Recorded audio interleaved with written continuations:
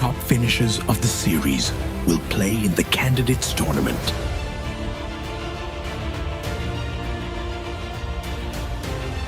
Join us every day from May 6th to May 15th on the FIDE YouTube channel.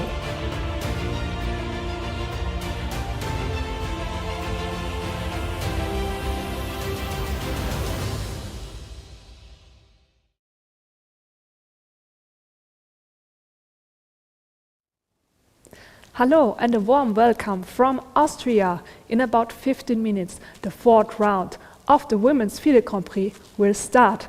And we are so looking forward to having exciting games again. But first, have a look at the results from yesterday. Anna Muzychuk could win her game yesterday against Olga Badelka. It was very interesting.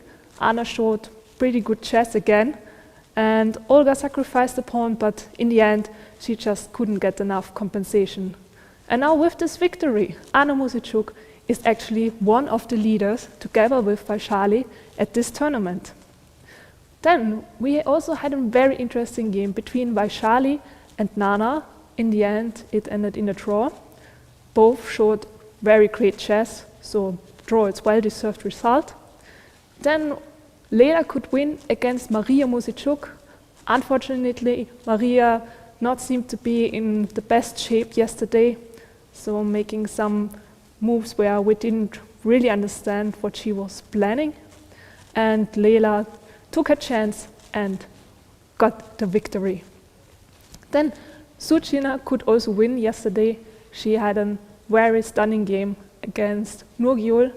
It was fascinating, like both players were attacking, and we didn't know who would actually win in the end. But Su showed that she has some kind of great ideas, and in the end could win her game.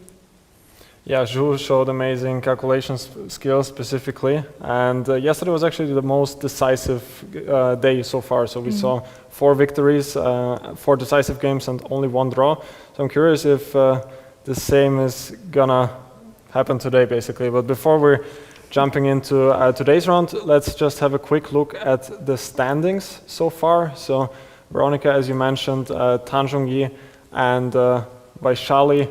Well, Vaishali is currently leading, yeah. Zhongyi is not leading, but she's, I think, in the 3rd place currently. But Zhongyi and Anna Muzychuk are currently leading with 2.5 points out of 3 games. So Anna Muzychuk was able to catch up with her yesterday's victory to Vaishali, and as I've mentioned, Zhongyi currently on the 3rd place with 2 points after her loss yesterday against Alexandra Kosteniuk.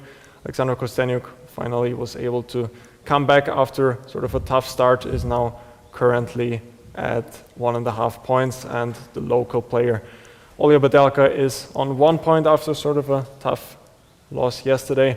But today she's going to try to use her chances against Salimova with the black pieces. And here we can already see the players going into the playing venue. And I think that we do have an interview with Zhongyi, which is going to be quite interesting to see from her game after round 2. So we will see it now.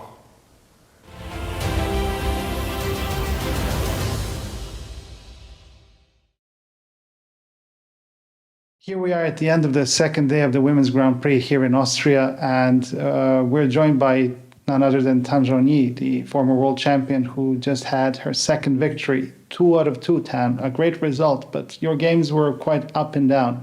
How do you comment on that? 首先就是赢2盘，我肯定很高兴。然后但是其实这2盘都是在就实线中的时候把握到了机会。然后其实第1盘对朱瑾儿的时候，就是我错过了很多。可能有些第1盘下的有些过于保守，但是最后的时候他犯下了重大的失误，我觉得还是比较幸运。Do you feel that you're in good form for this event? 我觉得我的状态还是一般，从实线上面就可以看出来，我还没有完全就是找回我自己最好的状态。Do you feel you have had enough time to recover from the match against Zhu? 我觉得没有。首先第一个就是心情还是其中的一方面，可能还有就是疲惫。对。我觉得可能还需要一段时间，但是这并不影响比赛。Now that some time has passed from the match, how do you look at it? 我觉得就是在整个比赛当中，就是我自己做的不够好，虽然输掉了这个比赛，但是我也收获了很多。我想就是在未来，我希望我自己能够把这些问题弥补了，能够走得更远。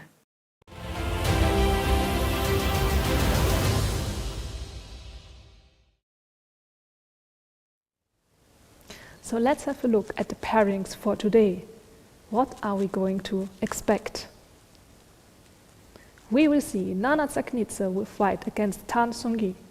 Anna Muzychuk against Alexandra Kosteniuk. Will Anna manage to win again? We will see. And we have Nurgyul Salimova against Olga Badelka. And Lela Javakhishvili against Jiner. And also Vaishali Rameshbabu against Mariya Muzychuk. Can Mariya help her sister to taking over the lead alone? We will figure out. Felix, what are you expecting from today's games? Yeah, the pairings are again very interesting. I'm of course always looking forward to seeing Olga Badelka compete, since well, she's the local Austrian player, and it will be very nice to see her in the front when it comes to the standings. So that's certainly a game which I'm looking forward to seeing. Also Zhu, if she manages to keep up her great chess from yesterday, since she had quite a tough start in the event at the start, and of course also the leaders. Especially like Vaishali against Muzychuk, of course, is very important for the tournament standings overall, as well as Anna Muzychuk against Alexandra Kosteniuk. So well, to make it short, actually all of the games are very interesting and also important sort of for the overall tournament standings. So, well, if I have to pick one game which is going to be the most exciting one, maybe Vaishali against Mariya Muzychuk, because we've always seen Vaishali showing very nice opening preparation, and she always comes up with interesting ideas in the opening. And I'm curious to see if she keeps up her great chess, which she has been playing so far. I mean, all of the games were of very high quality, so it was very nice to see her play until now. But do you have a favorite pick when it comes to the pairings? Yeah, I think that Anna Muzychuk will win again, actually. And I also think that Vaishali Rameshbabu will win. In the other games, I have no idea, of course. I hope that Olga will win as an Austrian. But yeah, you never know. Everything can happen in one game. Yeah, exactly. Everything can happen in one specific game. So, well, I have to say though that Alexandra Kosteniuk, she played so well yesterday that certainly also possible that she's gonna score another point. But of course, Anna Muzychuk is, especially with white, is probably the slight favorite. But how easily Alexandra Kosteniuk was able to win yesterday against the vice world champion Zhongyi, it was very impressive, to say the very least. And who do you think is in top form at this tournament? Well, I think Vaishali has been playing just magnificent chess. I was very, very impressed so far by her play. And, well, Anna Muzychuk is also leading the tournament for a reason, since she's also been showing, I think, very good chess so far. I hope really that Zhu is able to get back to her best form, because she had a very unlucky start in the event. But yesterday it was kind of clear that she is able to play this fantastic chess with unbelievable calculation skills. I really hope to see the prime Zhu in today's round as well. And also just now in the interview of Tan, we also heard that she's not in her best form, but she's hoping to get back. So do you think that also at the World Championship in April, she wasn't in her best shape? Yeah, definitely. It's great that you mentioned that. I think we haven't spoken about the Women's World Championship match so far. It was quite a tough event for Zhongyi. Well, it's always very hard because Zhu Wenjun is just so experienced in those matches. And, well, she's been world champion for a reason for many, many years now. And it just seemed like that Zhongyi was never really able to really enter the tournament at the start. Well, at the start it was sort of a level score, but once Zhu then was able to take over, then it was very, very hard for Zhongyi to come back, as it often is in those matches. Like when you start losing 1 or 2 games in a row, then it gets very hard, even psychologically, to come back from that. Yeah, and at this World Championship, she even lost 4 games in a row. Yeah. So that's a little bit too much. And then, there was no chance left. So in the end, Xu Wenxun won with 6.5 points against 2.5. And she is our world championship again. Yeah. Champion again. But what is also very impressive is that we have 3 former world champions here. We have Alexandra Kosteniuk, and she was world champion from 2008 to 2010. We also have Mariya Muzychuk, who was world champion from 2015 until 2016. And we have Zhongyi, who was world champion from 2017 until 2018. So it's very exciting. And which is also very interesting for me is that Xu Wenxun actually has her 5th victory of winning the world champion title, and there are only 4 players in the history who were able to win that often. Actually, Vera Menchik, she was the one who even won 8 times the world champion title. And this is really impressive. She was world champion from 1927 until 1944. So this is quite a long time. That's crazy. Yeah. I'm curious if Xu Wenxun is going to be able to catch that record, but it's going to be very, very hard. And there are also 2 other players who won like 5 times. Georgian players. Georgia also very strong, especially in women's chess. And it was Nona Gabrindashvili also winning 5 times, and Maya Dzagnidze also winning 5 times. Yeah, both very famous players, and as we can see, the sort of the history in women's chess, especially in Georgia, is sort of rooted very deeply, and therefore we also see 2 Georgian players competing in this event, namely Nana Dzagnidze and Lela Javakhishvili. So it's always interesting to see that there are some certain chess nations, especially also when it comes to women's chess. I think Georgia is sort of one of the countries that immediately springs to my mind. Of course, they also have a very, very strong men's team, but somehow their women's team, I think it really stands out. So it's interesting how those players from the past, like Gabrindashvili and Dzagnidze, can make this sort of huge impact on the future generations later on. I think it's like the same with Magnus Carlsen and chess in Norway. So maybe we also need such a player for Austria. What do you think? Well, now we have Olga Badelka, so perhaps true. So perhaps that's going to make hopefully that's going to make a big impact on women's chess as well. Because, as you said, with Magnus, before him there were not many grandmasters. I'm not sure how many, but there was his coach Simon Adgestein, but apart from him I'm not sure that they had so many. But after Magnus joined the game, then all of a sudden there were so many who just took Magnus as an idol, and now Norway has many, many grandmasters as well. So I think that nations do need some sort of an idol to look up to sort of boost the sports economy, if you could say so. Yeah, and Austria's best chess player in history is Markus Ragger, and he even reached more than 2,700 rating points.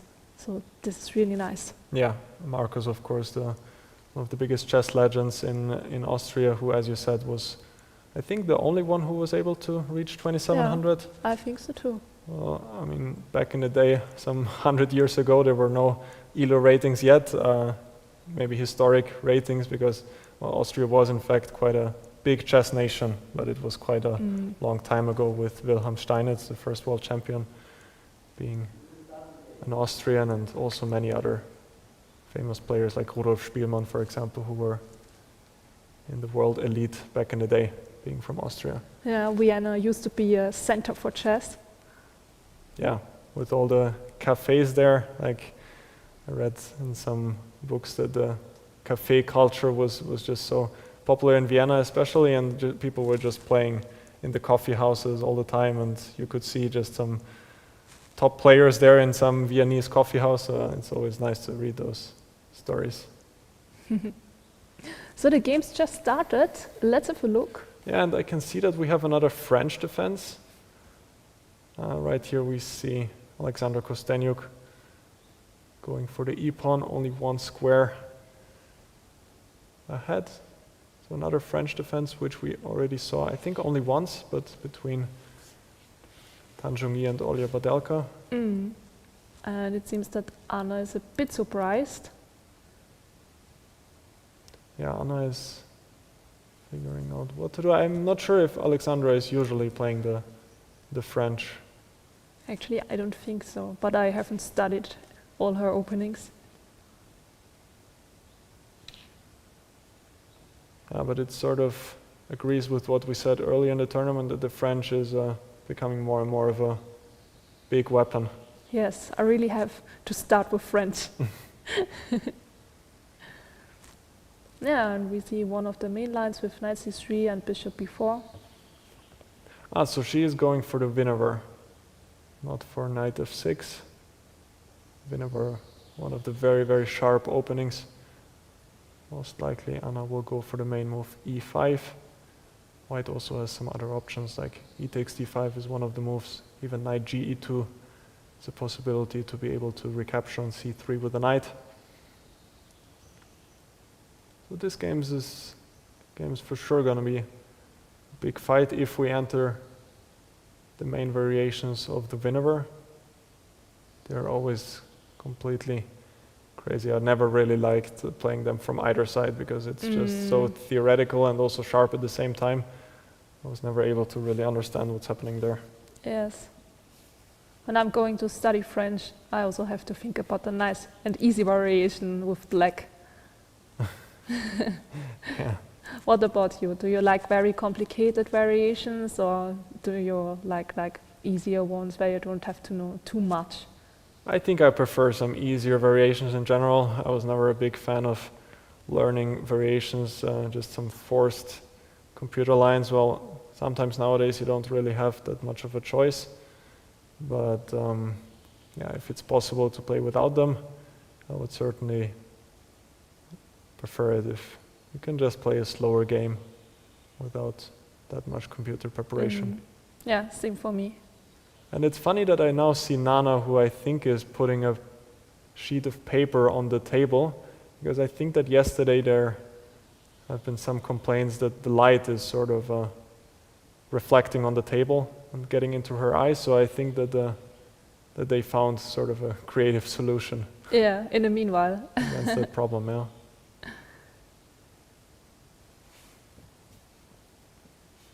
So here we see an English defense. Yes.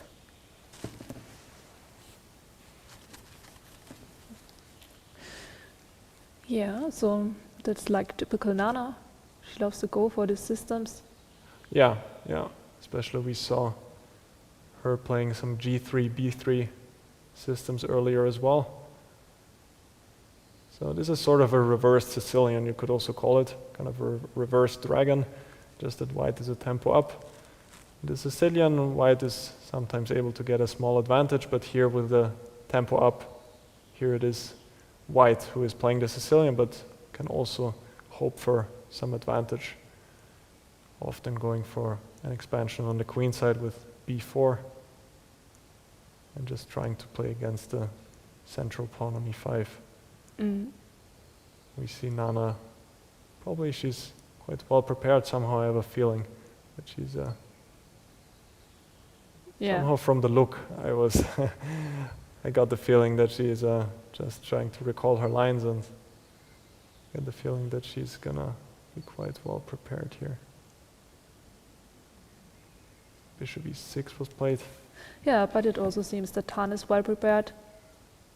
Well, Yeah. Nana, for of sure. course, didn't really make a huge surprise. She's always going for this kind of line, so we will Yeah, see. yeah. Of course, Zhongyi also will have quite a lot of World Championship preparation still in her pocket, which she can use. It's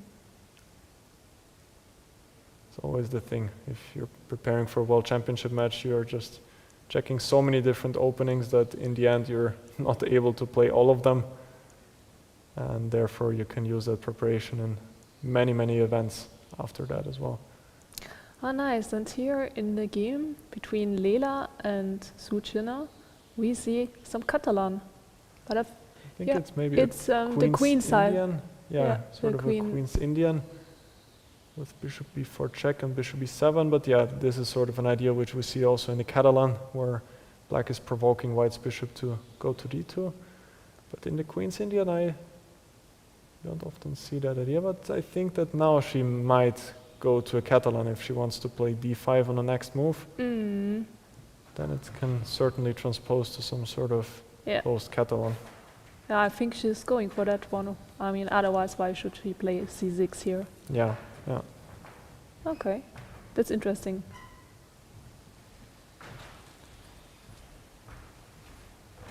Yeah, so I'm super excited. I love the Catalan, and I hope that I can learn something from this game for my own chess. Yeah, so far I think both of us have learned actually quite a lot in this event about some rook against bishop endgames in I think it was round number 2, where Zhongyi was able to win that endgame against Zhu. But also openings, like especially Vaishali's ideas are always completely new to many people. Yeah. And maybe we can actually have a look at Vaishali's game. What is happening there? So is this a Sveshnikov? I think it is. Now we're back back to Javakhishvili's game against Zhu. Yeah, there we got the Oh yeah, this is some Sveshnikov. encounter between Vaishali and Mariya Muzychuk, one of the big lines in the Sveshnikov. Do you know this line? Yeah, I've played, especially with white, I went for this line quite often, but also actually the Sveshnikov was one of the first openings I played when I was a kid with black pieces as well. I have some experience there. Usually players don't really go for this approach with c4 that much anymore, more likely with c3. In general, of course, the Sveshnikov, one of the soundest openings out there. Very hard for white to get an advantage there. But expect Mariya to go for b4. I don't really think there are any other possible moves in this position. Yeah.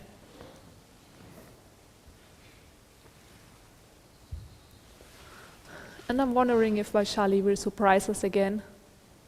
But maybe in this line it's not that easy. What do you think? I saw a couple of interesting new ideas in this line with c4, or even some ideas with long castle for white, so I have a feeling that maybe she's going for some ideas like that.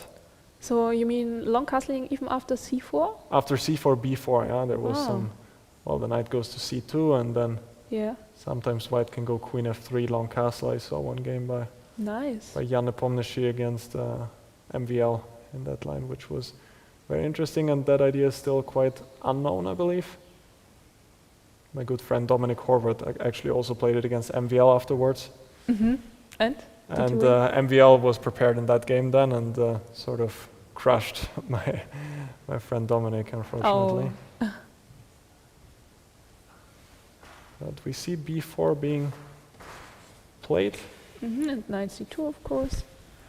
And knight c2 forced. And now a5? Or how does she protect the pawn? Black can go a5. Black can also go, I think, rook b8, or even short castle, because I think that knight takes b4 does pick up a pawn, but black gets some pretty active compensation in return after taking, and then rook b8, for example, or queen b6. Then probably it's also not a good idea to go for long castling afterwards with white. Yeah, after white takes the b4 pawn, then it might be quite risky to castle queenside.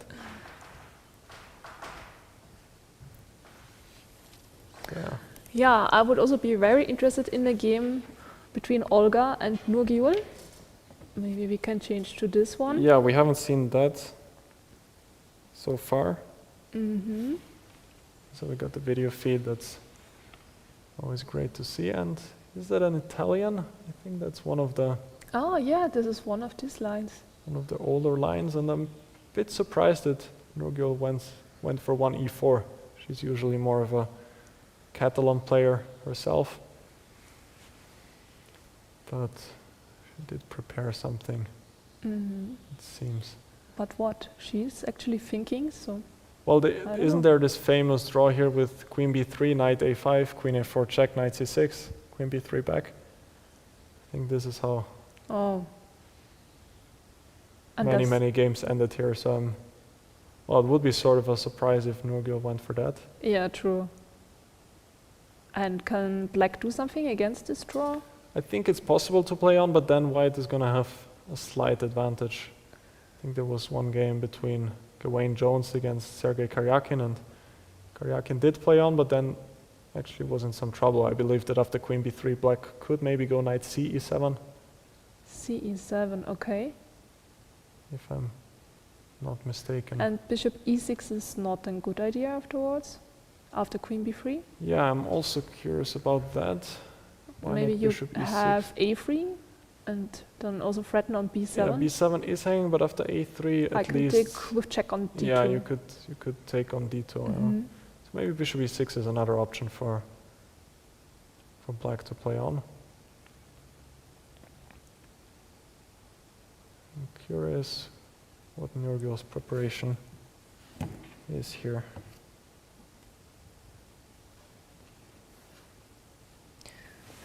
It doesn't look like she has a preparation, or she is just like bluffing. Yeah, What do you think? it does. It also does happen quite frequently. I used to do this myself as well. That even when I'm prepared, I spend some time so that the opponent thinks that I'm not in preparation anymore. Which sometimes it's quite a useless technique, but sometimes it can also be a bit helpful for sure. Mhm. For me, it's more unpleasant if my opponent is just blitzing everything. Yeah. But at least I think, at least my philosophy was that if you're blitzing, then the opponent is going to be very careful, because then they will know that you're going to be prepared. And if you're spending time yourself, then, well, maybe you're going to be less cautious, because, well, at least I'm taking computer preparation more seriously than my opponent's moves in most cases, because, well, computer is just much stronger. Mm. Yeah, Nurgyul is still thinking.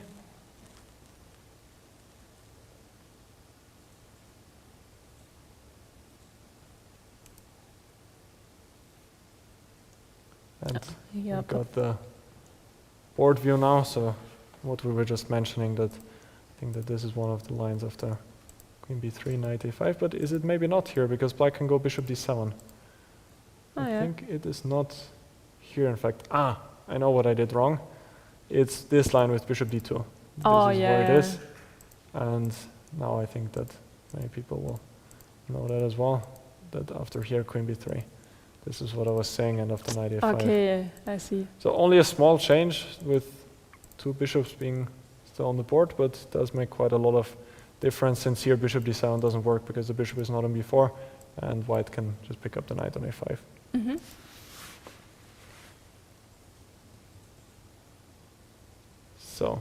So instead, probably she will go for castling? Yeah, I think that castle is the move here. I also remember I played this line with white some time ago. And another move here for black is to take on e4. This is another line when white usually goes for d5. There was actually quite an interesting idea here, which I was wanting to play, and I believe that Nurgyul might want to do the same, or she was planning to do the same, which is long castle here. Mm-hmm. It was quite an interesting idea for white to then attack later on with h4. I think in the meanwhile also MVL has played it, maybe some other super grandmasters as well. So sort of a forgotten line, this line with c3, d4, and well, then usually white nowadays goes e5. But this line with cd4 is sort of forgotten, I would say. Also, many games from like 150 years ago went for this knight c3 line. So many romantic games are True. here in the Italian. Yeah, as you mentioned, probably white should go for short castle. Maybe also a3 would have been one idea. But actually, I like your other idea with long castling. Yeah, the problem is this only works after knight takes e4 here. Okay. And black doesn't take. I mean, well, black can play, for example, d5 Yeah, here? black can also play d5, and also the problem was for me that black doesn't have to take immediately, but black can go knight e7 first, which then sort of doesn't allow this plan with long castle. But here I think white has to castle short or go a3, either of them. Still, white has good compensation here, but well, it's not as exciting if you're castling short. Yeah, that's true. Yeah, I like also this approach chosen by Olga Badelka because, well, the positions with the isolated queen's pawn are also never so easy to play because it is often becoming a target.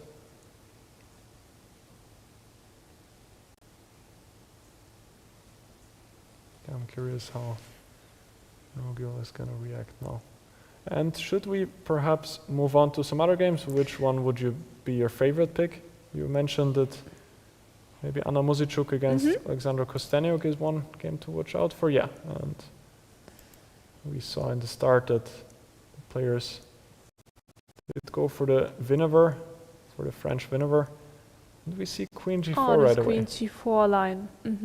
Have you seen that move before? Yeah, I'm not 100% sure if it's like here, at this move order. Because usually white goes for a3 first, and then after knight e7, Queen G4 is sort of the main idea for white. Yes. I know this idea with Queen G4, but I'm not a French expert yet. Yet, so you're planning to pick it up in the future? I think so. Yeah, this move with Queen G4 I'm not entirely aware of. So knight e7 was a reaction, dc5. So Anna Muzychuk certainly coming well prepared into this game, and it seems like she has surprised Alexandra Kosteniuk back.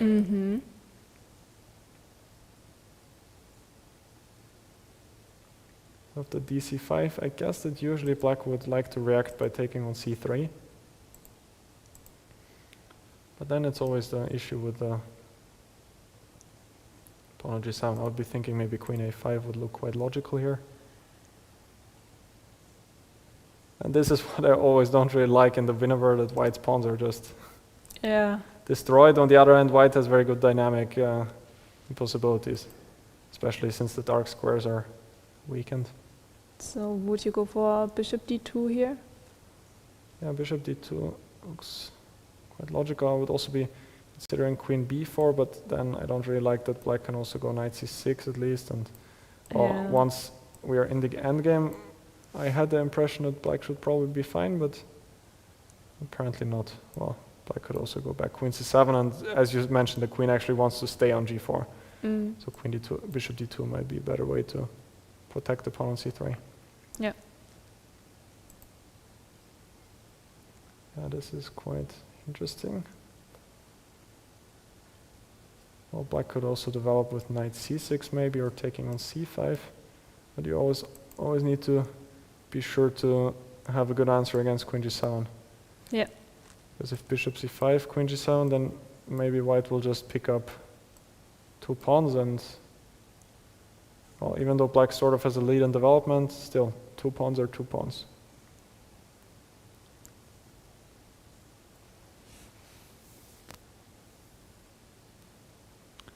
How should black react here? I think I would take on c3. Yeah, I think that also looks logical. I'm also thinking about d4 here. d4. Yeah, makes sense. But you can't really take. Yeah, at the moment I'm take your bishop. Probably not threatening to take just yet. But how are you gonna react? Like you could go for knight example. f3, knight c6. Yeah, then I'm then gonna I go have knight some. c6. Yeah, and now bishop e5, a3. Bishop e5 again, Yeah, going but for the pin, but I will go short castle. And yeah. I guess that at some point you probably have to go for a3. But here probably it's not a good idea. If I take. Oh, wait. I mean, I could also think about going back and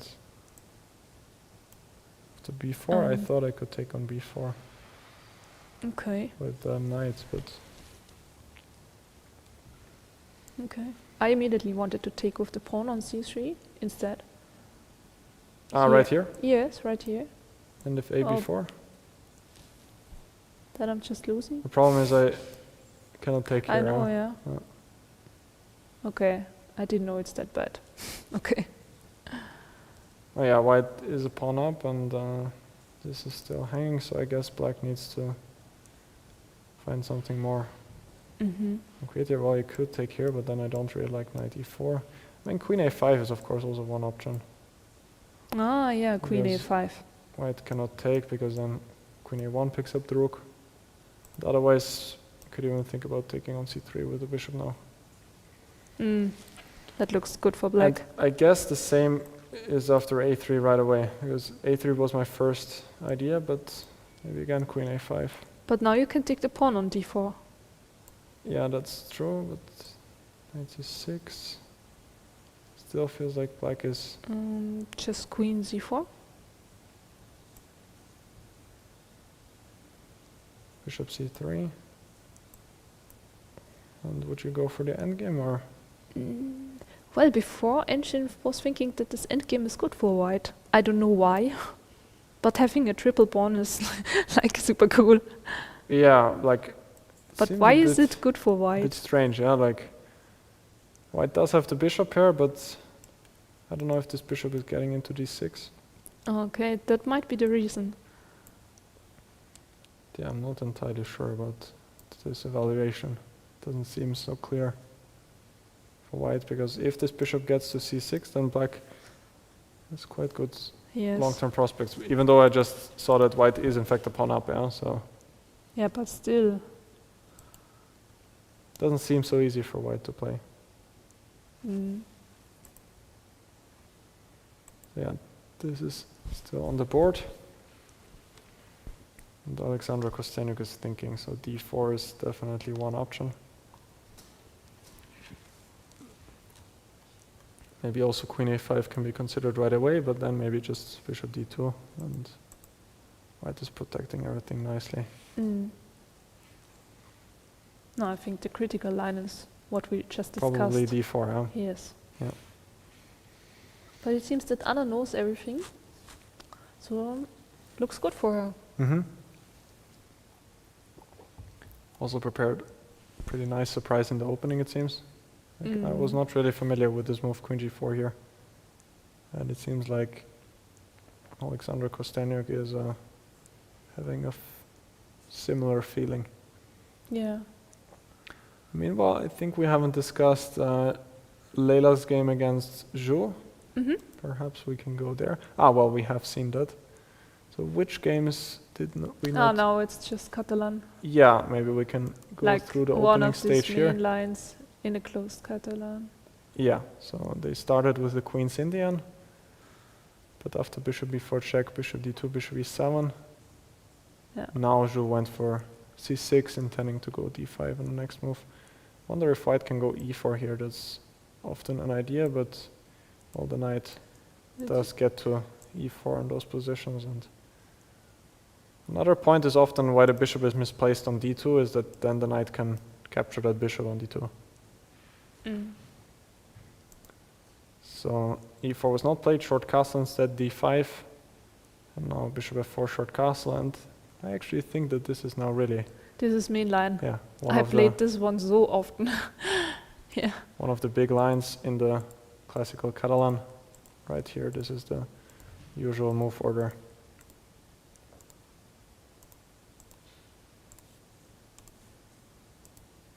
And now black usually goes for c6, b6, bishop b7, and then we can often transpose. Even though I don't think that, does white usually go for a knight c3 setup there? It's also possible. Yeah. There are different lines. Yeah. With knight c3, sometimes you also go for b3 now. We will see what she will play, I don't know. Yeah. b3 guarding the pawn on c4. Yeah. Makes There a lot are of so many sense. different setups also with white. Yeah, you can also think about Yeah. queen d3 to support e4. In general, the downside of the knight being on c3 is that black does often have the chance to take this pawn on c4. But of course, white can always then have ideas like knight e5. Yeah. and Yeah, then- this is the line, you know, with white, and Yeah. then you can protect, but okay.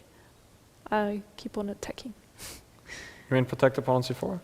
Yeah, if you play b5, then Well, I here can take with the knight. On b5, yeah? Yes, Yeah. so this is not working. Yeah. And otherwise white is going to take on c4 again. And Yes, exactly. Yeah. I meant you can protect here also with knight d5, for example, but then you always can take on c4. So yeah, this is like one of the Yeah. big structures which you often see in Yeah. the Catalan. And they are actually very nice for white. Especially, I mean, I like it. Yeah. White has a nice center. Also, the bishop on g2 is always very strong. Computers are never like so excited here for white, but it certainly feels easier to play. Mm. And yeah, this is the current live position. Lela is thinking. So as you said, still many ideas. I'm curious about Vaishali's game. I think this one we haven't, well, we have seen it briefly, the opening stage. So as we mentioned earlier, this was a Sicilian Sveshnikov. And here Vaishali went for the move c4, which is, apart from c3, one of the big moves. Also more recently, white started playing this line knight b1, which looks quite funny. What? But it's actually an interesting idea that white wants to go a4 then. Ah. And then put the bishop to c4, and this knight then often goes to d2. And white argues, well, the knight on d5 is nicely placed. The pawn on b4 can often be sort of targeted with c3, and many players started doing this as well, just to avoid the main theory with c3 and c4. But this is how the game has went so far, so bishop e6 here. The idea I was mentioning earlier, I'm not entirely sure how you would usually get it.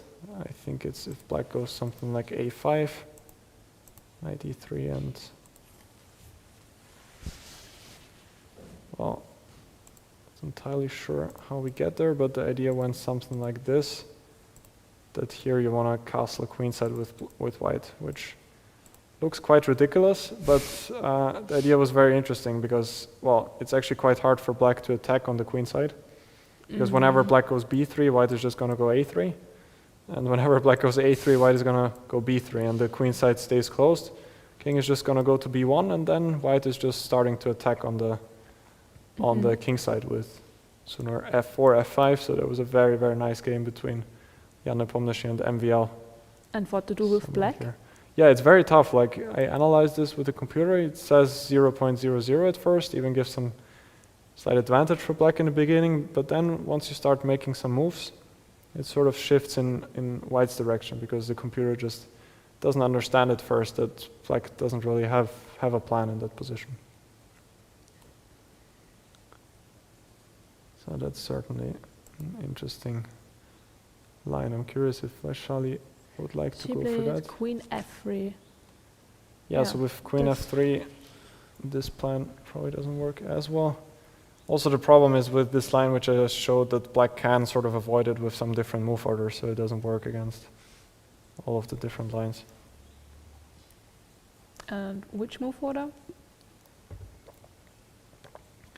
Well, I think the one game I mentioned earlier between MVL and Dominic Horvath with white pieces is that MVL went a5, a4 pretty early, and then some early b3 as well. It was something like this, and then the queen was able to give a check on a5. Not entirely sure how it was exactly, but there were definitely some move orders which didn't allow it for white. Mm-hmm. So now Vaishali played queen f3. Of course, black can probably never take that pawn on h4 well, because white can go queen h5, and then there's going to be issues on the h file, or the bishop is going to drop. So what would your reaction be here with black? a5? Yeah, a5 is one idea, just protecting the pawn. And you're going for g4 or just bishop e2 first? Yeah, after g4, I would be thinking that maybe black can take now. Okay, and now you go for g5? That was the idea. Okay. The bishop is sort of trapped on h4, but Oh, I wanted to go with the knight to e3 and g2, but it seems very slow. yeah, in the meanwhile, black Knight maybe is going d4 to play and knight things like d4. that. And Okay, I see. Okay, so Yeah, maybe- no g4 yet. white often goes for g3, Okay. followed by bishop h3, because if white manages to exchange those bishops, then usually it's pretty nice. So black never really wants to take on h3 then, but sort of just wants to wait with the bishop here, because if white is going to take here, let's just say in a position like this. If white is going to take now on e6, then at least black can take with the f-pawn, and now the d5 square is covered. Mm-hmm. Another nice plan for black is, in general, to regroup the knight also to c5. This is often an idea with knight b8, but probably it makes sense to firstly improve the position a bit further. Also, of course, this is often possible as well, and then just to go for some opposite color bishop position. Even though the bishop on f6 is quite passive in many cases, so white often keeps some advantage here. Oh, Yes. I hope we are not seeing this one. This looks a bit of boring. Yeah, a bit boring, especially for black. It's just not so much fun, because the bishop is just not doing anything here, and white has some attacking chances on the king side. So this is not really what black wants. Yeah, at the moment the position of the queen f3 is still on the board.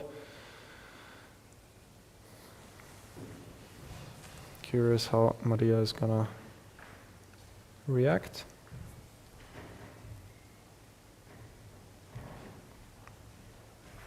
And has Nurgyul made a decision, or is she still thinking? Yeah, that's a good question. I was also thinking about that. Oh yes. So we left it off here, short castle, a3. Now bishop takes d2. And Nurgyul thinking again. Is she considering, I guess, queen takes d2 or bishop takes d2? Bishop takes d2 does look more natural. Mm. Yeah, still it doesn't seem like black is in too much trouble here after something like bishop g4. Looks quite playable. Yeah. Maybe that's why it's better to take with the queen. Maybe. Yeah, but then the bishop is not really developing, so now I'm not gonna go bishop g4, but My idea was to go for b4 and bishop b2. yeah, you could put the bishop here, but if this pawn doesn't move, then I'm not sure. Is the bishop gonna be so happy here? Like, let's just say I go something like h6, b4. Well, it does protect the pawn on d4, yeah, but Mm. you can go something like bishop e6 and... Yeah, of course it's possible, yeah, with the bishop here. I was just thinking it would be nice to activate it somewhere, like if you could come to g3 or somewhere. Yes, but how? I mean, the knight will remain on d4 at d5. Yeah, like if you can activate it on g5 maybe or something. But yeah, of course bishop d2 does give black the option to play bishop g4, even though I was thinking that white can maybe go h3, because d4 cannot be taken yet since d5 is also hanging. And if bishop h5, then maybe g4 and knight e5, even though d4 is hanging as well. So knight e5 maybe doesn't work as well. But maybe queen b3. Yeah, still not clear at all. So you will take with the queen, huh? I think so. And if knight b6, that was another idea. Then bishop a2. a2? Yeah, I think so.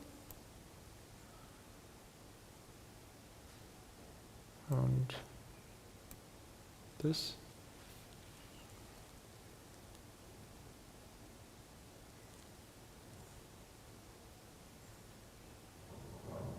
You make it really difficult for me.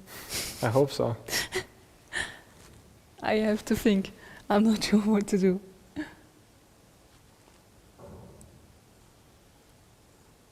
And I think Nurgyul just made a move.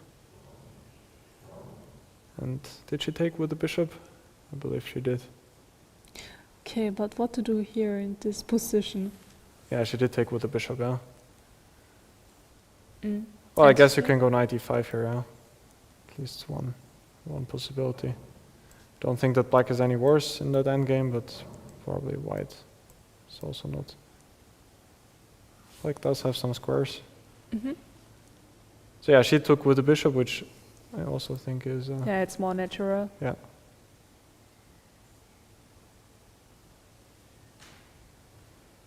And Olga Badelka is thinking.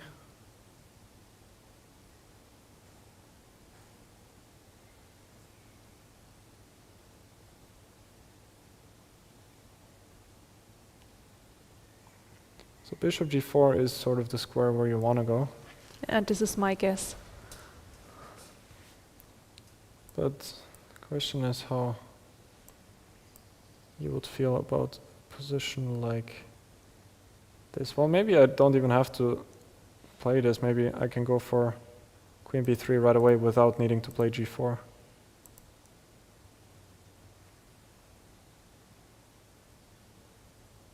But again, knight b6 might be a problem.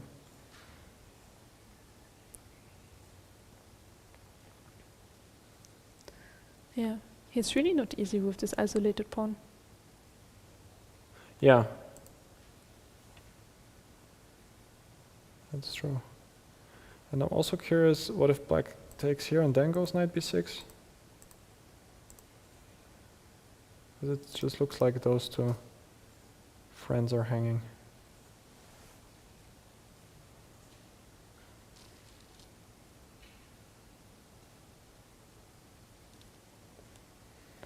Well, you have to move the bishop. Yeah, I think I'm losing my pawn, but I'm Yeah, sure I have Can some sacrifice it maybe. compensation. I don't know if to a2 or d3, but...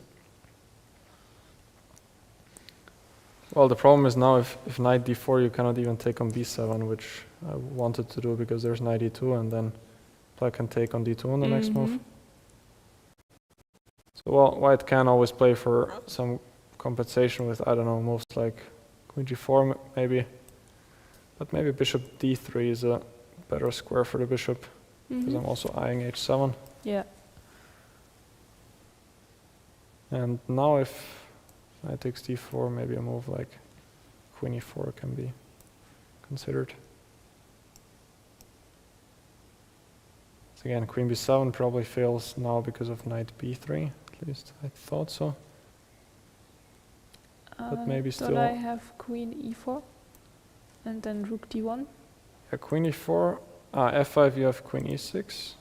So yeah, Yes. f5 doesn't work because of the double attack. And otherwise, yeah, you can just go rook d1 next because black cannot take anything here because there's checkmate on h7. Okay, and bishop g4 is on the board. Okay.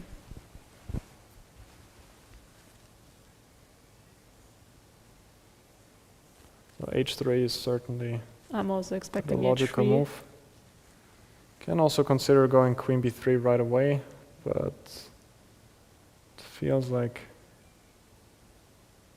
h3 is sort of a logical conclusion, but of course it does allow black also to take here. So yeah, we'll see how this game develops. In the meanwhile, which one would you go to? Maybe Nana's game, since we Yes. only saw it from the Nana's start. game, please. So this was a reversed Sicilian English opening. And maybe it would be interesting to explain, why do you think she went for bishop e7 and not immediately knight c6? Okay. I have no idea. I have to think.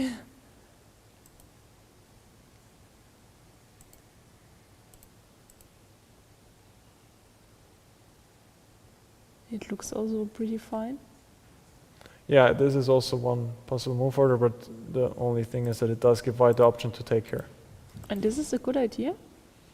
It's a possibility. So, of course, white does give up the bishop here, but it's certainly an option. Maybe a better move order is bishop e3. This is how many players play it, and then rook c1, and then they take on c6.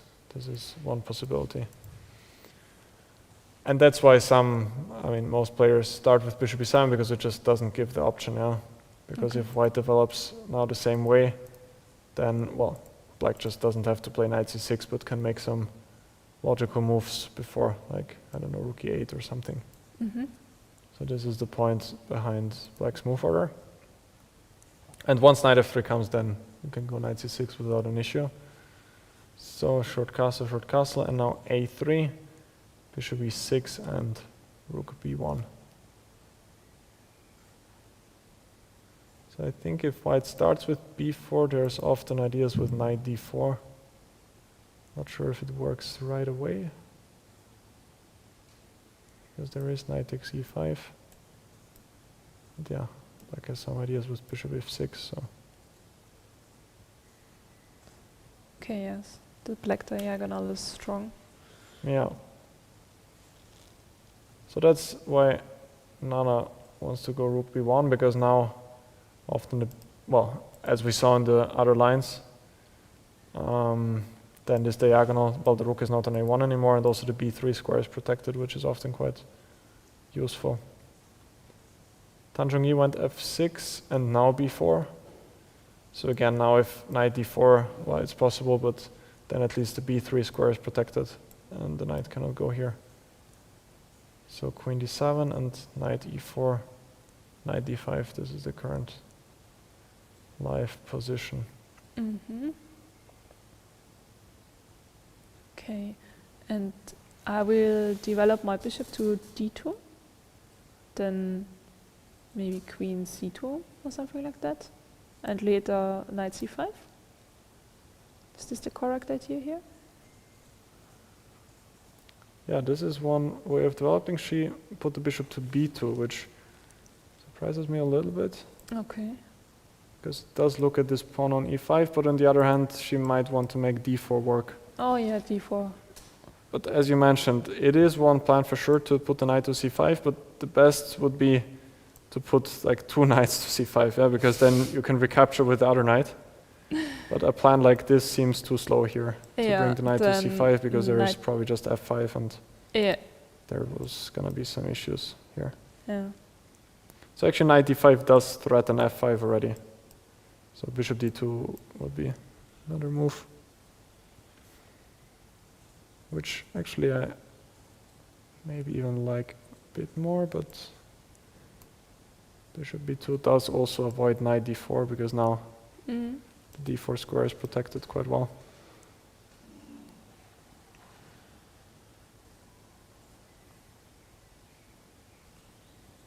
And with black? Yeah, it's with black, those positions are quite difficult to play, because you do have sort of kind of more space, but whenever you push some pawns here, it might backfire. Like for example, f5 now, there might be knight c5, also knight g5, and just this pawn on e5 is going to be quite weak. So black needs to play it more or less slow, maybe bring a rook to d8. Maybe this one.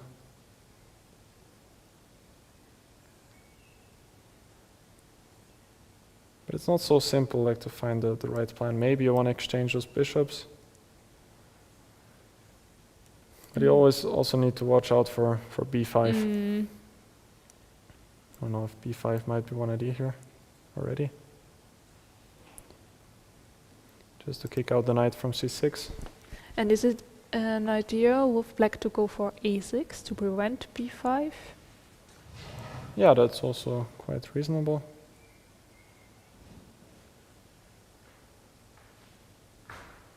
Also makes a lot of sense. I was thinking now if d4 is in fact an option, but f5 might be the reply, and well, this is still quite interesting because the bishop is opening up on b2. Oh, yeah. Looks quite- Now the bishop makes sense on looks- b2. Quite pleasant. So I think this was sort of our main idea. d4. Putting the bishop to b2, that at some point d4 is going to be possible. So here d4 seems like a nice chance. That was why I was thinking about playing rook d8, just to make d4 less attractive, because now still might be possible, but at least this rook is already lined up on the d file. It's also not so easy which rook you want to take, because if you take this rook, then you might have options also to play on the queen side later on. So it's always hard to pick which rook goes to which square. I think is one of the big questions in chess in general, where especially which rook are you picking to go to a square like d8. Like in many cases it's quite obvious if there's two open files, let's just say the d file and the e file are open, then well, you're gonna put this rook to e8 and the other one to d8. But in a position like this, it's often not clear which rook are you putting there. I heard one rule by my friend Grandmaster Rainer Buhmann once, that you should take the rook which has a shorter way to the square. So in this case, this rook, which has only 2 squares to go there, because then the other rook will still have more squares available. Because I like this idea. if you take this rook has only 1 more square to go to, so it's sort of more restricted. But if you take this rook, then this rook will still have 2 possible squares to go to. So thank you to Rainer Buhmann, who sort of Yeah, thanks for saving so much time for my games. yeah, My like future games. it's very useful. Like of course it doesn't always work, this rule, but if you're really unsure, then you can at least take that rule into consideration. Yeah. I would always like to take a dice to my chess game, but unfortunately it's not allowed. Maybe you can bring a coin to make a coin flip. I'm not sure if this is allowed. But it's not allowed to bring a dice. That would be, I don't know, I've never seen someone. would be new to And me. where should I use it? Right at the Well, chessboard? maybe not at the chessboard. Yeah, maybe. Also, a coin flip on the chessboard is probably not the most polite thing you can do. And doing it on the toilet is also not a good idea. Yeah, probably not. What if I lose it? Yeah. But I was also reading that actually Magnus Carlsen does this coin flip, like when it comes to choosing openings for his games. He does it quite often. I Because it takes the stress out for him, because when he has to decide himself which opening he needs to play, he does think a lot about it and contemplates like what are the up and down sides. But if he just flips the coin, it just takes this effort out of it. Which I like this idea. My chess future is saved. chess future is gonna be Amazing. yeah, the coin flips are gonna save the day. Yeah. And Zhongyi does not follow Grandmaster Rainer Buhmann's rule. She did take the rook from a8. And we will see later if this was the right choice.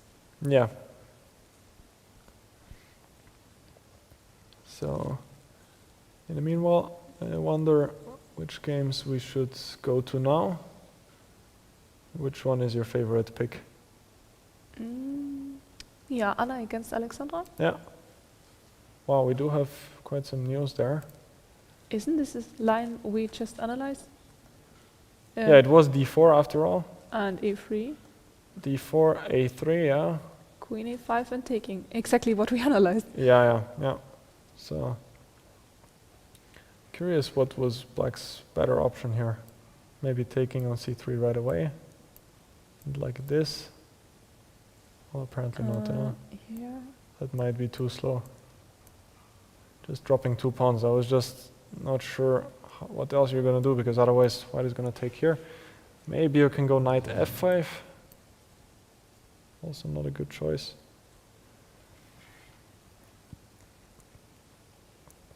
Maybe now bishop d3 is possible. And then you can take on f5 and on g7. So this is difficult here because it seems like there might be a better move than queen a5.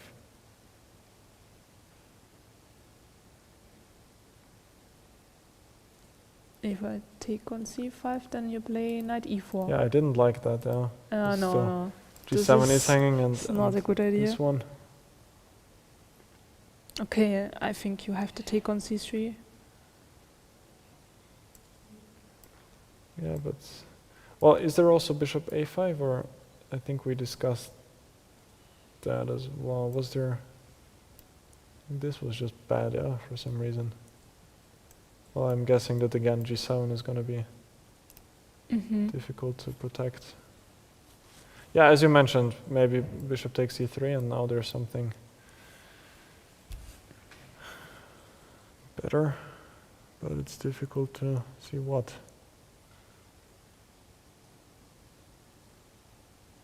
Queen a5.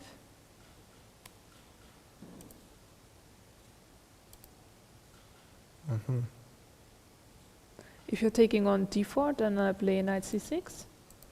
Yeah, and then we have a better version than the game. Is it possible? I think so. So in the game, this is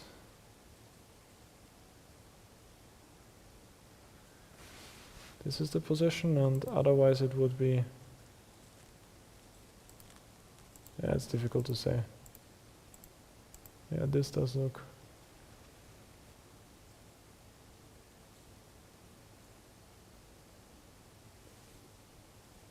Possible. Yeah, because now white doesn't have the option to go into the endgame, yeah? Because in the game now, if black takes here, then white can capture with the queen. Yeah. It wasn't obvious to us why this endgame should be so bad for black. Probably it isn't either, but maybe black has another option here.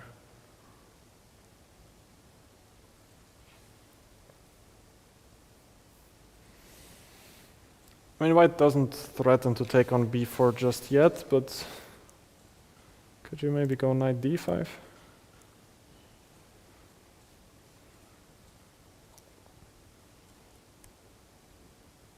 Bishop d2. Yeah. And if you're taking on e5, then I wanted to b5? play queen b5 check. Yeah, then black This is in looks trouble. winning. Yeah.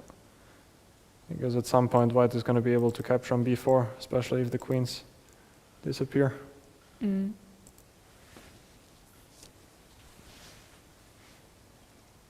what are the other choices?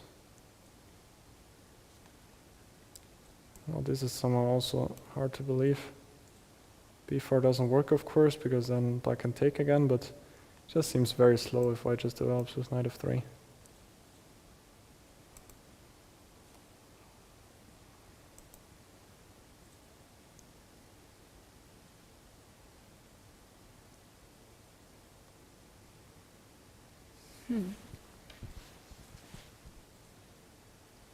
Castling. Yeah. But again, bishop d2.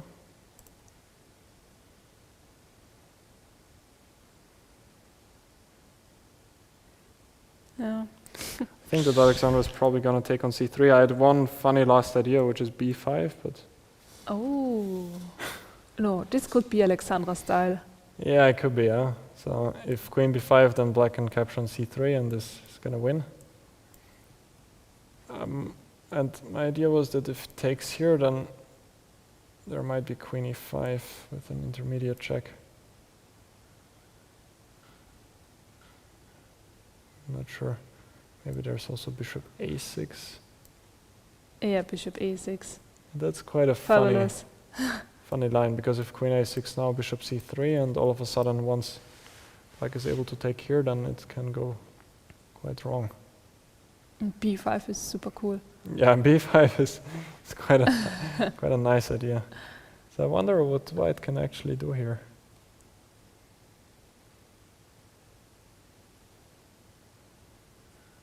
I guess, yeah, have to move the queen to b3.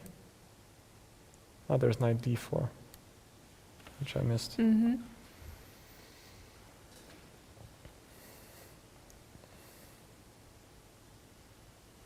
Yeah, where can the queen go? I mean, D3. queen d3. There might also be knight takes e5. Then I have check on b5. Ah, yeah, now you can take with the check out. Yeah, exactly. But instead, bishop takes c5. Oh, we want to take on c3. Okay. Bishop c5 again. Queen b5. Then you can also take on. Yeah, I see. Yeah, I mean, I guess I don't have to take on c3 just yet, because then the pawn on b5 can also become weak in the endgame, maybe. Like at least in an endgame like that, the pawn on b5 is also weak. On the other hand, black might have ideas to play with b4. b4 here? Yeah, Oh, nice. so it's a very dynamic position.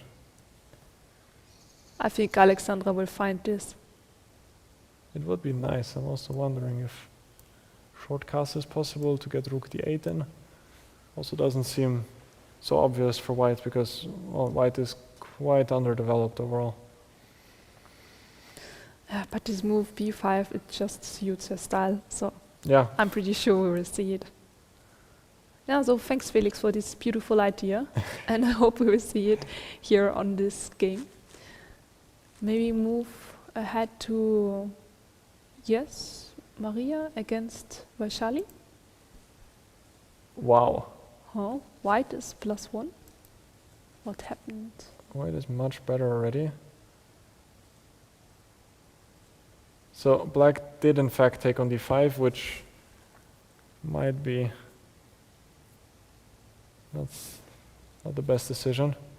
As you suggested earlier, maybe a move like a5 would be logical just to defend the pawn,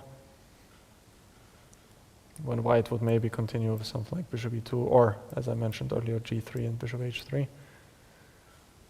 But in general, black is quite solid there.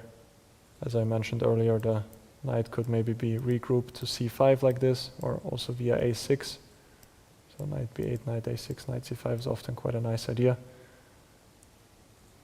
The only problem is, of course, this bishop, which would like to be on this diagonal perhaps, or well, even better on this diagonal. It's not so easy to reach that. But Mariya did take on d5 and now went for knight a5, which... But why knight a5? Why not knight d4? I thought that this is the idea. Yeah, well, I can still understand, because this position is just looks quite miserable for black. Like, black just doesn't really have a plan. There are no squares on the c file where you can enter. c2 square is always protected. And just no real plan for black. Black can just try to play for sort of a fortress, but white is just going to play slowly. Maybe g3, bring the king to g2. And at some point, pushing those pawns down the board, and those positions are quite difficult to play for black. But it was probably still might have been a better idea than knight a5, because now can I take the pawn on b4? What is her idea here? Did she take? Or is this on the board at the moment? No, knight a5 is the current live position, and Yes, why not taking? well, a typical reaction from black would be to play queen b6, but it's just... I wanted to go a3.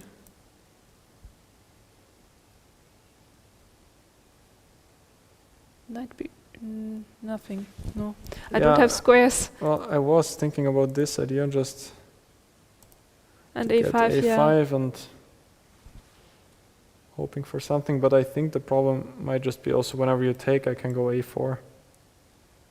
Oh yeah, nice Maybe idea. I even have something better, but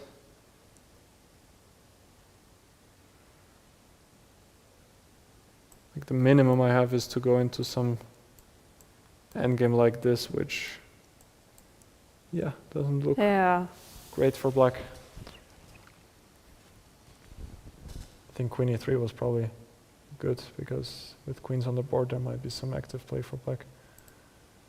So yeah, what is the idea if white takes on b4 here?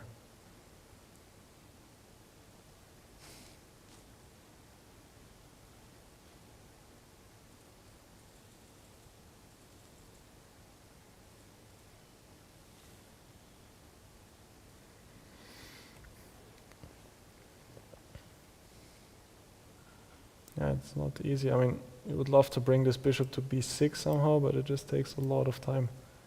The queen b8, but again, I guess a3. We could go for this idea now as well, because now there's no queen e3. Now the queen is also not as good here, so maybe white could play something like this and then a4. Maybe even bring the bishop to h3. h3 square is often nice for the bishop because it just takes away the c8 square for black's rooks. So this seems pretty difficult for black after knight takes b4. So after queen b8, a3, maybe bishop d8 is possible.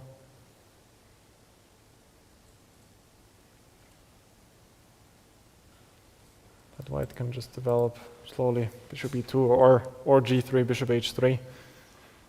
And then short castle. It just doesn't seem like black has enough compensation for the pawn here. And also a6 is weak. Yeah, also a6 is weak. So maybe you could even take it right away.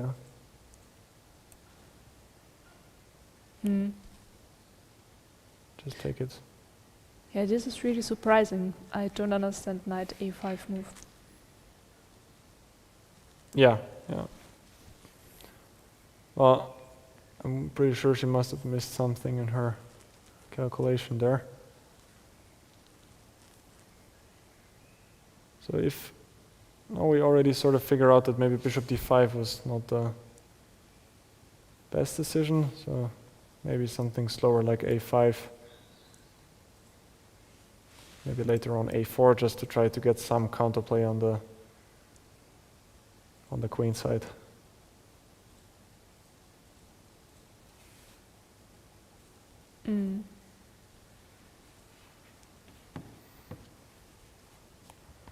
But okay, I think this game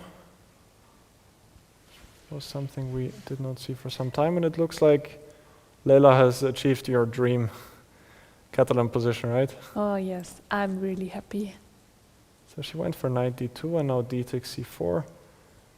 If black goes knight d7, usually white wants to gain space with e4. That's generally the idea. Even though white needs to watch out for ideas like this with bishop a6. It's often unpleasant because the pin is difficult to answer. And if b3, there might be b5 and then b4 if the knight moves. But Zhu took on c4, and now after knight c4, knight d5, queen d2, she does not even manage that white needs to capture with the g-pawn. Which, well, it's always hard to say if the pawn on f4 is sort of a benefit for white, because, or if it's a downside, because white does get the open g-file. But on the other hand, white's king can get a little bit weak later on. So I would definitely prefer taking with the queen here, which she managed to do in the game. And this just seems like a very pleasant position for white, with almost no risk, I would even say. White is going to put the rooks to d1 and c1, according to the Buhmann rule. I love this position with white. Yeah, the bishop on g2 is just so powerful. And having space advantage. Yeah. It's really nice. Yeah, it is. But we have to say that also black is very solid. Like white is of course a tiny bit. You're right.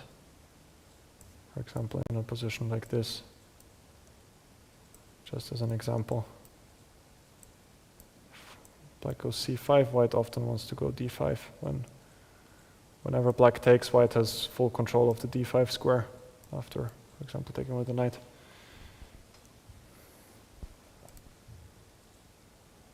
Yeah, probably not such a great opening outcome for Zhu, who I'm guessing was looking for a more complicated fight, perhaps, trying to keep her momentum from her win yesterday. Yeah, I believe that 92 was a great decision here.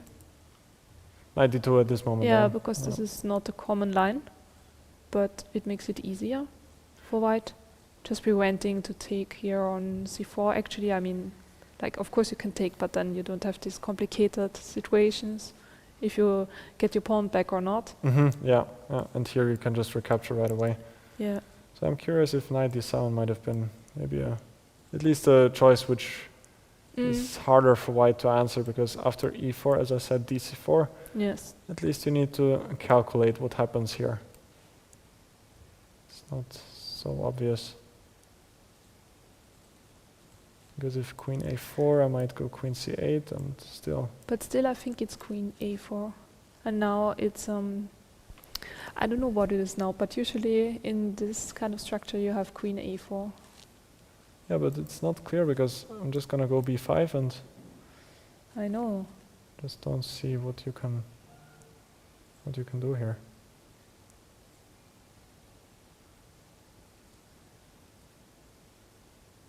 Is it possible to play knight d6?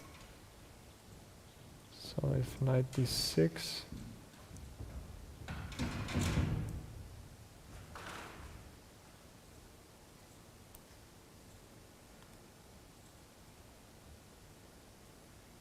Yes. Attacking your queen.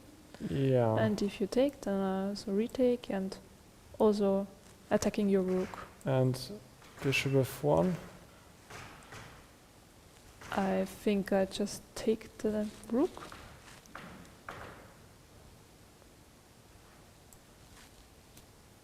Bishop g2. Okay, I lost a piece. Yeah. So I guess you have to give the exchange here.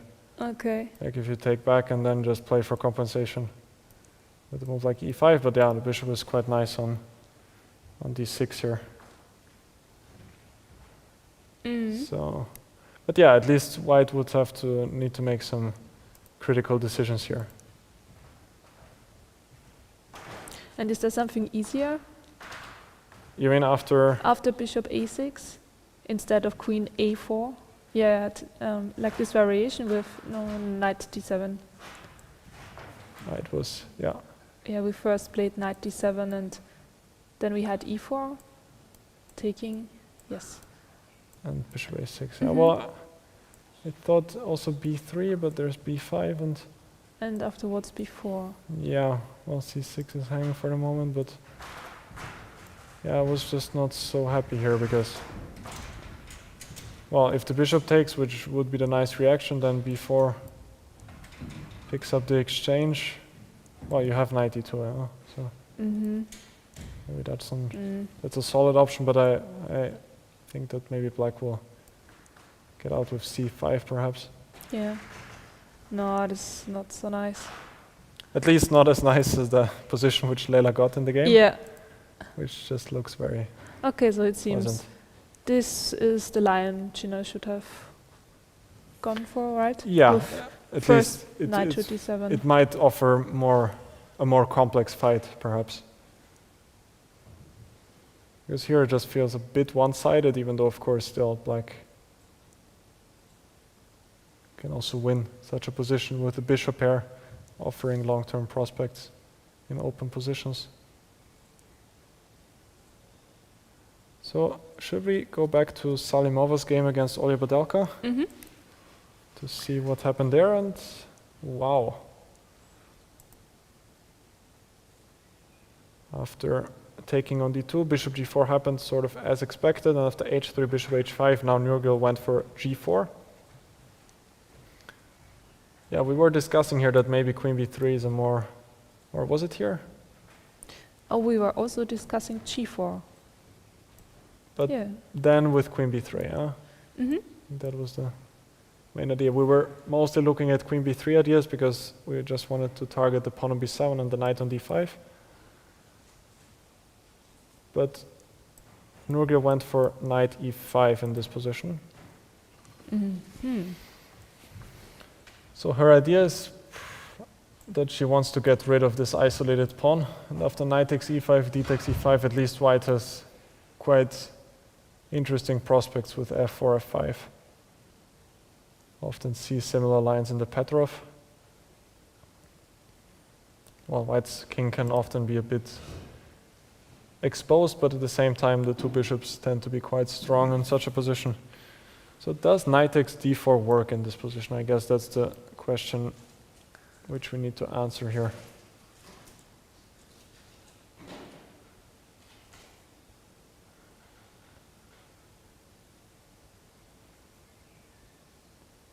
And what was white idea? f4? Yeah, I was also considering f4.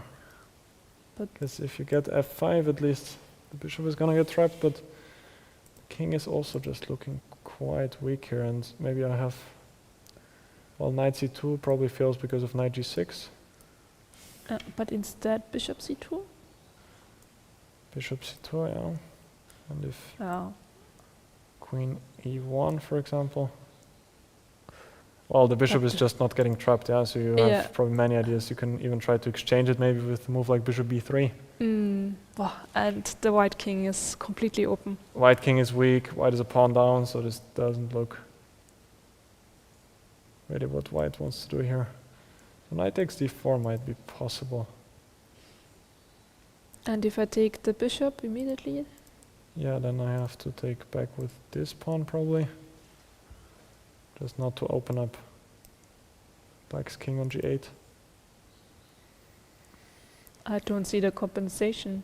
Yeah, because you don't even have ideas like this, because black can always just at least go c5, protecting the knight here. Otherwise it would be kind of a nice idea, because it's not possible to defend the knights otherwise, but c5 saves the day. Yeah, probably there's still some way for white to have some compensation, but it's not so easy to see what. Can I go for a move? I don't know where I want to go, but maybe here. The point is, if you take now, at least, well, I'm a pawn down, but there's some pressure on f7, and it's not so clear where this knight is going. Yeah, this seems to be the right way.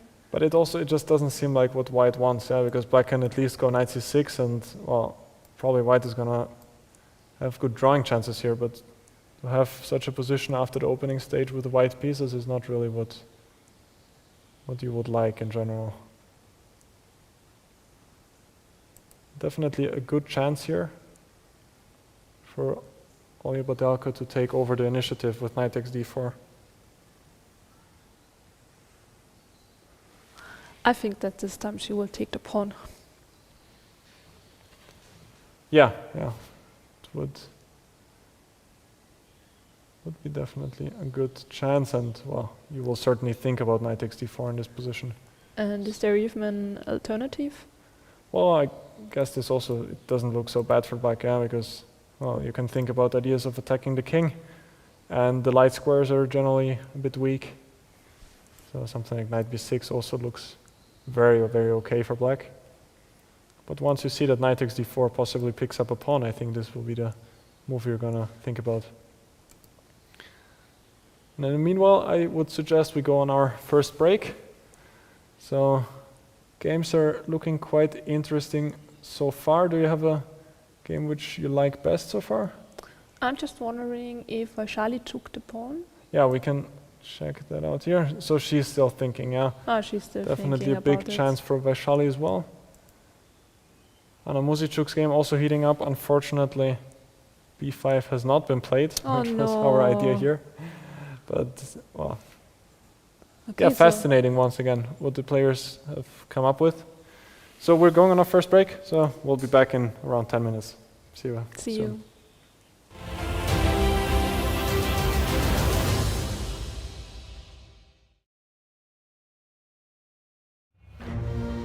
London, a city of intellect, intrigue, and infinite possibilities. In the heart of the city that gave us the greatest detective, a new mystery unfolds. Not of crime, but of calculation. This June, London plays host to the FIDE World Rapid and Blitz Team Championships. A battle of brains, where speed is the weapon and teamwork is the key. Grandmasters, wildcards and legends will join forces into mixed teams for the world titles that will be decided in seconds. Rapid Blitz London. The game's afoot. Think you have what it takes? Assemble your team and register now to be part of this chess story that will become chess history.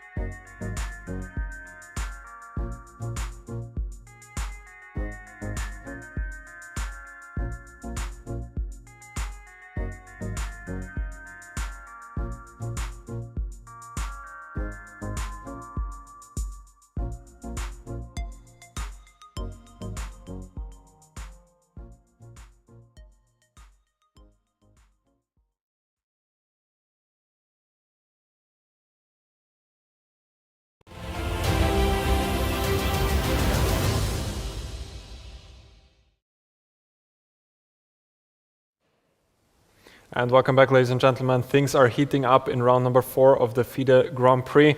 I would suggest that we do some sort of recap to what has actually happened so far. Should we go through the games one by one?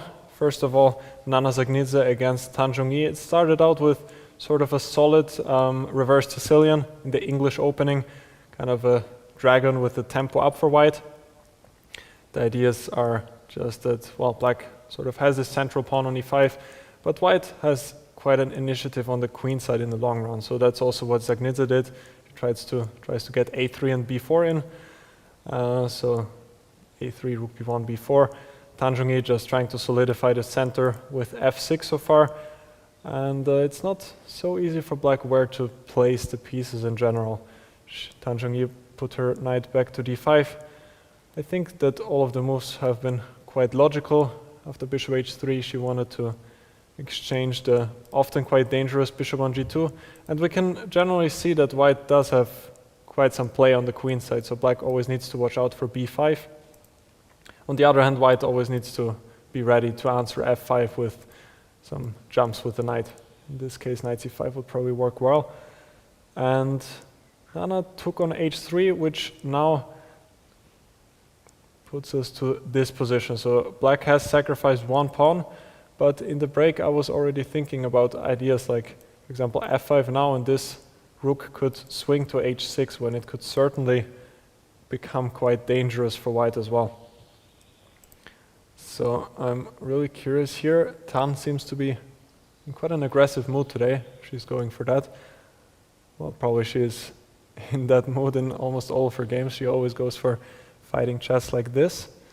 I'm curious what this game is gonna bring, if Tan is gonna manage to find enough compensation for the sacrificed pawn. In Anna Muzychuk's game against Alexandra Kosteniuk, we saw a pretty early surprise. Well, Anna Muzychuk was surprised on the first move, as it seemed, by Alexandra Kosteniuk going for the French defense, but in the Winawer, the very sharp Winawer, we saw that Anna Muzychuk was actually one to surprise, I think, all of us with this move, queen g4.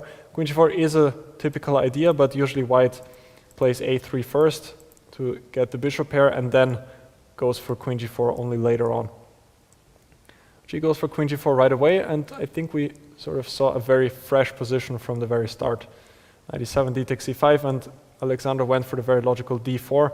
So we saw this pin here on b4 to e1, and Anna managed to unpin herself in quite a creative way with bishop d2, and after knight takes c3, now she went for rook c1. I think this was a fantastic idea by her, because she can never take on b4 since the rook on a1 is hanging. And after rook c1, it seems like she's taking over, because she's gonna win back the piece, and most likely with interest. Here we saw that black might have had this interesting idea with b5. That might have been a pretty good chance for Alexandra, since white cannot take on b5 with the queen, because bishop c3 wins the game. And if c takes b6, black had this amazing idea with bishop a6, which again forces away the queen. And if the queen takes, then black can once again take on c3. So it seems that knight d5 was a mistake. Yeah, it seems like knight d5 was a mistake. Perhaps Alexandra underestimated this idea with rook c1, which was a fantastic find by Anna Muzychuk. And now it does look like black is under pressure. White will probably end up being a pawn up. And it's not only pressure on the board, also on the clock. Also on the clock, yeah. Alexandra Kosteniuk down to 35 minutes, which is a little bit concerning. Only move 11? Only move 11, yeah. Wow. Bishop takes c3 on the board, yeah. 35 minutes is quite little. And in the game between Nurgyul Salimova and Olga Badelka, it also does seem like we already have a favorite in that game, since Olga Badelka has won a pawn. It started out with a quite old line in the Italian with c3 and d4, and after e takes d4, Nurgyul didn't go for the main move e5, but instead for their, I would say, older line with c takes d4, which does include this pawn sacrifice on e4. However, Olga didn't go for that. She went for d5 instead, going for the isolated queen's pawn. And after a couple of more moves, here we saw bishop g4, and somewhere around here, well, we were discussing a couple of ideas. They included queen b3 ideas. But Nurgyul went for h3, g4, and now knight e5, which does drop the pawn on d4. And it doesn't seem like Nurgyul has enough compensation for that pawn. So maybe around here she could have considered other moves like queen b3. Once again putting pressure on d5 and on b7 as well. However, after knight e5, knight takes d4, it's hard for white to actually find enough compensation. White went for rook c1 and now it's Olga's move. But I think that it's going to be quite hard for white to generate enough play in this game. In Lela's game against Zhu, we had the impression that white is sort of playing for two results. It's kind of the dream Catalan position with this very strong bishop on g2. It started out with a Queen's Indian, in fact, but we then saw some sort of transposition actually to one of the big lines in the Catalan by Zhu going for c6 now and then d5 on the next move. We really like this idea by Lela by going knight d2, intending to go e4 on the next move. And d takes e4 played by Zhu, which is a perfectly fine move.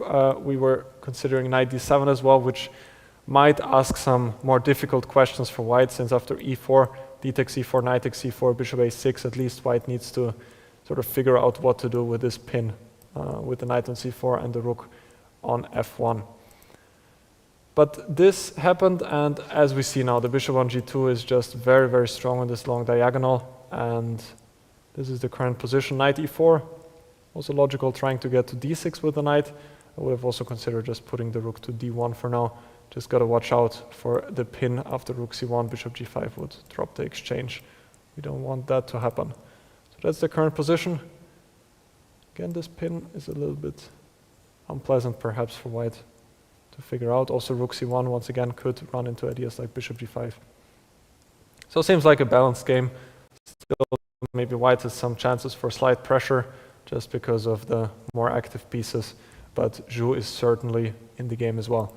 And in Vaishali's game against Mariya Muzychuk, we have seen sort of a shocking turn of events as I'm seeing now, since Vaishali had quite a big chance to pick up a pawn. But let's see how we got there. It was a Sicilian Sveshnikov, and Vaishali went for the line here with c4, which is apart from c3, the main move. After c4, black is sort of forced to play b4, and we are kind of following the theory here, but here Mariya went for the move bishop takes d5, which we were not entirely sure of. It does give white a lot of squares. Instead, black could perhaps play a more patiently with a5 and then maybe a4, and try to generate some counterplay on the queen side with maybe b3 later on. On the other hand, white will also have her own plans with, for example, g3 and bishop h3. But she did take on d5, and after c takes d5, she went for knight a5, which was another surprise for us. Knight d4 was the move which we considered. However, after takes, it does still feel like black is under some pressure because the bishop on f6 is just not doing so much at all, and white could go for g3 followed by bishop h3, or bishop d3 even right away, not giving black the chance to push d3 when the bishop on f6 is just not doing that much at all. But however, Mariya went for knight a5, which now Vaishali spent a lot of time, but she did not take the pawn on b4. And Veronica, do you have an explanation why? No, we couldn't find anything here. We were discussing queen b6, for example, but there is always a3. Yeah. And then we had this interesting idea with knight to b3, queen takes, and a5. Yeah. Yes, but here white can actually just move away with the queen. Even trade queens going to a far superior endgame, and here a4 just gives white always a4, and we have a passed pawn. Passed pawn, and it seems sort of hopeless for black already. Yeah, so this is really mysterious. I have no idea why she didn't take this pawn. Yeah, the knight on b4 seems very safe here, and white is just trying to develop with either g3, bishop h3 and short castle, or just bishop e2 and short castle. So this is definitely a surprise for us. Instead, Vaishali played knight e3, and now I really like this maneuver played by Mariya Muzychuk, knight b7, regrouping the knight to c5, since the knight was just not doing much at all on a5. So she played that, bishop c4. Again, maybe white could have got the bishop to h3, covering the c8 square. And now after knight c5, black does have pretty nice control over the dark squares.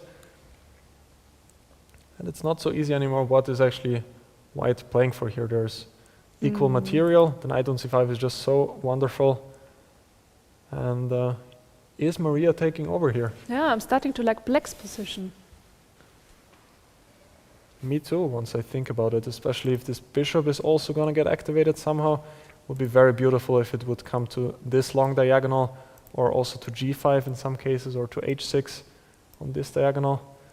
It just seems like the white bishop is also just not doing so much. I would really prefer to see it on h3, where it does cover the c8 square. And would you say that you are like one of the players that believe the moves of your opponent, like here, for example, sacrificing a pawn, or do you think that you would just take such things? I think it depends who I'm playing. If I'm playing against a super grandmaster, then I guess I believe basically all what they are playing.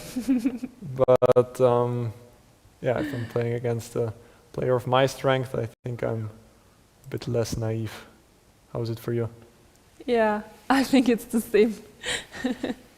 I always believe in grandmaster moves, but sometimes you shouldn't. Yeah, absolutely. Yeah. That's the most important thing, but it's just very hard to do so because you just have a lot of respect for strong opponents, and often just this belief in yourself is often kind of missing. You just then believe your opponent. Maybe that's what happened in this game by Vaishali not taking on b4. Still curious what might have bothered her. Maybe the move rook b8, but again, maybe white can just go for a3 here. And the a6 pawn is also weak. A6 pawn could also later be captured. Exactly. I really have no idea what black planned. Yeah. I hope I can figure out in an interview later on. Yeah, it would be very interesting to hear what was the thought process behind that. I often realize that we just have a hard time seeing in the players' minds. Like often what is for us kind of strange is then the players, of course, always have a very clear explanation, and they often have to find very, very hard moves to explain a decision like knight takes b4, which, well, for us, we are only on the surface here, so it's not easy for us to go into the depths of the position here. So this is where we are currently at, with very nice control of the dark squares for black.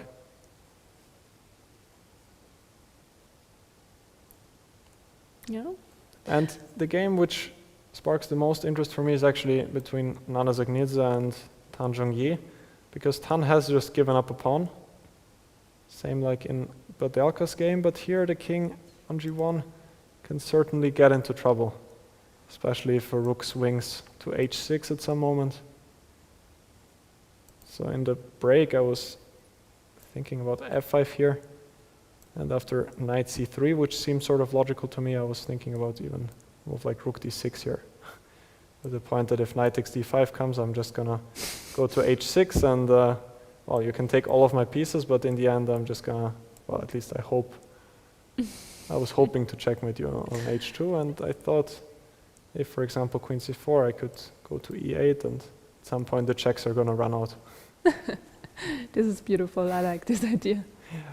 Yeah, but unfortunately I believe there are some flaws in the calculation here. Maybe white can go for a move like f4, intending to meet rook h6 with the rook move rook f2. Yeah, this is a brilliant idea. But I had some similar games like this with white, and well, it does seem like you have everything under control on the king side, but then all of a sudden either a knight appears on g4 or a rook appears on h6, and then it's not so much fun anymore. Anyway, today seems to be the round of pawn sacrifices. Yeah, that's true. Mariya Muzychuk did offer pawn sacrifice as well, which Vaishali did not take, but we have two ongoing pawn sacrifices in this game between Dzagnidze and in Salimova versus Badelka. And f5 is on the board. you think she's gonna go knight c3? Yeah.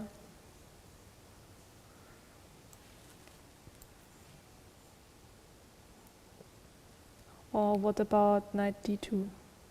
Yeah, knight d2 is I think also knight an option. f3 for protection. Yeah, somewhere. I thought that makes sense, to bring the knight here.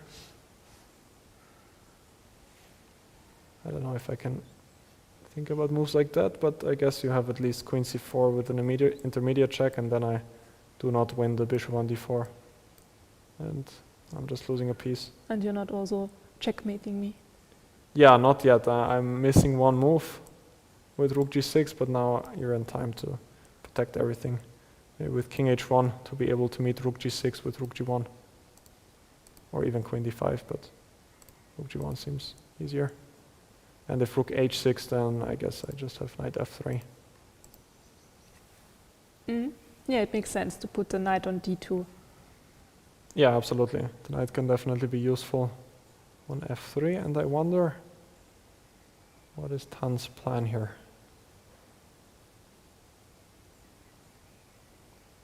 Does she want to swing the rook to h6?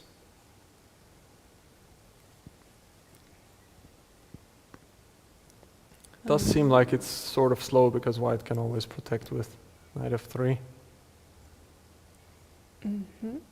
And how would you continue here? Queen c4, Yeah, queen c4 is one idea, just to pin you.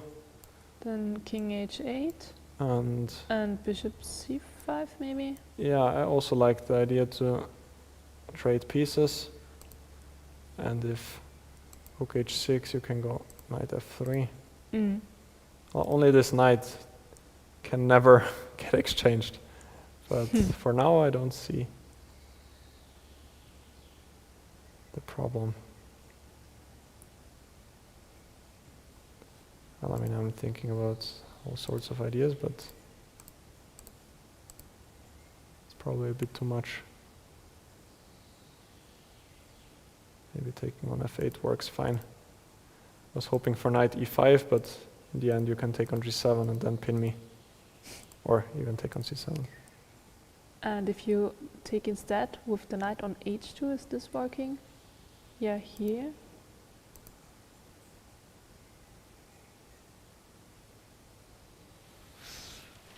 Yeah. Maybe I take on g7 and then queen c7. It does seem like I have quite a lot of checks. Yeah. Also knight h4 is there when I'm blocking the h-file just yet. And if knight g4, I was hoping that I still have some options to defend.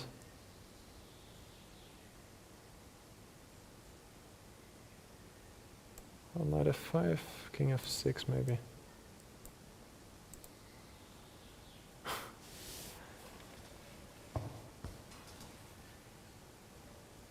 Well, I think on the way there were some mistakes, but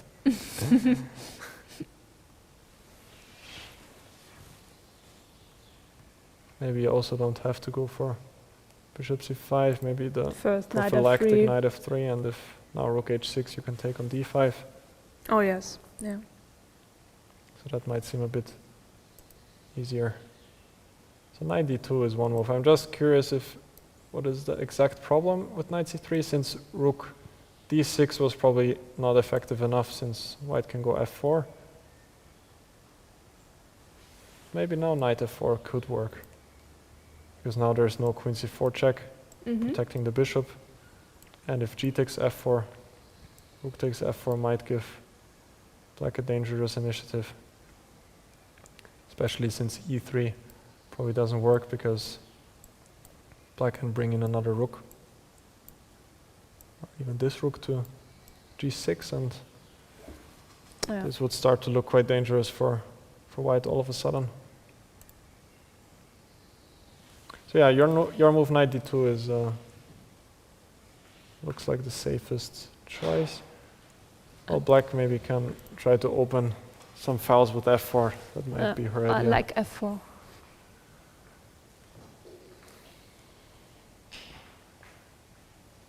Yeah, f4 seems Interesting.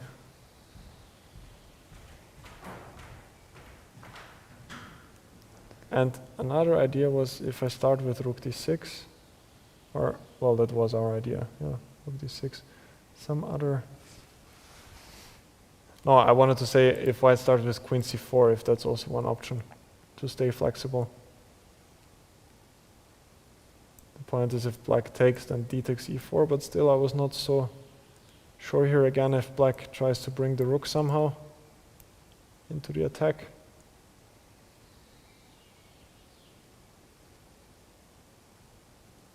How to protect this? You F4 can again? do it again like this, or even f3. But seems like rook f2 is coming in time, and white can win back the piece with interest on the next move.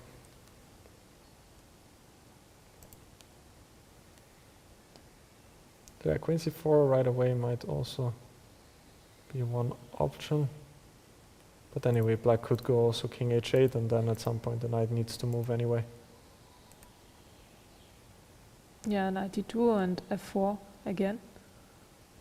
Yeah, knight d2 now, even though I could also think about knight c3 now, because now knight f4 doesn't work anymore because my queen is already here. And again, if move like rook d6, you might have f4 once again, stopping my attack. After rook h6, rook f2.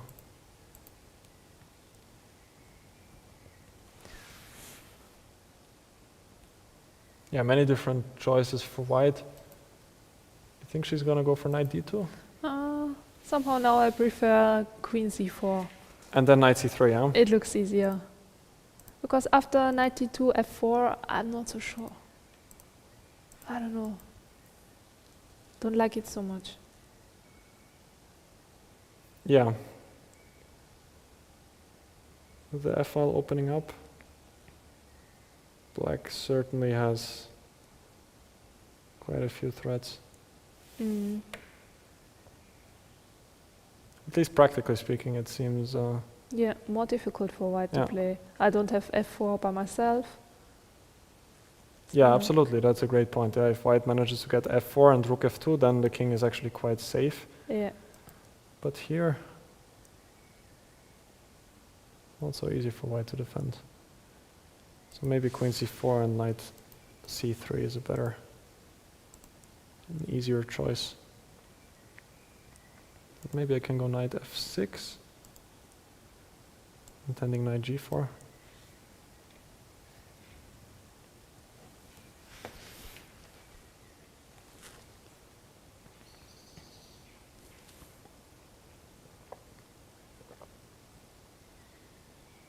And if I just take your knight?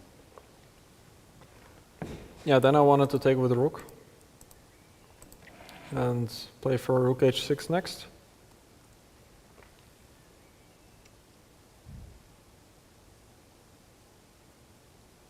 And if I play f4, then I'm weakening my black squares. This was your idea, right? Yeah, but still, I don't really see how I can... But I see continue the that you have attack. a lot of compensation. Yeah, maybe I can play for some h5, h4 at some point. But also c7 is hanging. I really like Tan's idea to sacrifice this pawn. Yeah, practically speaking, white needs to find a lot of defensive moves. So this was kind of where her idea started with bishop h3. And I always find it very admirable that she makes a decision like bishop h3 in 2 minutes. Like, I feel like she's just really relying on her intuition when she makes a move like that. Because many players, myself included, would spend, well, more than 2 minutes for a decision like that, because you just need to understand if this is enough compensation or not. And you never know. I'm not sure if you're actually able to calculate everything here. Yeah, but Tan just makes a practical decision. She feels like f5 is coming, she has threats with the rook coming to h6, with the knight coming to g4, and she just makes the move. So once again we see the practical value behind Tan's play quite nicely. Yes, and also having more time on the clock, which can be very important later, because this is a very complicated position. Yeah, absolutely. Dzagnidze on 37 minutes, still not the end of the world. Later on, time will be even more valuable, especially if the white king is going to get under even more fire. And should we move on to another game? I'm interested if Anna is still standing better. Yeah, so we saw this moment where she went for rook c1, which was a very nice idea, because she doesn't want to ruin her pawn structure like this, for example. Yeah, then black could take on c5 with the bishop, and pawn on e5 is weak, white is a little bit underdeveloped. So rook c1 is a cool idea. Now white wants to take on b4, so black has to take on c5, not giving up the bishop. But now white has the pawn structure intact, and it looks like to me that white is just a clear pawn up. Queen b6, queen f4, guarding the pawn on f2, bishop d4, takes, knight takes d4, and now it's white to move. How do you protect the pawn on b2? That's what I wanted to ask you.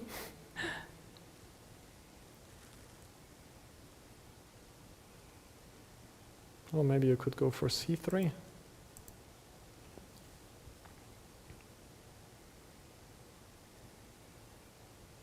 Yeah, active protection, I like it. Yeah, the knight. Yeah, has she went for c3 in the game right now. c3 is on the board.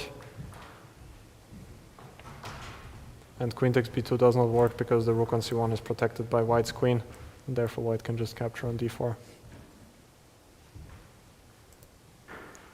So c3 has been played, Alexandra Kosteniuk thinking, and down to 31 minutes. Yeah, down to 31 minutes, and actually it seems that there is no compensation for the pawn. Yeah, also the bishop on c8 is not really taking part in the game just yet. But it's Alexandra, so Yeah, we've she will figure it out. We've seen far worse positions by her. Yeah, maybe she's actually happy about this position. Who knows? We never know, eh? I think that knight b3 would be a move which she might be considering. Looks active, but Rook d1, yeah, but rook d1. it gives time to white, because now b2 is not hanging anymore. So That's true, yeah. I was And thinking about a different move with the knight. And also, if black castles now, not even the bishop on c8 can develop anymore. No, I was rather thinking about knight f5. Knight f5, I'm not yeah. sure if this is the right square, but now at least I'm attacking b2, and you have to lose some time. b2 is hanging. Could protect it with rook c2, perhaps. Queen b4. Queen b3? No, instead of rook c2. Ah, that's also protecting with queen b4. one option, yeah. Then I'm not losing time. And you can't castle, so probably you have to take.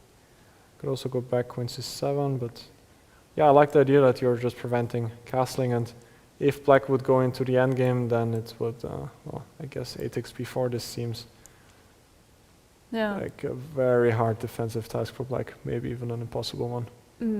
And we have already seen like Anna's beautiful endgame technique, so I think she would manage to win.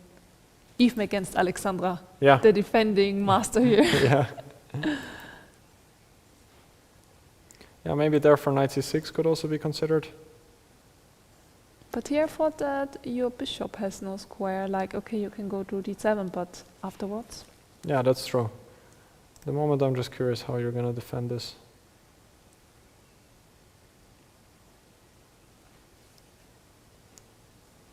Can I play b4?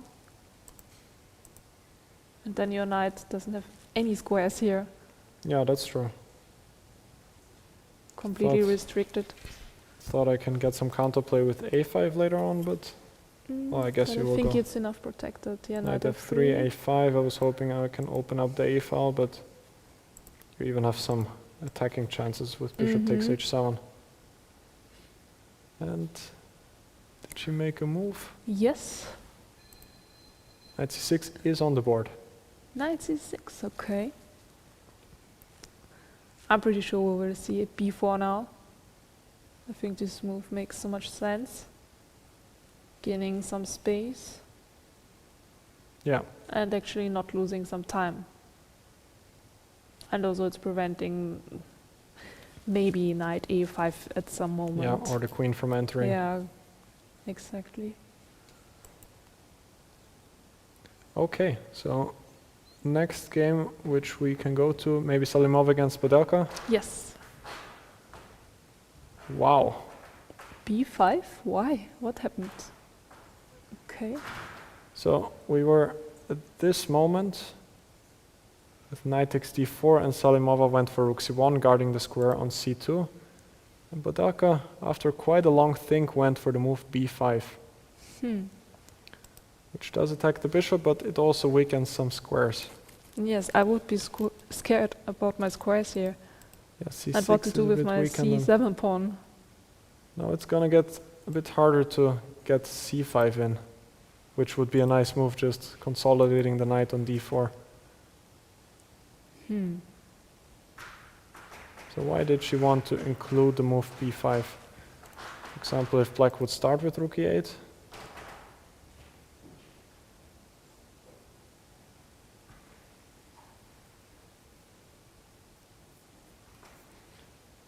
Well, f4 is still an option, but I still have a hard time believing that it's any good because it just weakens the king so much and the square on g3.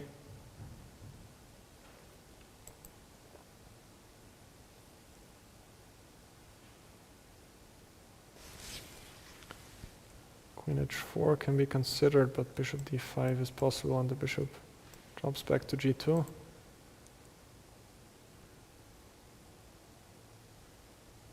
And first knight b6.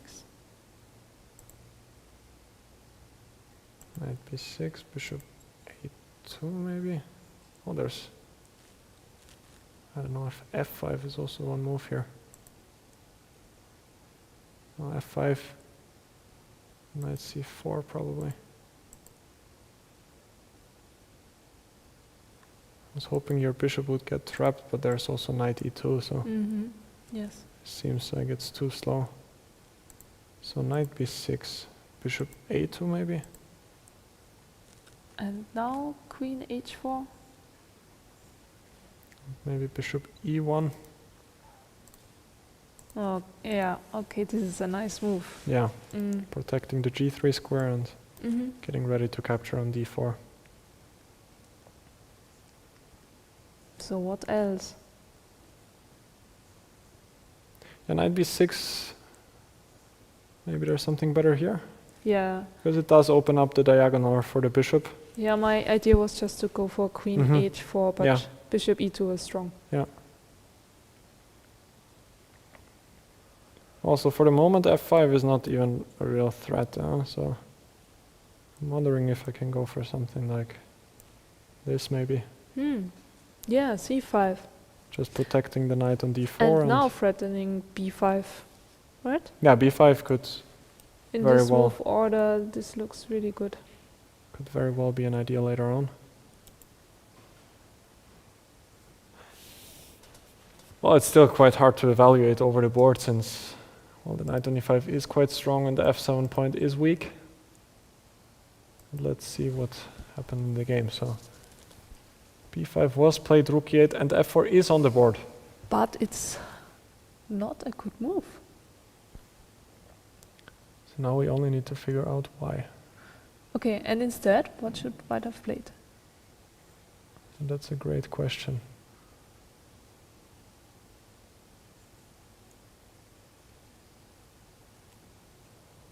Well, you can always take on g6, but there I don't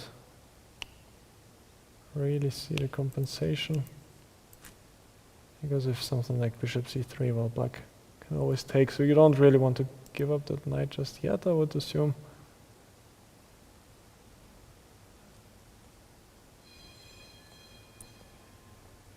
Also going to c6 doesn't really seem that convincing because That's a possibility, but black is still a pawn up, and at the moment everything is protected. Maybe something like queen d7 would kick out the rook again. Okay, yes, move back with the knight. And if we attack the knight on d4 with some move, I don't know, bishop e3, bishop c3, I'm not sure. Yeah. Well, if the bishop goes to d squares, I can take with the knight, and then take on e5. No, I have an idea. Bishop a5. Yeah, bishop Yeah. a5 might be an idea. However, rook e5, queen d4 was the idea. Yes. And now black is sort of pinned down. Yeah.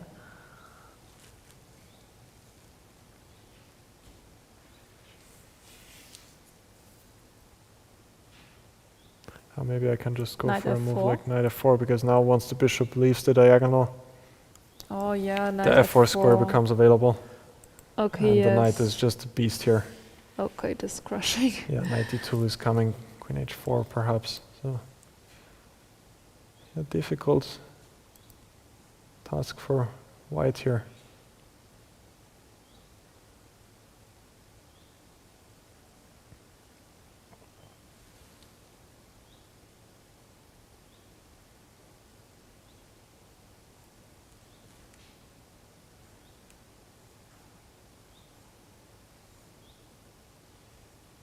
I have a hard time seeing what white could do, except for f4. I had the idea to go for rook c5, and if you take my knight f4, but I haven't calculated everything yet. Yeah, It doesn't look good. I just have so many checks also. Oh yeah. No, And this knight is not a e3 is good maybe idea. the easiest. Attacking the queen and the rook on c5. And the rook, yes.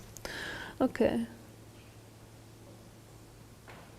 I mean, you could consider going rook e1, trying to get a similar version, just keeping the knight on e5, but I don't really like to have the rook here, because black can then often exchange on e1 as well.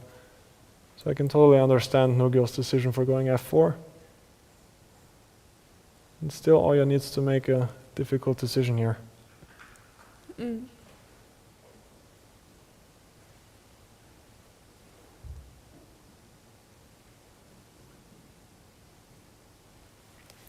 What can she play?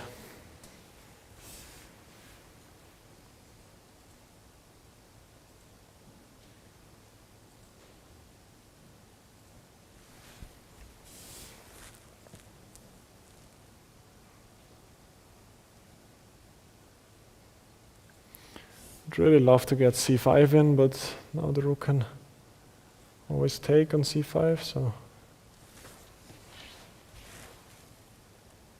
also thinking about some sacrifices on e5, but don't seem to work, like some stuff like bishop d3, attacking the rook and intending knight e2, but there are just too many Rook options for f2. white, maybe just rook f2, yeah.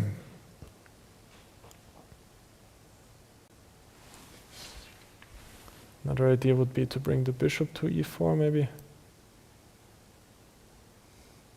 Controlling this diagonal.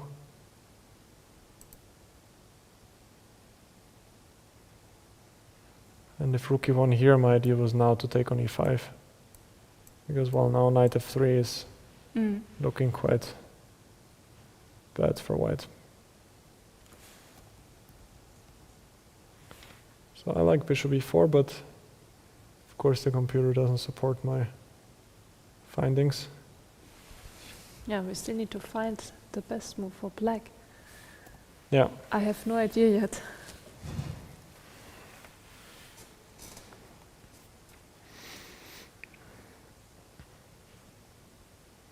Yeah, we've gone through quite some ideas here already.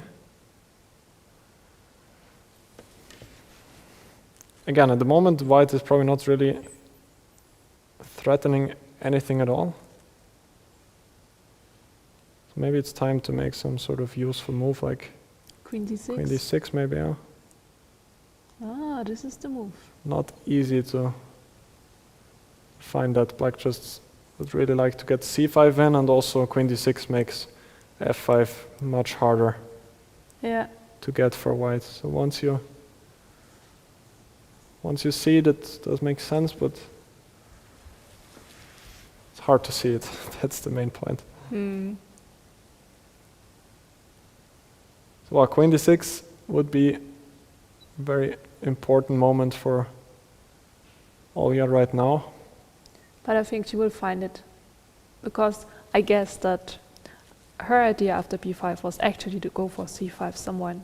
So it makes sense. Yeah, yeah. Yeah, I agree. Okay. Which game? Oh wait, she made we have a move move. right now. And queen d6 is not on the board, but but bishop e4, which is bishop e4. also an interesting move, as Yeah. we discussed earlier. And it was still not easy for white actually to see what you can do here.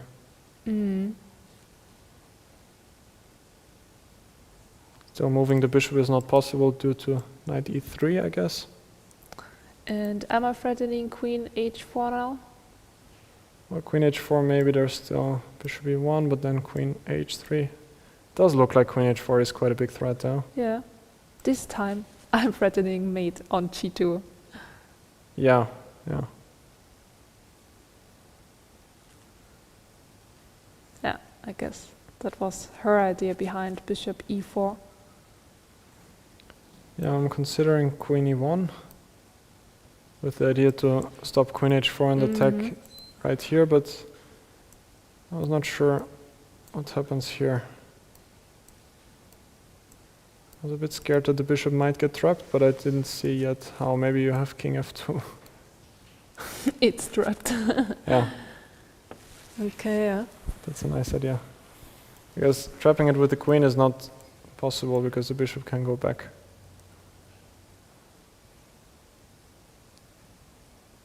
So queen e1 looks interesting. I wonder how you can, or what you can do with that bishop.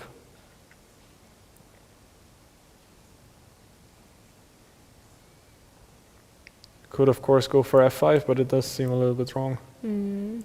Because it just opens up this diagonal for the bishop. And also now the knight on e5 can never be kicked out anymore, so Yeah. don't really want to do that.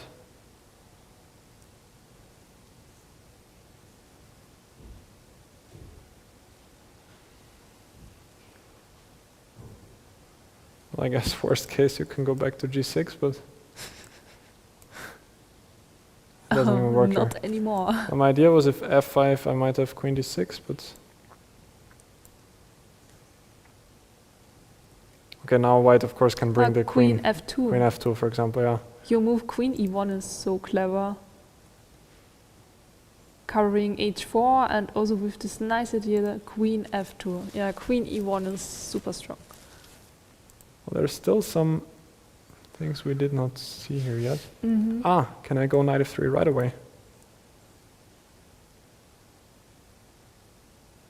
Because if you take now with the knight, then bishop f3, and then at least my bishop is not getting trapped. Can go back here. And if rook takes, now the bishop might in fact get trapped. But yeah, maybe this again, but you need to be aware of moves like queen h4 now. So it's still an interesting idea though, just to take the bishop on f3.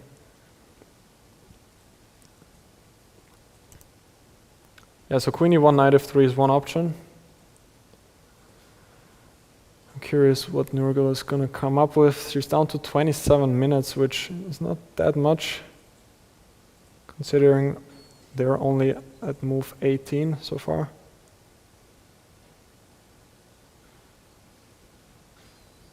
Yeah, but it's a complex position. You need some time to figure everything out.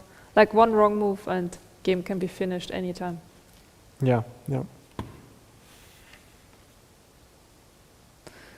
So, which game are we heading to next? Vaishali against Mariya? Yeah, I think that's a good idea. And we did see Long Castle after all. And wow, that's a really cool idea. So we saw the position last time on here with knight c5 when it seemed like Mariya Muzychuk can be at least sort of happy with the opening outcome. And Vaishali now went for queenside castling. So I assume her idea is sort of the same than what I was saying in the start of the broadcast, that the king will just try to stay on b1 and then white wants to attack on the king side. Because it's not clear if black can actually attack here. Like, of course, a5, a4 looks logical, but where are these pawns going? At some moment, white is probably going to go for g4, g5. And whenever black goes b3, white is going to close everything down with a3.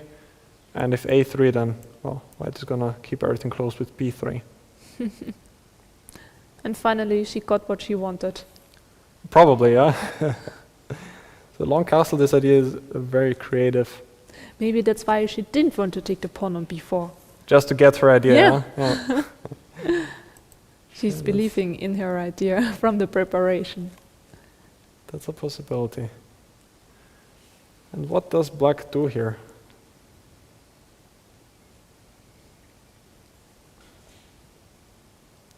Is there anything better than pushing the pawns on the queen side? Again, I would like to regroup that bishop somewhere, but not sure where exactly it's going. To b6 and then what? And also I'm kind of abandoning the king side, so now maybe the knight could go to f5 when there might be some attack.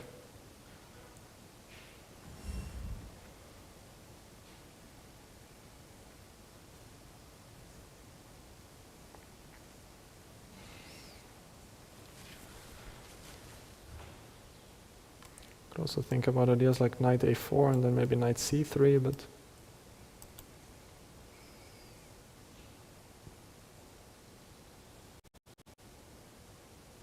and she goes for rook c8. Yeah, rook c8. So I'm pretty sure we're going to see king b1 now. Yeah.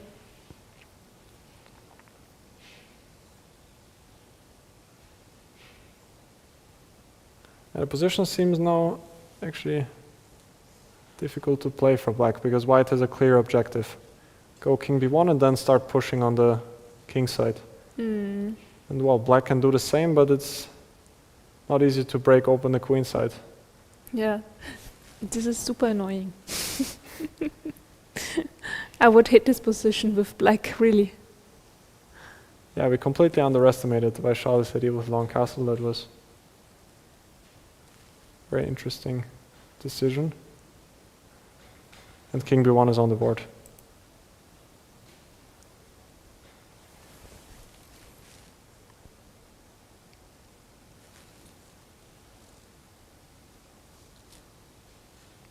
Yeah, so I was thinking about some ideas like this, but this will never work, I think. Just want to open the b file. Oh, she went for your idea. Ah, she did go knight Knight a4. a4. So, I don't know, let's just say g4. My idea was to play rook b8 and then knight c3. This is probably a bit too early. Just want to open files and then try to attack somehow. But my bishop also needs to join the attack before I do that. Or maybe she wants to bring the bishop after all. That does make a lot of sense now. Okay, Oh get it yeah, to d4. bishop to d4. Very good idea, yes. Or exchange against the knight if possible. Yeah, I guess that was her plan, yeah. Yeah, I think that was an important decision, because if you push this pawn to a4, computer also likes it, but then I don't really see how it continues there.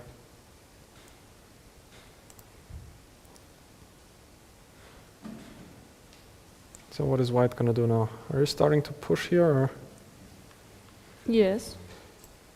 With h5 I can even go bishop g5. Trying to I wanted to exchange push with g4. Ah, with g4, yeah. Yeah. And then g5, and then h5 someone, and g6.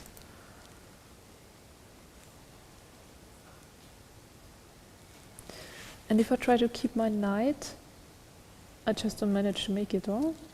Yeah, no, it's fine. G5, and now knight F5. If I take on C4. Oh no, I lost my bishop. Sorry, I forgot about my bishop. Okay. First I need to protect it. Yeah, I thought maybe rook C1, but I think the issue might also be that even here, knight F5, I might be able to go knight C3. Mm-hmm. And well, then if you take with the pawn, then the queen side is actually opening up, and Mm-hmm. Yeah. white's attack is just too slow here. Okay. So it's not that easy as it seems with white. Yeah, Knight A4 is so strong. I underestimated it completely. yeah, me too. Maybe rook C1 first should be played just to cover the queen side first, and if bishop. And now D8. knight F5? Do I have time? No, again, Still. probably a knight C3 check, right? But now, then I have queen G4. Like for example here, then I have queen G4 and I'm threatening to take on G7 and also knight H6. Yeah, okay. You could do that, the only question is if I can kick you out with G6.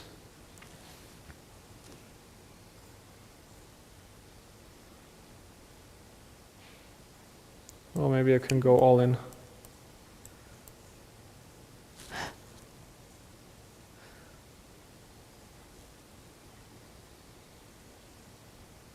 It's not clear if it's actually enough.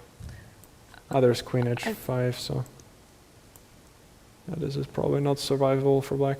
But instead, what about bishop G5, H5? Here, bishop yeah? G5, yes. Yeah, my idea was to take here.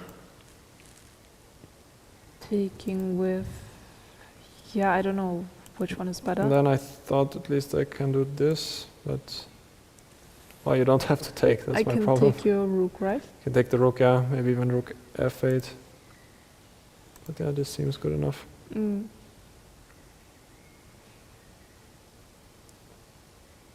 Yeah, I think that's maybe a bit too much.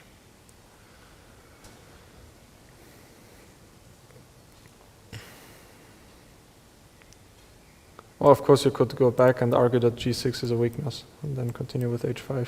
Mm-hmm. Yeah, very, very double-edged. Oh no, maybe knight G4 is also there, trying to get to F6. Yeah, this is one of the games where I think we cannot really say where this is heading. All of the three results are possible. Yeah. Yeah, okay, so after all, she should have taken the pawn on b4. Yeah, for sure, yeah, so let's go back to that moment. It was here when Vaishali could have taken on before, and it was not so clear where the compensation might be, because white can always defend the knight with a3, and this knight on a5 is actually not joining the game anytime soon.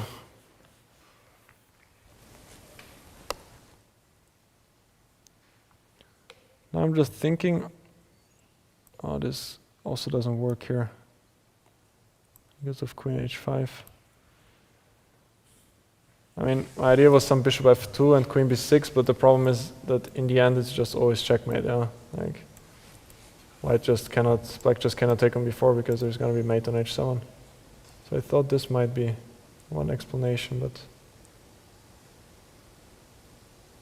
I just cannot seem to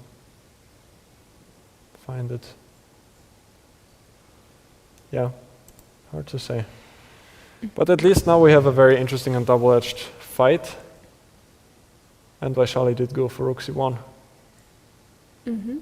Are we gonna see the bishop maneuver to b6 now? I guess so.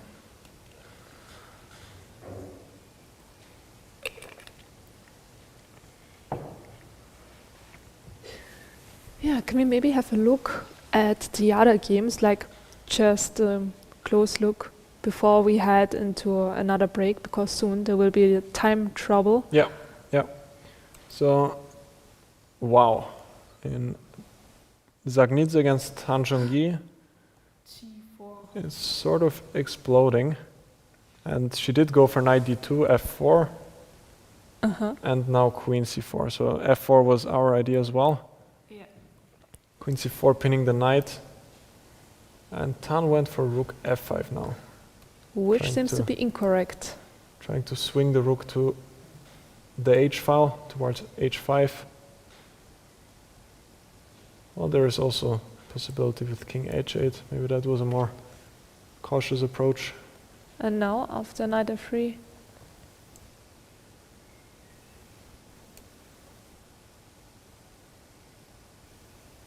It's still difficult. I need to get this knight to g4, so maybe I can think about this. But my idea was if you take, then at least I'm kind of happy to get the knight here.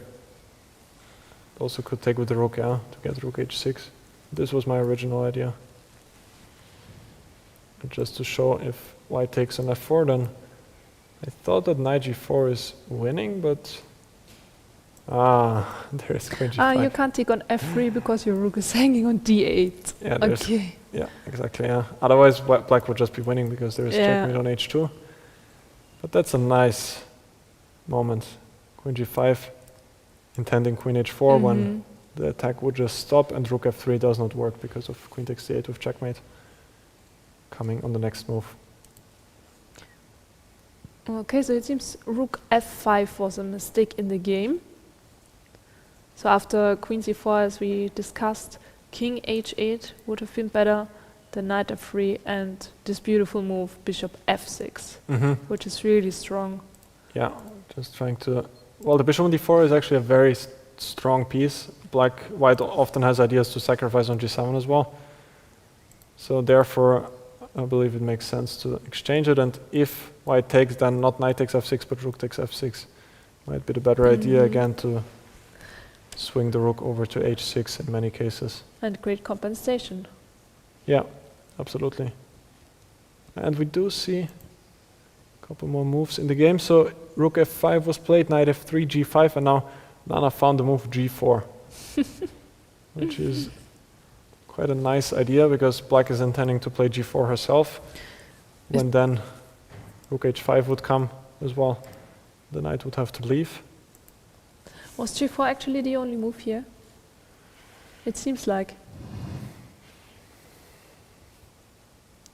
Well, I would also consider a move like e4. And if takes, take back. But maybe you don't have to take, but you can go for g4. That's of course what I missed. So g4 is a huge threat. I'm not sure if white can do anything else. King h1. And g4, knight g1, or? Yeah, I don't think that this will work. I mean, just move back with your queen and then rook h5, and I don't know what to do with white. Yeah, maybe queen h6, then rook h5, yeah. Yeah. Wow, g4 is so cool. Yeah, so white is giving back the pawn, but all of a sudden it seems like Nana might be the one attacking if, if rook g1 comes on the next move. Exactly. Now the black king is actually the weak one. Yeah, yeah. That was an amazing Such idea. a surprise. Okay, and between Anna and Alexandra, I'm wondering if Anna is still leading. Yeah, so she did not go for your move b4, Oh no. but rook c2, which is also, there's nothing wrong with that though. And I can also sort of understand, well, b4 is, it looks like it's overextending a little bit, but, well, in our analysis it turned out that white's pawns are actually quite safe on the queen side, but she goes for the more cautious move, rook c2. Bishop d7 was Alexandra's reply, and now knight f3 and h6.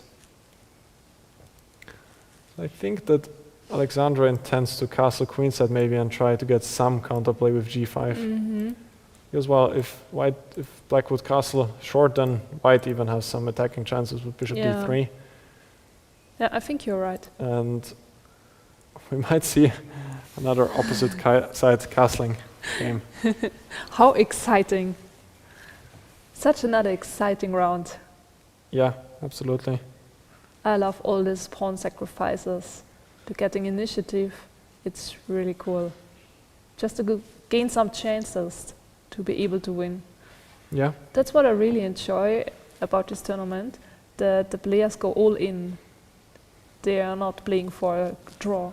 Yeah, we have only seen one quick draw so far, but all the other games have been fought out until the very, very end.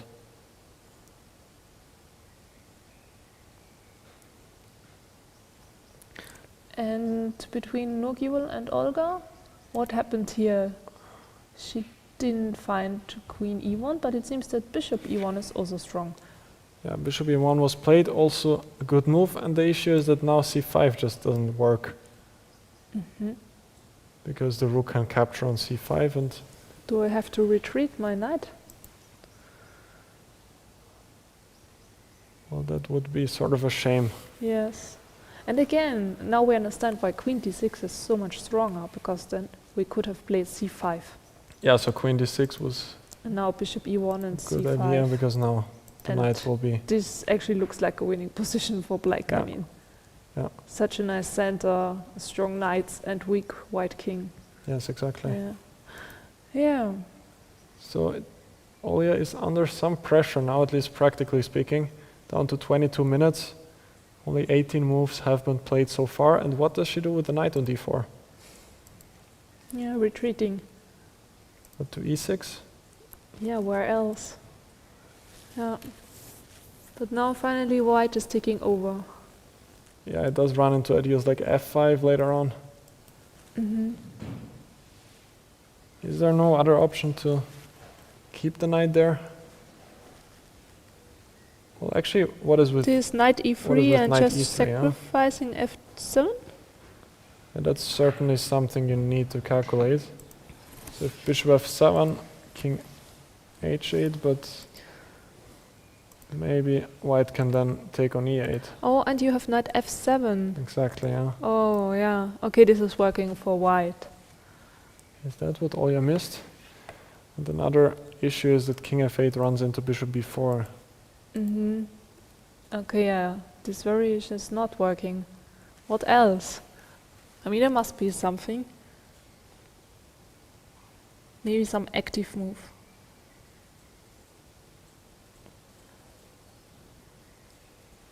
What about taking on... No, it's not. I wanted to take on f4, but then again, it's f7 is hanging, yeah.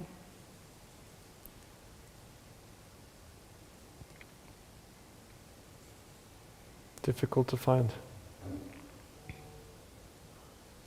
Oh, and sacrificing now the rook. Rook e5? But maybe you just take the knight. I can take the knight, yeah. Yeah, because if you take my rook, then I have knight e3, I guess. Still, there was bishop f7 and Yeah. so But at many least things. here I have some active pieces compared to Yeah, that's true, knight huh? e6, which really looks bad for black. Rook e5 is the best. Yeah, it seems Idea. that she has to go for a rook takes e5. Yeah. And if bishop f7, king h8. Yeah, what does white do? Queen doesn't have so many squares. Do I have to go to d2? But then I'm gonna take on f1 and... Wow, it's just very unclear, but the king on f1 seems a bit more unsafe than the king on h8. Oh, I'm happy with my king on h8. Yeah, I'm not scared, but this looks like black has good chances in this position. I would be scared with white. yeah. Especially if a queen can somehow enter on the king side. On the other hand, whenever queens exchange, then black is going to be in a lot of trouble because the bishop pair is so strong and this pawn is going to promote pretty soon. Difficult decision to be made by the Austrian number one.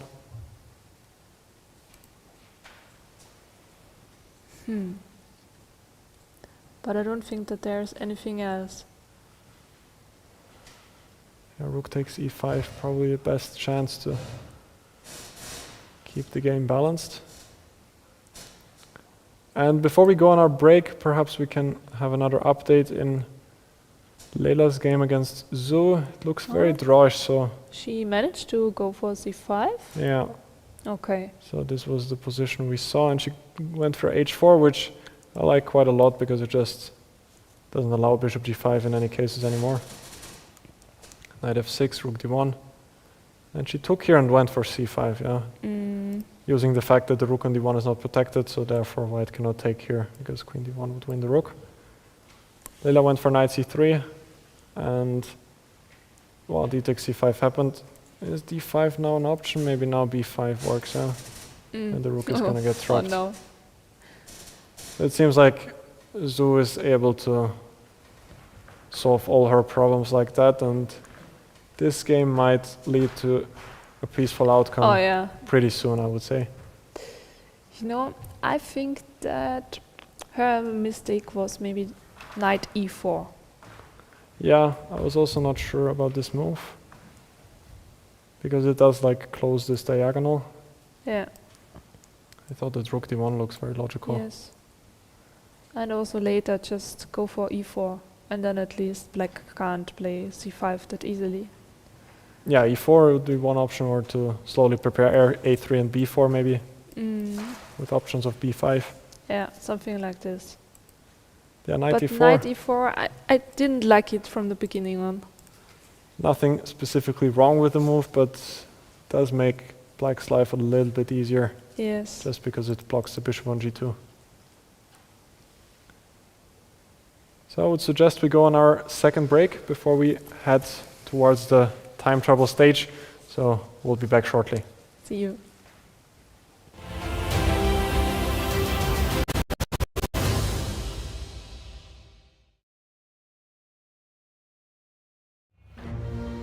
London, a city of intellect, intrigue, and infinite possibilities.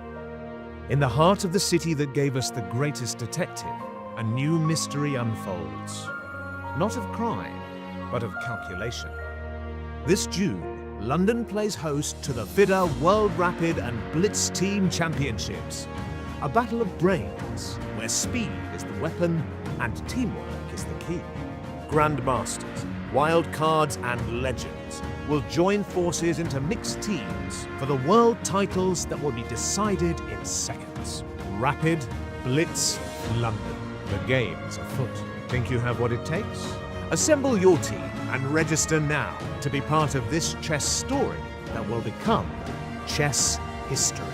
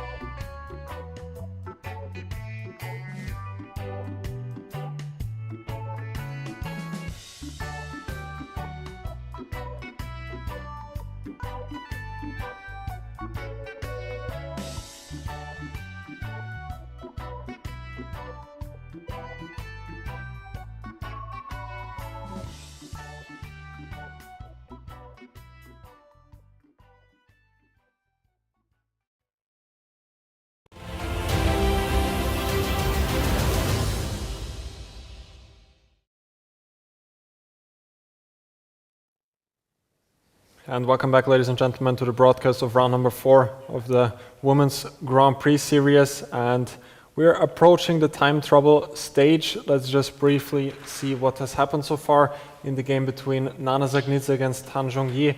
It started out with a solid English defense, but now it seems like after an interesting pawn sacrifice from Zhongyi, it seems like Nana Dzagnidze has taken over with very precise play. And now Nana is probably the one who is attacking after all. And in the game between Anna Muzychuk and Alexandra Kosteniuk, will we see another save by the former world champion Alexandra Kosteniuk? She was in trouble out of the opening, I would even say, after Anna Muzychuk surprised her with a sideline in the French Vinever. But did Alexandra manage to get some sort of compensation here? That's the question. It was looking a little bit more clear of an advantage for white a bit earlier, but now maybe Alexandra is able to fight back once again. In the game between Salimova and Badelka, it started out with an Italian, when then Salimova sacrificed a pawn pretty early in the opening stage with, we would say, dubious compensation, but all of a sudden Salimova seems to be back in the game with pretty dangerous compensation with the bishop pair. And in the encounter between Lela, Javakhishvili and Jiner, it was sort of a solid game all the way long, and I think that in this game we will gonna see a draw pretty soon. Only thing that needs to be said is that 40 moves need to be completed, since no draw offers are allowed before that.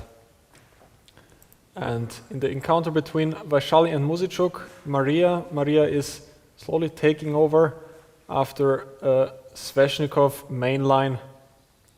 Mariya offered a pawn sacrifice quite early on, which surprisingly Vaishali did not take up on it, since it wasn't quite obvious to us why that pawn sacrifice was working. But now Mariya Muzychuk is fully back in the game and is even developing quite a dangerous initiative on the queen side, as we can see now. So which are the games, Veronica, you would like to stick to for now? I like the Nana and Tan game because this looks amazing. Yeah, that was a fantastic idea by Nana Dzagnidze, the Georgian #1, when she sort of started a counter-attack when Zhongyi played g5, intending g4, followed by rook h5. And here Nana said, no, black cannot play g4, I'm gonna just play g4 myself, give up that pawn, even weaken my king. But she completely correctly understood that by giving up that pawn, she's also opening up the g-file for her own rooks. And another amazing move here, bishop h8, that was just a shocking idea, freeing the square on d4 for the knight when the knight would attack the rook and also be threatening knight e6. So an amazing idea. Bishop h8, we don't really see the bishop in the corner that often, especially in the opposite corner. Bishop h8. And rook f7 was Zhongyi's reply, prophylactically aiming against knight d4. And here Nana went for queen e4. Was there anything better here, Veronica? Yeah, it seems like that. So let's have a think. It's so complicated, this position. Yeah. I mean, first of all, why can't I go for knight to e5 here? That's of course a good question. Why not knight e5? It looks like white is winning an exchange here. Should I take on e2? Maybe that was the problem, yeah, because if now white would take here, black would at least have a perpetual check. And before I take on f7, what if I play rook e1 first? Yes. That's a good point. And if queen h5? Then I still can't take because of perpetual, right? Once again, because perpetual. Knight f7, queen f3, and black is able to go back and forth with the queen. And the white cannot escape. Yes. I see. Here white would still need to find an accurate move, maybe queen e4, since the rook on f7 is actually trapped. Oh yeah, and now I'm threatening to take the rook. And it doesn't seem like the rook can escape from f7. And the queen is now covering the f3 square. I just love this game. I mean, bishop on h8 and before g4. I want to give them a prize for a beautiful chess game. Yeah, bishop h8 and wow, g4. What an idea by Nana Dzagnidze. So here maybe black can still try to move knight f6, but white doesn't have to take, but could maybe take on b7 instead. Intending to take here after all, but maybe black can go knight g4 now. Can we play something else instead of queen taking? Well, I didn't like to take here because then the rook can take back, but maybe there's a better square for the queen, perhaps on f5. Sorry, can't I take on f6? You take with the rook and then knight g6 check. Ah, there are some ideas like this, yeah. Excellent find. And after knight g6, black has to take back, and then queen e7 picks up the rook on d8 Yes. with check. Okay. Yeah, so knight e5 should have been a good move, but understandable that she didn't want to give up this pawn and giving her opponent the chances for some perpetual ideas. Yeah, and you needed to find this idea with queen e4. Yeah, queen e4, this is not easy, yes. This was the key idea. And still, after knight f6, you also needed to see the idea with bishop takes f6. I'm also wondering if queen f5 does work. Not as strong as your idea with bishop takes f6. But in the game, Nana played queen e4, so she's preparing knight e5. And after queen h3, now rook g1. And instead of queen h3? Maybe black had something better. Should I try to offer an exchange of queens? But still, knight e5 is there, so rook is still... Or I can take first and then go knight d4, which is probably more forcing. Attacking the rook on f5. And instead, if I move bishop f6 and try to exchange this annoying bishop, okay, I'm also losing. Well, I can pick up the pawn on g5 perhaps. Yes, I see. Yeah, okay. Yeah, rook g1 is annoying. Already a difficult situation for Tan. I just love this bishop on h8. Yeah, it's amazing, yeah. Because you always have those ideas with knight e5, often trapping the rook. You don't see such an idea that often, yeah. Have you ever seen a bishop on h8 in such kind of position, like not an endgame, but somehow a middle game? There are often these ideas to sort of line up a battery. When, for example, a queen is on b2, a bishop is on c3, then you play bishop h8, often with threats of queen g7 checkmate. I often see those ideas, but with the g7 square being covered, bishop h8 is an amazing idea, which doesn't seem to have checkmating threats, but the rook on f7 is just often getting trapped with knight e5. I've never seen a rook getting trapped on f7, especially with the help of the bishop on h8. Okay, so what else to do with black here? Difficult. So she went for the move queen. Was it queen h3? Yeah. And it's so difficult, I don't see anything. I was trying knight f6, but it just doesn't look good. Yeah,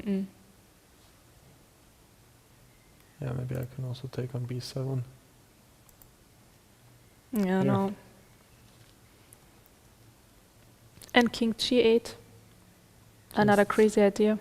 Well, then maybe I'll play knight e5 after all. Yeah. This is the big threat. So black has to do something against knight e5 here, but it's difficult to see what. She did try to avoid it by going queen h3. After that, the pawn on g5 becomes also target. And is it stronger if I move to h5 with the queen? And now the pawn on g5 is protected, but I was just not sure what happens after knight e5 now. Now there is knight c3. Oh, a new move. So now black is the one who has the knight fork. since the bishop on h8 is now unfortunately not covering the c3 square anymore. And now it's only the question left, why is queen h5 stronger than queen h3? Well, in the game after queen h3, there was rook g1, and now the pawn on g5 is hanging. So I would assume that after queen h5 now, if white goes rook g1, at least the pawn is already protected. Yes. And I don't And know how if do I use this? maybe black can push g4, trying to use the fact that again after knight e5 there is knight c3. But why can't I push g4 after like rook t1 in the game with the queen on h3? That's a great question, of course. Okay, because this seems to be losing and I don't get it yet. You're not the only one. So if knight e5, it still seems like knight c3 is pretty good. Okay, wait, but What are we here we missing? have queen c4. Queen c4! Ah, and f7 is not protected. Yes, and after queen on h5, it's protected. That's the big difference. Wow, okay. This is deep stuff. Yeah, so queen h5 was in fact the only move. And did Tan just touch her queen? Yeah, she touched the queen. And I think she was intending to go to f5, but Yeah, but she only touched it and Did she moved now- back. realized that after queen f5 there's going to be knight d4, which seems crushing with knight e6 to come. Or also even queen takes f5 as we said earlier, and then knight d4. Yeah, just losing I in guess she exchange missed here. knight d4. Okay, but now she has to move with her queen. Oh no. Can she still move to h5? And she did make a queen move. She did go to h5 after all. Yeah, but now we see the difference there. Yeah. So no, immediately moving to h5 would have been better. yeah. And Zhongyi probably regretting her choice on the 25th move. No, it's a big advantage for white. How can we use this time now for white? Also knight e5, knight c3 still doesn't seem quite clear, because now queen c4 doesn't work as well anymore, since f7 is protected. So how does white use this chance now? Just move rook c1, for example. Just protecting the c3 square, that's one option, yeah? Yeah, it seems so strong, this position. I have enough time. Just a And slow then- move covering c3. Yeah, and I just won one tempo, so And now knight e5 is coming. yeah. Nice. Knight d4 also looks quite nice, but it's not so clear how it continues if black goes away with the king. Rook c1 is a very powerful move in the current live position.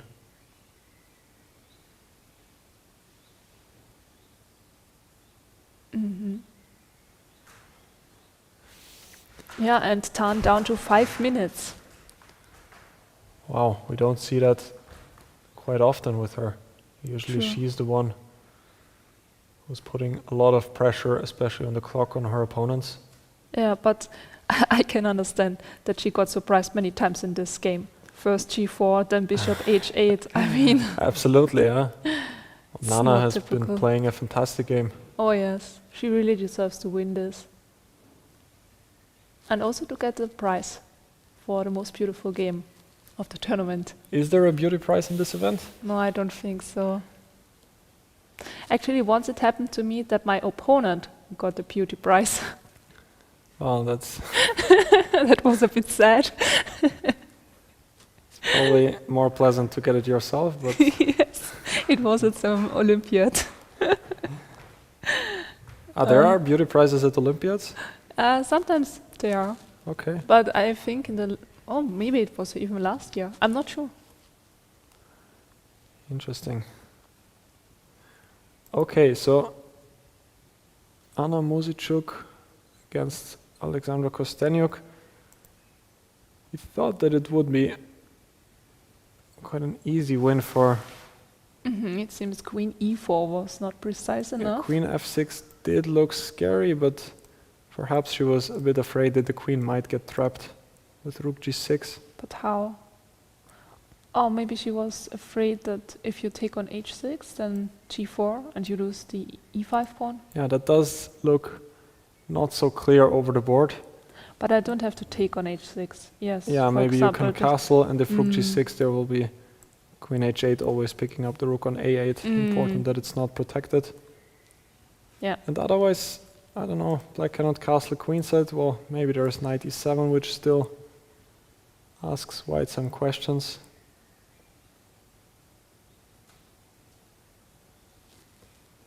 It does seem like the queen on f6 is not really in danger of getting... But I can take on trapped. h6, knight d4. Not immediately. I wanted to play knight d4, and if you're attacking now, For example, knight d5, then you can I take can on h6. take on yeah. h6.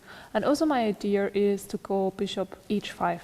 Like if you're not going with the knight to d5. That would be nasty, yeah. Bishop h5, another Yes. nice idea. This looks winning. Yeah, queen f6 was maybe time to go for the finish here. Instead, Muzychuk went for queen e4, which still keeps a large advantage. But now Alexandra was able to get this strong bishop on this diagonal, which she surprisingly exchanged. Well, I guess she was worried that knight d4 could come, and then that white anyway sooner or later could take that bishop. So she took, castled queenside, and But here the advantage is like nearly gone. still a pawn up, but the pawn on e5 is weak, so I think before black had better chances. Like, yeah, here for example, let's have a quick look. yeah, so g4 is a committal move. It does weaken some squares. So maybe it was there was a better follow-up here. I would like to play the move f5, which at least is Oh, f5. positionally nice because, well, the pawn on g4 is now well protected, and en passant doesn't work because then the queen is exposed on f4. And it's also not a good idea to take on h6. Well, that's what I was thinking about. At least the h file opens up, and was hoping that I might be able to get some play there. Queen d7 to Yeah, queen protect the is pawn. sound. There's also queen f6, so I wasn't quite liking that. No, d7. Ah, I queen wanted to d7. move to d7, yes. And that's one option, yeah. Well, it's 2 pawns down, but black's pieces are now quite active. Black is in control of the d file, and white always needs to watch out for this rook coming to h8. For example, if the queen steps back, rook h8 followed by queen h7 would be definitely something which white needs to be aware of. Yes. So f5, probably a very nice chance for black here to Yeah, beautiful move. fight back. Instead, Alexandra went for rook g5, going after the pawn on e5. But now maybe Muzychuk is back in control. You see a5 being played.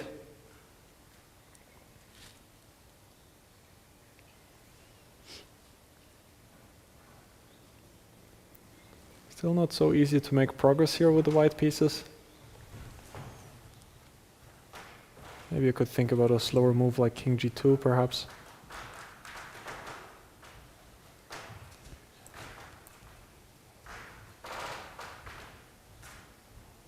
I'd like to make h4 work at some moment. Could even think about it right away, because I wanted to sort of take this pawn, and then the pawn on h6 could be a weakness, but of course now I missed that rook f5 might be possible. Yes. And instead of h4, I was thinking about queen f6. And if rook g6,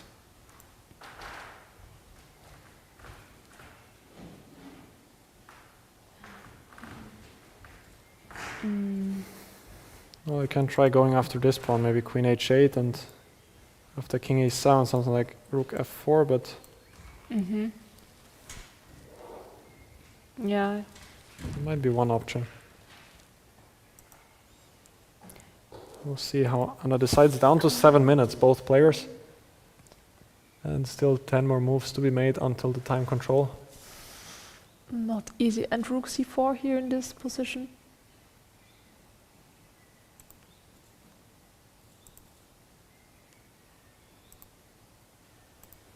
Yeah, now I was thinking, oh no, I can't take probably. If you take, I was Yeah, rook planning f5, I know. rook f5. Yes, I don't want to play this. Yeah, and I'm giving you some chances. No, I don't like this. So we'll see what Anna Muzychuk is going to play. Should we go back to Salimova's game against Olga Badelka? Both players below 5 minutes, so this is the most extreme time trouble we're seeing right now. And only move 23. Still 17 moves to be made. And we saw this moment, and Olga Badelka found a very strong idea, rook takes e5, with the point that if white captures back, then black is picking up the exchange again with the knight fork on e3. So Nurgyul took on d4, rook e8, and now king h2. Olga went for c6, bishop g3, and now c5, giving back the pawn. And the king on h2 is still quite weak, especially in combination with a very powerful bishop on e4. And you played knight b6. Knight b6 is on the board. Rook e1.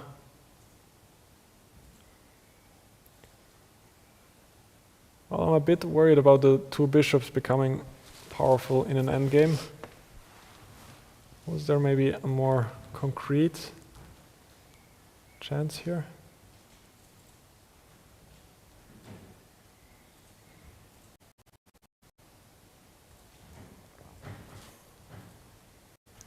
I'd love to make an idea like this work, but it's probably a bit too much, like something like this.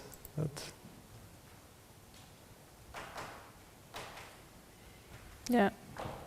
Well, it's interesting, but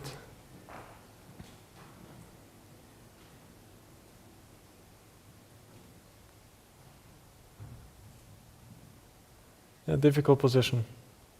Yes. Now knight b6, rook e1 is on the board. F7 pawn is always a target as well.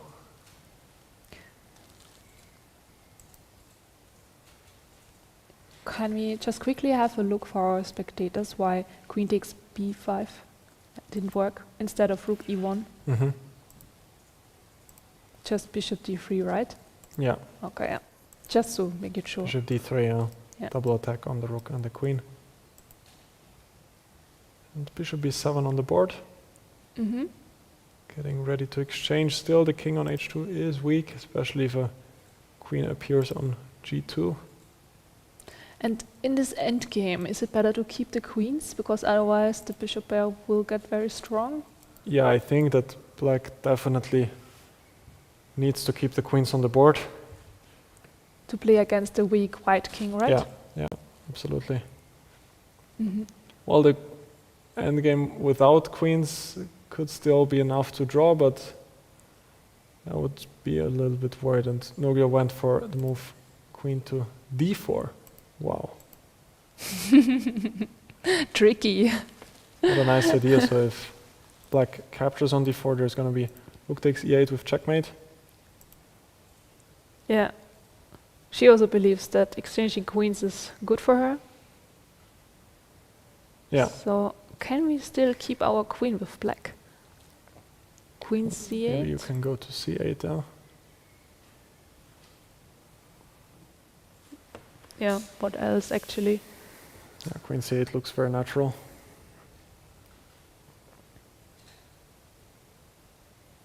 And we do have a move on the board. It is queen c8. Okay, let's have a quick look at the other games so that we're not missing anything now in this decisive period. And so in Javakhishvili against Zhu, we thought it's going to be quite a simple draw. I think it's still not really They are probably just waiting another 2 moves Yeah, to be able to offer a draw, rook and on then we d2. will see a draw. Exactly, rook on d2 is a bit more active, but it shouldn't really play a role with opposite color bishops. Yeah. And Vaishali against Mariya Muzychuk with a very blocked position. Both kings on opposite sides.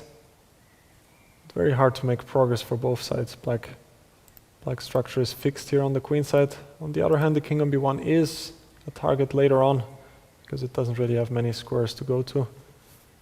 But for now, white's pieces keep black's pieces out of the danger zone. And white is also gonna have quite a hard time advancing the pawns. Whenever white goes f4, it would open up this diagonal for the bishop. And g4 also weakens some squares. Pawn on h4 would become a weakness.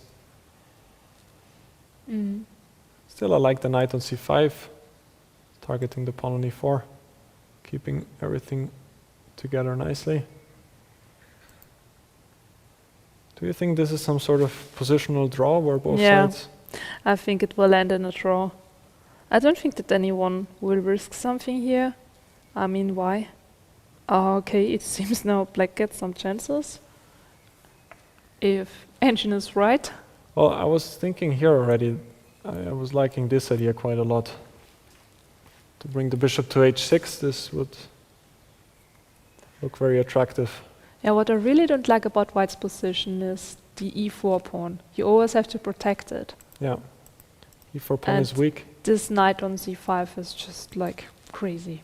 Yeah, knight on c5 is a very beautiful piece, both defending the pawn on a4 and attacking Yeah, the pawn on e4. it will stay there forever, I think. Still, I think that this bishop on f6 needs to find a better place, either in this Yes. diagonal, but I would really love it to appear on h6. Yes, you're right. So maybe still a move Bishop like king g7. h7 could be considered to bring the bishop here. And then later, the idea is to go for f5, or what's actually the breakthrough for black? Yeah, it's hard to say. f5 would be one idea. Need to be very sure when to push it. I think the bigger issue is for white what she can actually do, because once the bishop appears on h6, you always need to be aware if bishop takes e3. Still, the pawn on e4 is always weak, and of course, as you said, you can always prepare f5. I would really like to go to Salimova's game, since, well, they are both on around 2 minutes, 1 minute. So after queen c8, we saw queen c5, bishop c6 being played, and now bishop b1, perhaps shifting the focus to the h7 point. But I really like the bishop on a2. I'm not sure if it was necessary to move it back just yet.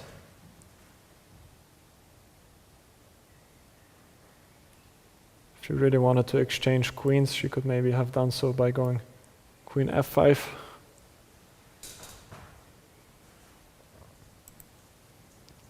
Bishop e1 has been played, and both players less than 2 minutes. Yeah, still her idea is queen f5. Queen f5 now, especially since then the pawn doesn't have to take back.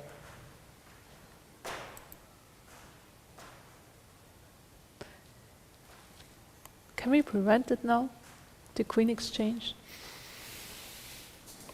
She goes for knight c4. Yeah, was also my idea. To attack the pawn. Pawn on b2 is a target. And also I'm threatening knight d2, knight f3. I like knight c4 a lot. Yeah, knight d2, knight f3 is at least, practically speaking, such a big threat. We have a result in Nana Dzagnidze's and game. Nana Dzagnidze just won. Wow. Let's have a quick look. How did that happen? So we saw... Yeah, we figured out that queen h3 was not precise enough. She should have gone immediately to h5.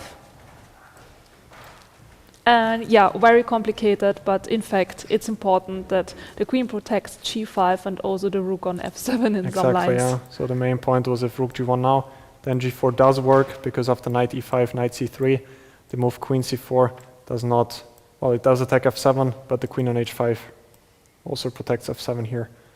So therefore it was important to place the queen to the h5 square.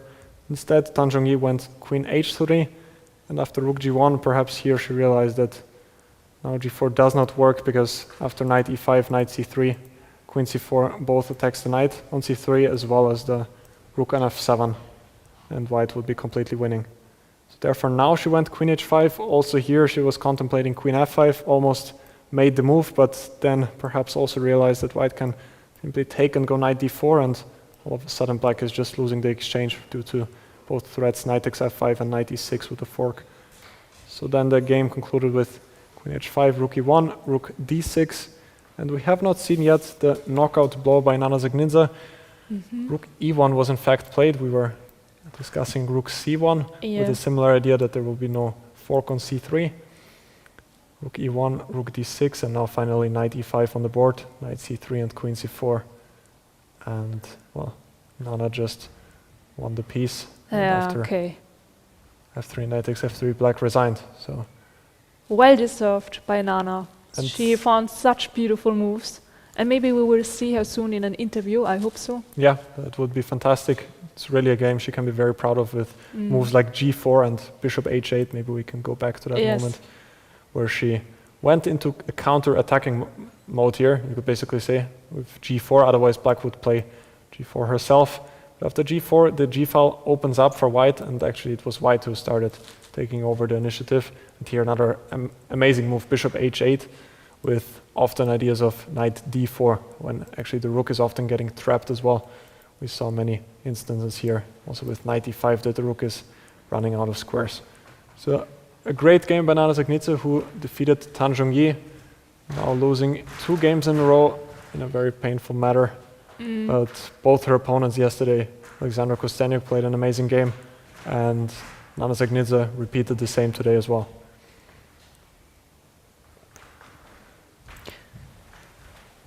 And now we're just seeing that Badelka might be taking over after all.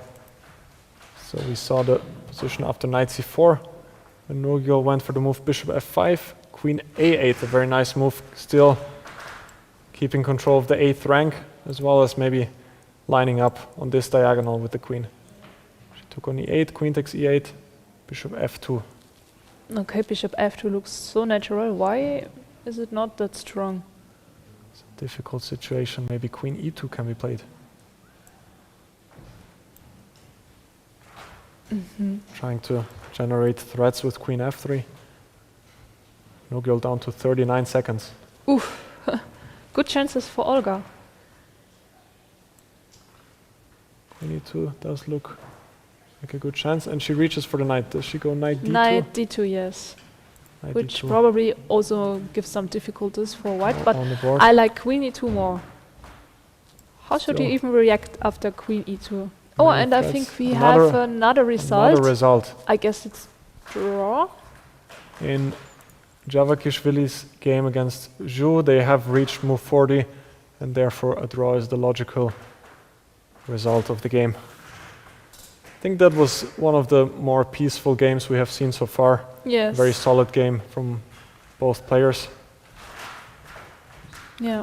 And I think the draw was never really in doubt at the start. Maybe white had a slight advantage, but it was never anything too difficult for Zhu to hold. And another draw between Vaishali. And In fact, it was not the... I think they're still playing Lela against Zhu. I think the draw we just saw was between Vaishali yeah, actually, I first thought that I saw Vaishali here. and Mariya. That's a shocking result because, well, as pointed out before, Mariya can exert a lot of pressure with the idea bishop g7, bishop h6. Yeah, can we quickly analyze what happens after bishop g7? Okay, it's just I don't know, bishop g2 or something like that, protecting the pawn. G2, bishop h6. It looks Yes. very uncomfortable for And white. queen e2 or something like that. I just want to make sure how black can win here. I'll try to slowly make progress. Is it now f5 or not? f5 seems a bit early, also that bishop h3 would then be an option. You can maybe take first, but bishop h3 does look like an option as well. Yeah, yeah.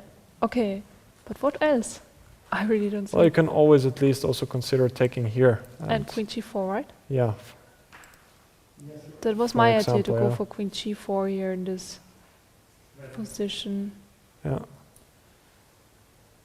So that was a bit of a shocking result here when bishop g7, bishop h6 would definitely Yeah, be. and then take the knight and play queen g4. Exactly, yeah, queen g4. Sooner or later f5 might still be an option. And now I'm just getting the news. We have an interview with our first winner of today, Nana Dzagnidze, who has played a fantastic game. Please, Milan. Thank you so much. Yes, the great Nana Dzagnidze joining us. You just had a very, very good game against none other than the former world champion Zhongyi in your first victory in this tournament after 4 rounds. Take us first through the game. Yeah, okay. So, this opening I didn't expect because I think she has never played after first move c4, e5. I had several games in this opening, but I couldn't remember exactly like the moves here at the end of the plan. So I was from bishop e6. From this point, I was playing myself. You were out of your book. Out of my book, yes. Okay. But some ideas I was trying to remember. This rook b1 and then b4 and so on. What is just for us who don't know? What is the general idea in this position for white? It's kind of reversed dragoning, and yeah. So white plays on queen side, and and black tries to counter in the center. Yes, okay. Center, and if I give a chance on the king side, okay. Which happened in the game. So after 94, actually, I liked my position. I'm not sure with this move, queen d7 from her side. I don't know, but here I had several good moves. I was calculating after bishop here, bishop b2. Instead of bishop b2, I was thinking straight away queen c2 here. So to play queen c2 here. I mean, I'm sorry, 94. Queen d7, 94. Here, instead of bishop b2 or queen c2, because black wants to exchange light square bishop, and my idea is to get my knight on c5 and just to create a counterplay, on the queen side. I don't know. I decided to go bishop b2, and here, actually. This was the key moment in the game, I think, because I wasn't sure that my plan was correct. That I took the pawn and gave her a chance to attack to my king. I'm not sure. I could play instead of bishop h3, actually knight c5 here. And just normal game. She would take here, queen c5, and I think she will take here, king g2, a6, and I think just normal game, maybe rook f c1. And you continue with your plan to yeah, put pressure on the queen side. I think white has a clear plan on the queen side, and black should be creative here, I think. So I decided to take a pawn. Here after bishop h3 takes b5, knight d4. Yeah, here knight d4. There was option like to take with the bishop first and to keep the knights on the board, but I decided like to keep the bishop because this bishop is very centralized and. Maybe some chances. But from black's perspective, do you think that this plan for her... I think she has a counterplay here on the king side. It works. Yes. Yeah. I don't know. I have to check on engine, but was it correct to go back with knight d2? Because I also had this move queen c4 first, and she should. I think she should go king h8, and then knight d2. And here f4. We got the same position, but instead of king h6, her rook was on f5. So I need to check, I mean, with the engine, because I'm not sure that that this straight away knight d2 was correct. So knight d2. No, yeah, f4, and At this point, you played knight f3, I think. Yeah. knight f3. Yeah, but knight f3. Yes, and Rook f5. I mean, black is coming, you know, and I have to find something to defend my king. Otherwise, I mean, she has a very easy play here. But king was on G. Yeah, sorry. G. Let's return to the position original and then continue with that. Yeah. Yeah. Technology can often help, but sometimes hinder us a bit. So here G. Yeah. Now this was an excellent move. This position, yes. Rook f5 and. She's just threatening to Yeah. get an h5 and. h5 and then g5 and. You're done. I couldn't find better than knight f3 and g4 idea. I don't know, because my rooks are so passive. I may be wrong. Obviously, I was watching it, but I think there was something like king h1. Computer was showing the this. computer. I King think h1 so, in this position. I think so. I don't want to. King h1. And if, let's say, I don't know, g5 right? Or I didn't watch the first. analysis. I just saw that there's an option of that. But And if g5? It's kind of similar to the maybe idea. here, same idea. Yeah, same g4. idea as you went. Yeah, maybe, yeah. So I think this was the only chance for me to go g4 here. Yeah, so that's such a king h- brave move to make because you're opening your king completely directly Yeah, to but check. unfortunately I don't have other choice here yeah. because g4 and f3 threatening and Well, actually, almost- like what is happening is that she's opening now herself on the g file. For the yes, attack, so yes, that's- yeah, that's the good point. Yeah, yeah, and bishop h8 decided to play because I was calculating actually bishop c5 here Okay.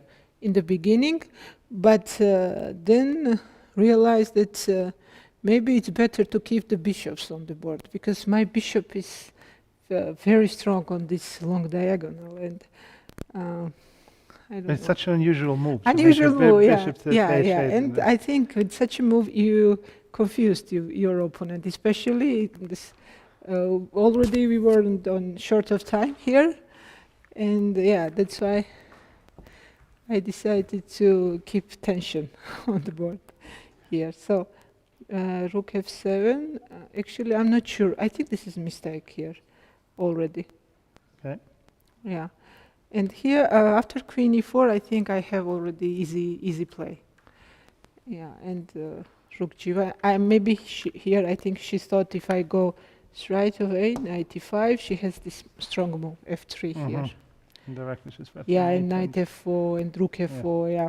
Please are getting in. So that's why I went rook g1. So again, many threats in this position already. Pawn is hanging, knight e5, knight d4. It's not easy, I mean, for black to handle this position. And yeah, rook e1 also, yeah. Because here, if I go why not, knight e5, yeah, she has knight c3, and after queen c4, this rook is already defended, and she has knight b1, and yeah. So kind So of that's why, getting away. yeah, that's why I went rook e1, Prevent and away. in some cases my pawn is defended, so that's why, yeah. Rook d6, So and she's trying to get her rook Yeah. in the action. Yeah. I mean, this is already the move of out of desperation. Knight c3 here. I think this is already, yeah, lost position for black. Okay. So a great game, a very tense game, but a great game, but a short game, which is not often the case with you, especially at this tournament. So let's Yes, just go that's true. for your previous three games. You start in round one with your compatriot Javakhishvili. You played a long, drawn endgame, rook endgame. I think you had a pawn up, and you decided. Pawn up, yeah, but yeah, I couldn't convert this pawn, yeah, and it was draw. And then But actually, so far I think I played quite okay, because only one missing chance with Alexandra Kosteniuk. that was in round two, where round two that I was exchange up, and I could have converted this position, but then I blundered this bishop g6 and the sacrifice. After that, it's draw. And so. then yesterday it seems Vaishali surprised you again. She's been setting a lot of surprises in openings. Yeah, I mean, in this tournament. third move in Taimanov, queen d4, I didn't know. Yeah, but I think I played quite well with black. Yeah, and by the way, even in the end game, I had some chances. Bit better position with This might black. be a bit of a ridiculous question, but I followed your games in other tournaments. We were together in Tbilisi, I think, Yeah. for the first Women's Grand Prix. And you had long games there as well. And in India, I think, we were together at another Women's Grand Prix, the same story. How do you end up playing these? You were the one who always plays these longest games, Yeah. which end up in heavy, complicated draws. Or tedious draws. I guess it's my style of playing.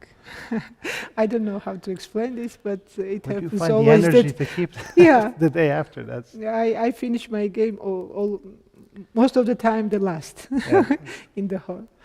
Okay, and now obviously this is a great jump for you. This changes your perspective, I guess, a bit on the tournament. Will you rest or will you now prepare for the game to follow? Who are you meeting in round 5? Actually, I have to check. Yes, I'm sorry, I'm not prepared. I should have checked that before asking this question. Yeah, I'm. But okay, that's a sign of confidence. You don't need to check. You just like your check afterwards. You're not thinking in advance. Yeah, So that's yeah. great. Okay, thank you so much for your time. We really appreciate this and wish you the best of luck for the rest of the tournament. Thank you very much. Thank you.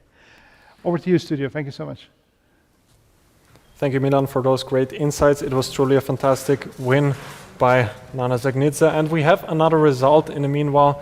Olga Badelka has defeated Nurgyul Salimova in a pretty crazy time trouble stage. What do you think? Where did it go wrong? Yeah, I think this exchange of rooks, but this position was already super complicated. It's never easy if your king is open like this and if you're not having any time. So this is definitely an impact of time trouble. Yeah, absolutely. Yeah, we said from the beginning the king on h2 is kind of chronically weak, and it was in the end what cost white the game. After bishop f2, knight d2, it looked already very unpleasant with ideas like knight f1 or knight f3. And here I think it was the decisive moment when Nurgyul, in time trouble, understandably, went for the move h4, perhaps making room for her king on h3. And even in our comfort, it was not so easy to come up with a satisfactory defense here for the white pieces. Yeah, but it seems that queen takes a7 is the best attempt here, and then we were thinking about g6, right? Yeah, g6, and it's To avoid back rank mate, and now if the bishop moves back, yeah, and here. well, white is still surviving, but it seems like practically at least that it's just looks very, very dangerous for white here. Yeah, but now also black has to find a good move. Yeah, absolutely. Yeah. So this So was how should she continue here? Do you have an idea?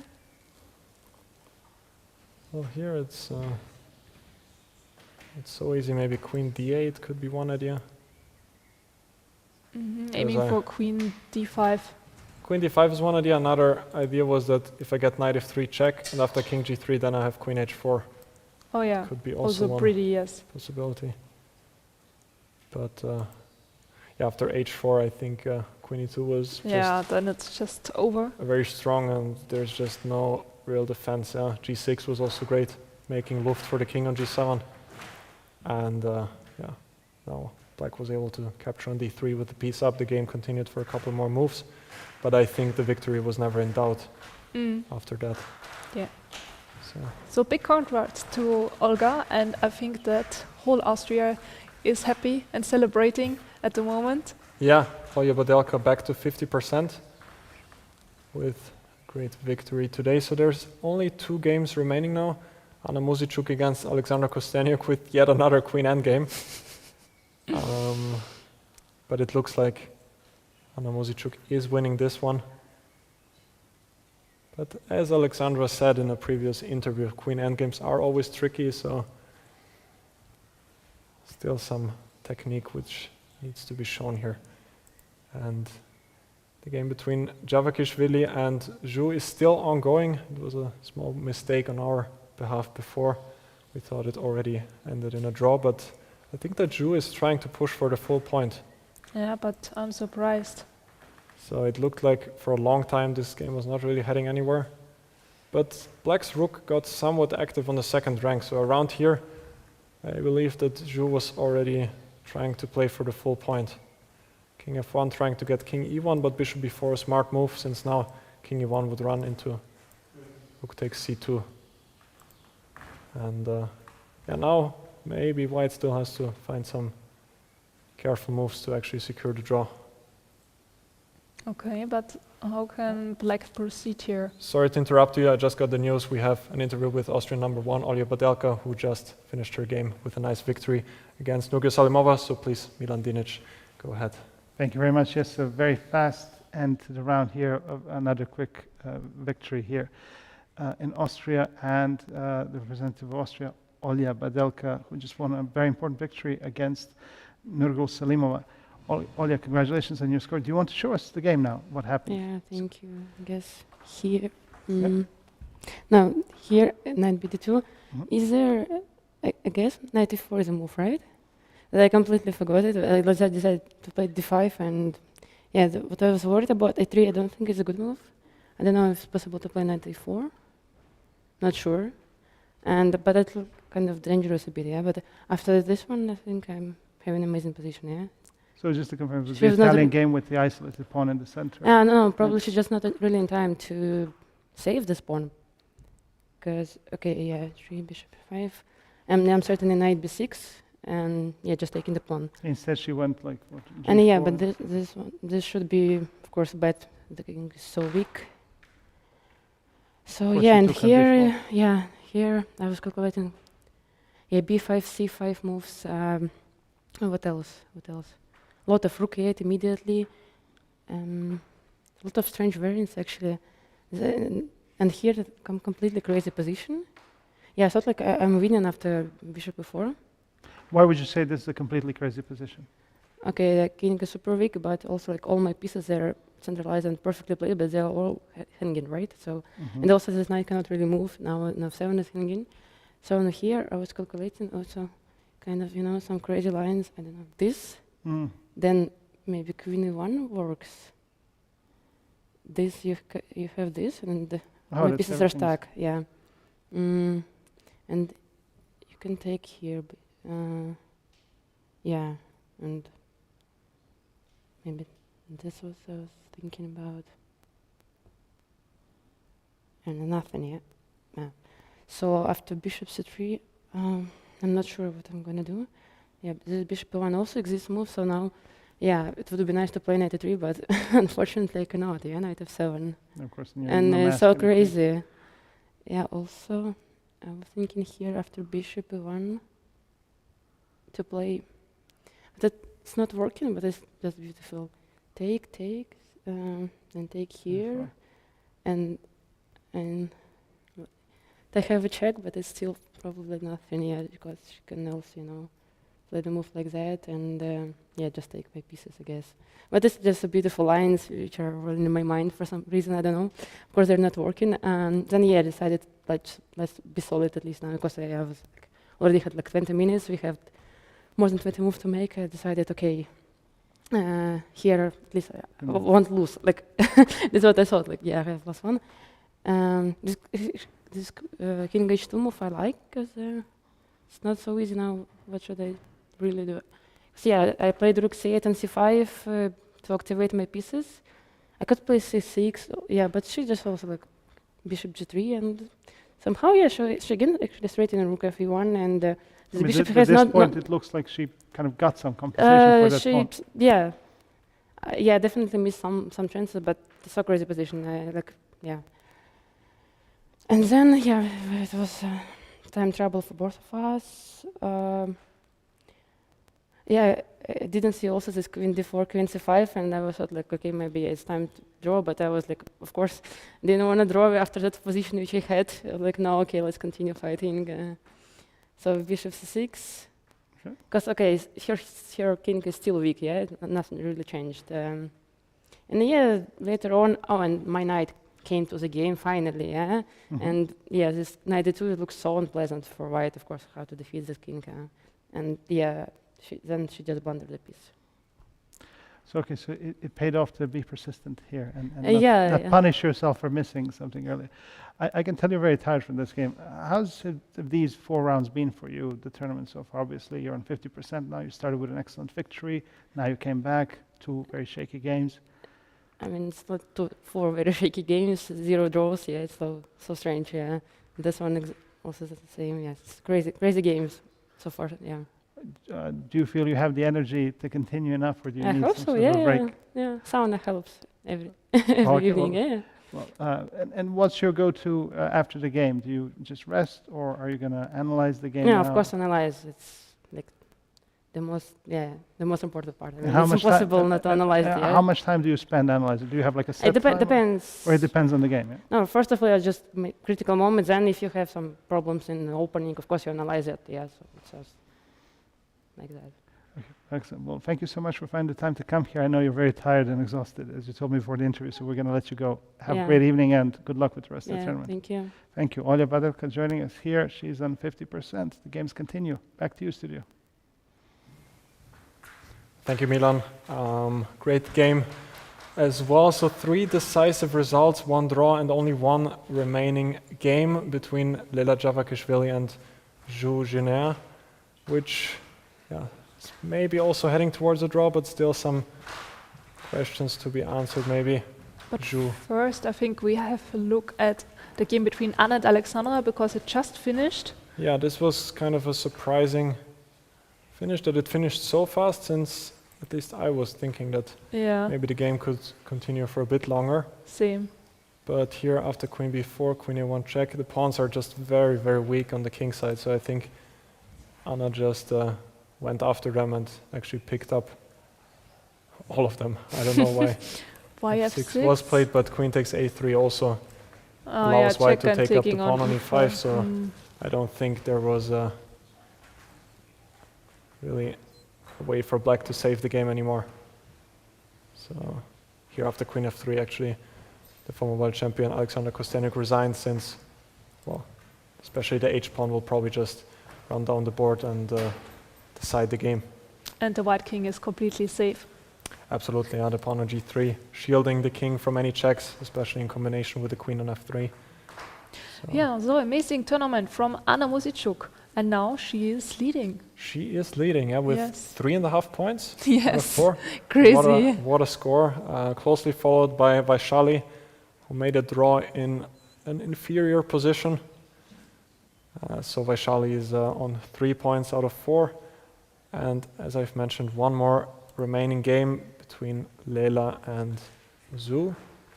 And we still need to figure out how black wants to make progress here. Yeah, so Zhu is not giving up. Yeah, this is interesting. Or no one ever offered a draw. This is also possible. Yeah, but Zhu had certain chances. For example, here she could take on d3 and take on e3 and make a draw from a position of strength, but as usual, opposite color bishop endgames tend to be very drawish, and even here the pawn on f4 is a weakness, but there's just no way for black to make any progress.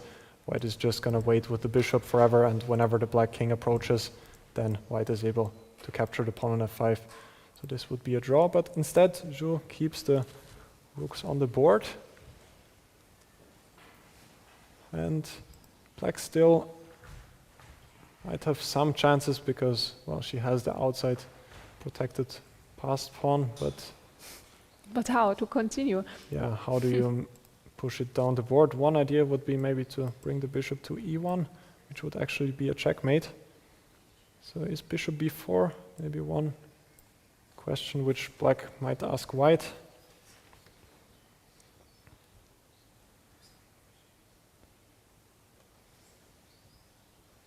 Well, I guess that rook d1 still protects everything, and fortunately rook e2 is not possible because the square is protected by white's bishop.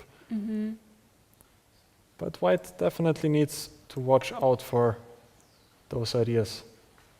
Bishop and b4. now bishop c3 or something like this, just a waiting move. Yeah, For white it's also not so easy. Trying to put white in some sort of zugzwang. I think the rook can't really move. Then maybe rook d2. Okay, probably it doesn't change anything. While my bishop can't move, I have to protect e2. And I also have to protect b3. My king probably also shouldn't move. I could think of giving a check here. I don't know where the king goes, perhaps to e7. Yes, e7. And now moving back. Well, white could even think of going into the offensive with something like this, for example. Trying to pick up the pawn on f5 might be a bit risky, but also for black. If now bishop e1 check, maybe king g5, and after g3, I think I might be stopping the pawn here with rook g6 in the end.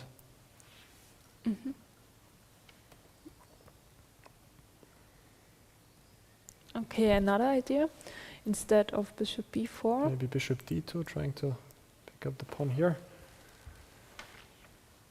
And maybe white has to go for e4 now. but it doesn't seem a problem. I mean, Yeah, I just take g4. take and take on g4. As you Yeah. said, doesn't really seem like much of a problem. And Zhu played the move king g6. Yeah, just one question. I had another idea. After bishop What- b4? No, actually now instead.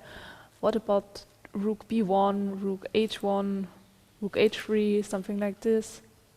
But I guess there's nothing. That can also be considered. No. I would like to go after the pawn on f5 as well, but it seems quite slow to play rook d5, especially since rook e1 might also come. Rook b1, another interesting idea. Yeah. Actually, I like the waiting move king g6 because now black is threatening bishop b4. So you have to be a little bit careful what you're doing with your bishop. Well, but if bishop b4, I can still go here, right? Yes, but then, for example, your e3 pawn could hang. Like, for example, play bishop, I don't know, e6 or something like that. And now I have bishop b4 and I'm winning, right?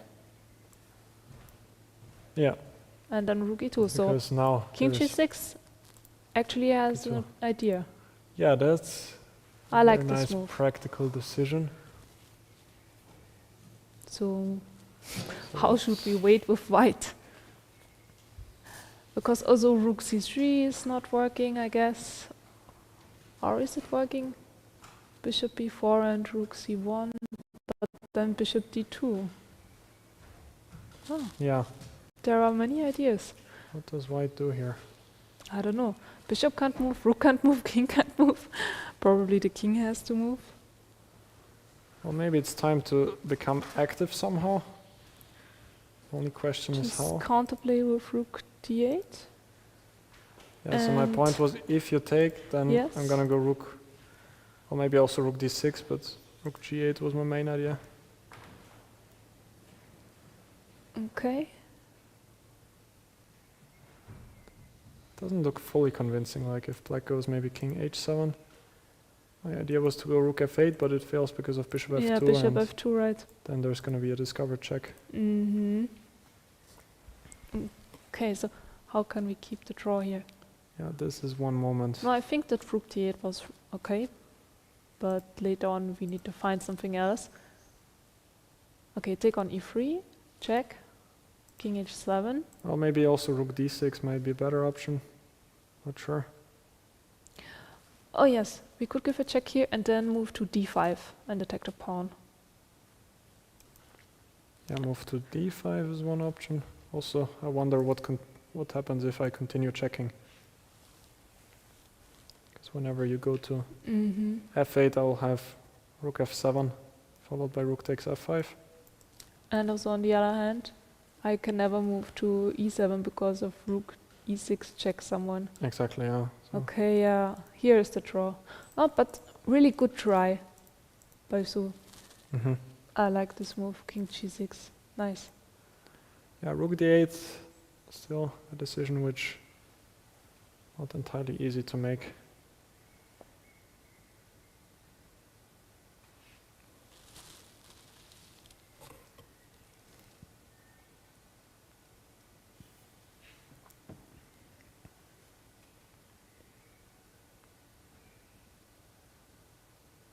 And some move like king h4 is losing, right?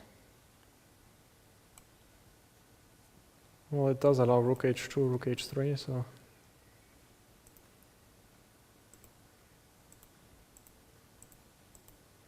Okay, but this is fine. I mean, black could always go for this. Yeah, but well, the king is just in sort of a mating net, so maybe now bishop b4 is even stronger. Yeah, and rook d1 again. And now you're giving Hang on. check. Well, I think the easiest just to go rook g2 because I have bishop d7 on the next move. Okay, yes. Nice. Okay. Anyway, I mean, king to h4 looked really stupid. So I think she has to go for some active maneuver with the rook. With rook d8 and giving some checks. Yeah, rook d8 seems like the way to go.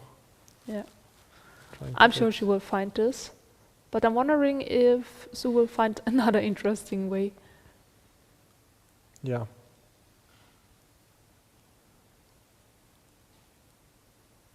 And it's funny that the one game where we thought it's going to end the soonest is actually the one that lasts the longest.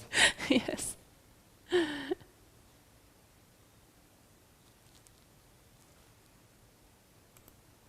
But I can understand. Sue lost so many drawn endgames here in this tournament already. So now she's trying to win one now.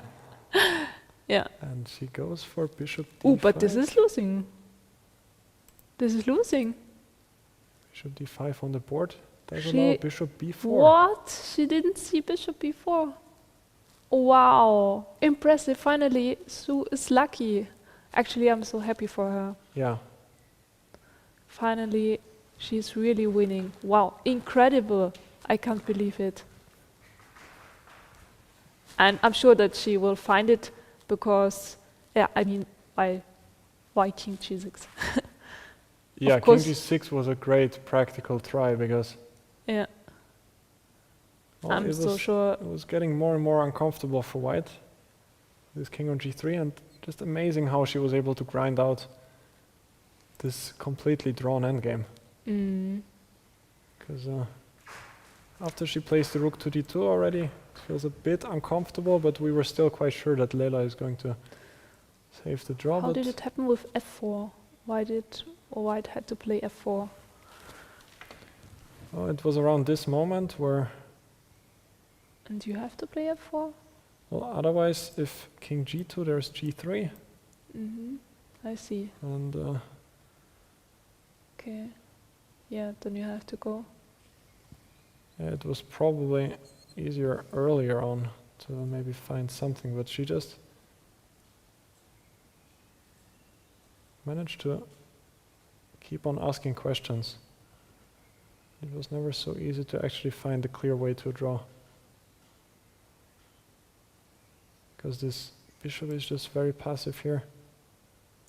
It's not easy for white to get out. e4 is never really the picture because then bishop c5 is possible.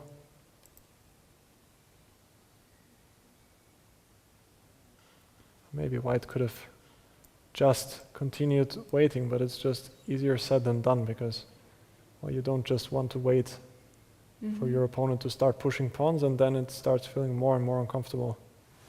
And Zhu is still thinking. Does Lela realize I think she does. she's in trouble all of a sudden? Yes. Wow.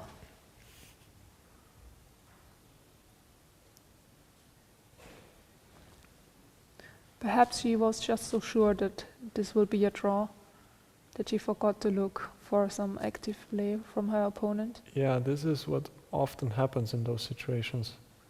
And especially when black moves king g6. I mean, this looks like, okay, let us make a draw. Yeah, absolutely. Such a clever waiting move. And Zhu I'm is sure thinking. that she is already thinking about bishop b4. I think just that she really wants to be sure not to mess it up. Yeah, I agree.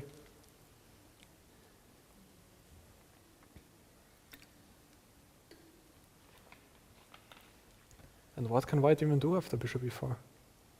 Well, the only move is rook e1, right? I mean, otherwise it's checkmate. What do you think about bishop g2, something crazy like this? Bishop g2 also looks It's so passive, but it might be the only way to stop checkmate.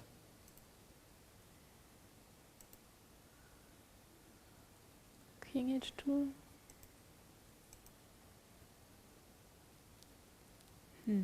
Still not easy for black, but at least it's a big success. Yeah, but I understand this is not easy. And the move you mentioned, rook d1, then It's comes just rook e2, losing yeah? rook e2. I think, yeah, this is easy. Yeah, I think if this is on the board, white would immediately resign. There is nothing left. So try e4, but well, bishop e1 just ends the game on the spot. White needs to give the exchange up, and then it's Yeah, it's done. done. So bishop g2 probably still the best defensive move. Okay, but here is And something. What is the best way for black?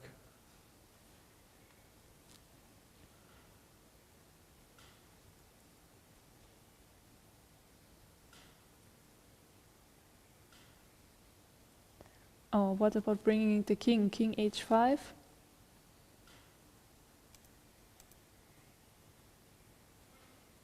I wanted to go for bishop e1, king h4, some crazy stuff like this.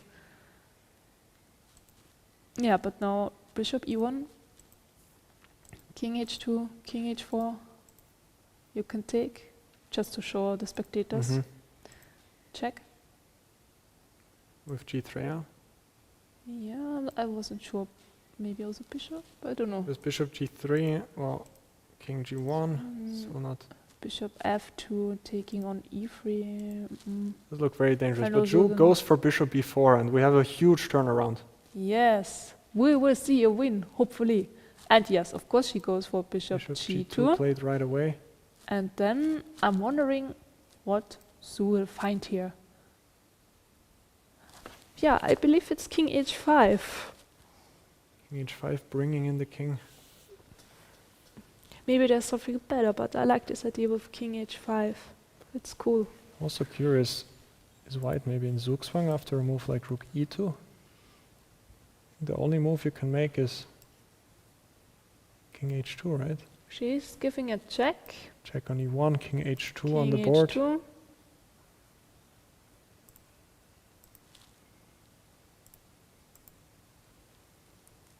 And the king is so weak And on now h2. king h5. I don't King know. h5, maybe rook d8.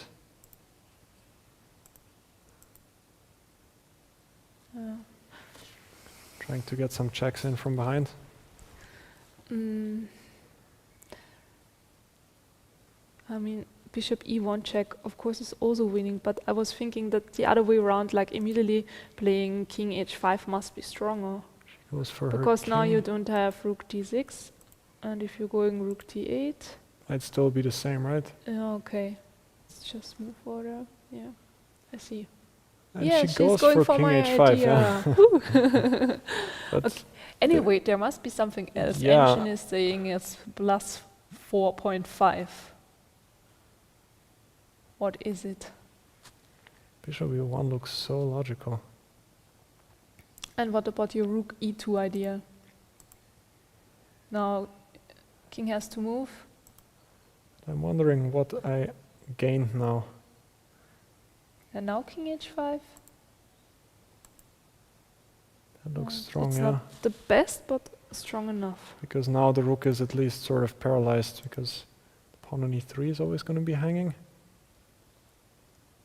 Okay, but also instead bishop c5 maybe? Just Bishop winning? c5 or bishop... Yeah, bishop c5 But is c5 better. to protect t6. No, Yeah. but it's still not the best. But still, Still, if I I'm not sure take- if Yeah, but why not? Because if I win it, then also f4 is weak. No, I think this is... yeah, good. sure, bishop c5 I think is also the right. I was just saying that, well, the evil bar is sort of jumping, but as long as you find a win, it's probably enough. Yeah, objectively this was probably the best, but she went for king h5, which also seems very promising. The only question is if white now goes for the move rook d8. Yeah, she will definitely do this. I mean, what else? Or maybe also rook here is an option, and Yeah, but this here was we have this king h4 idea. Yeah. still not so clear how it would win, but So, oh, bishop f2 now. and then you Yes, g3 and then rook g3, yeah. b1. Oh yes, so nice. White's king is just so weak on h2. So nice. Yeah, that's a very powerful way to end the game. So rook d8, probably the only way to keep the game going. Yeah, she will play rook d8 for sure. I mean, she needs to have this check from behind. What else otherwise? Yeah.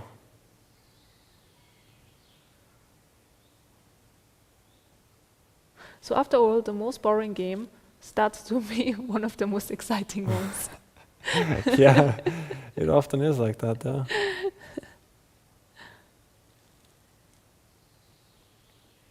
Oh, I guess you can take on b3, but it's not really the thing you want to do, right? You want to play for checkmate in this position. Yeah, for sure. You can go after this pawn. So how should we continue here with black?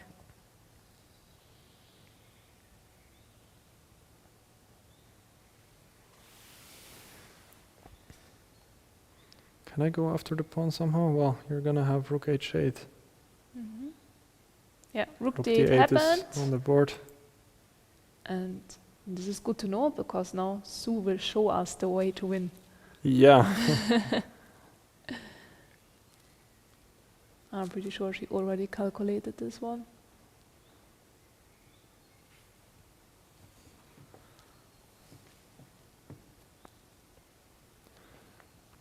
And since I think, well, what do you think? Is the game gonna go on for a little bit longer, or? I think it's depending on the next black move. I think we should wait for the next black move and then I can tell you.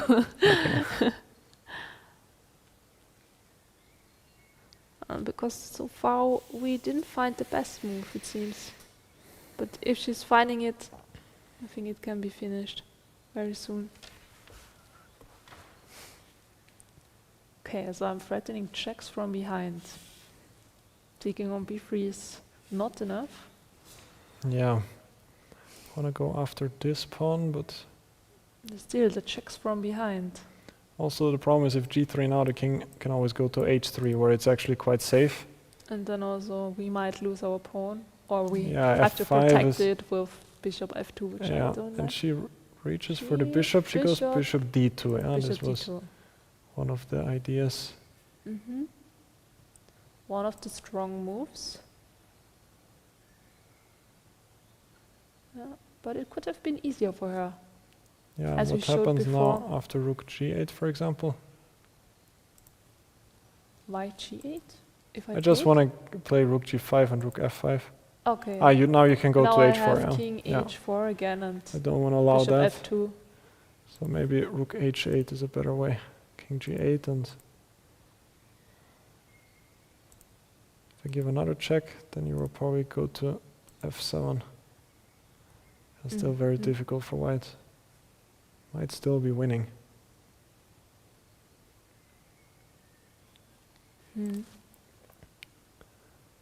But since I still think there's some work to be done, I suggest maybe we go to our last break, maybe a smaller one, just 5 to 10 minutes, and then we can see the rest of the game in peace.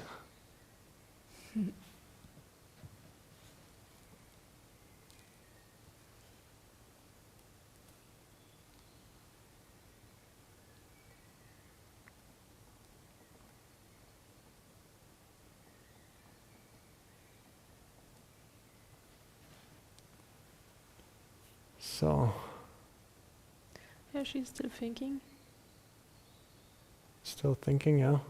Yeah, so you're right, it will still take some time. Yeah, I think so.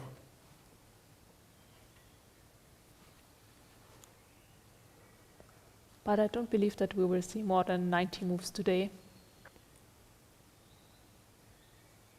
Yeah, probably today's gonna be I think some faster day. precise moves with black and it will be done.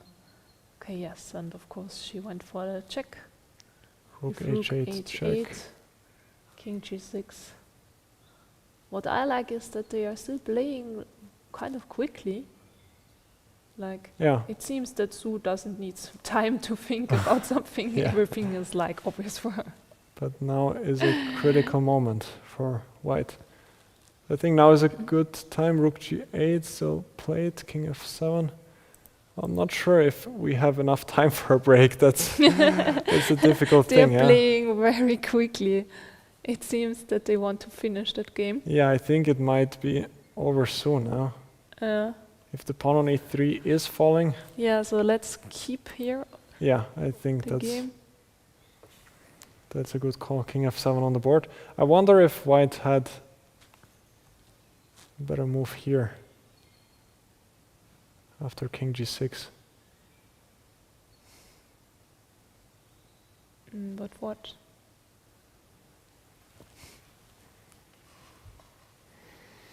This seems lost.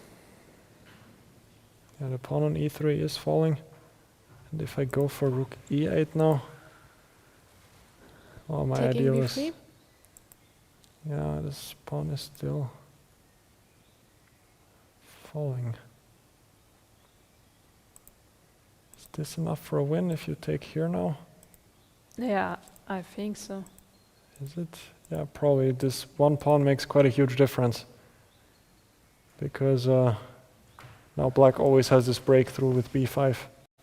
We saw an endgame earlier where white still had the pawn on b3, where it's a draw, but here, with this pawn missing, it is not. So, current position, king f7. Yeah, now we don't have rook f8. So this makes it easier. Bishop d5 on the board. Okay. King e7. Played immediately.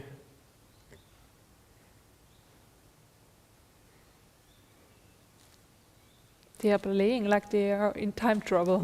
Yeah, even though both have quite a lot of time still. Yes.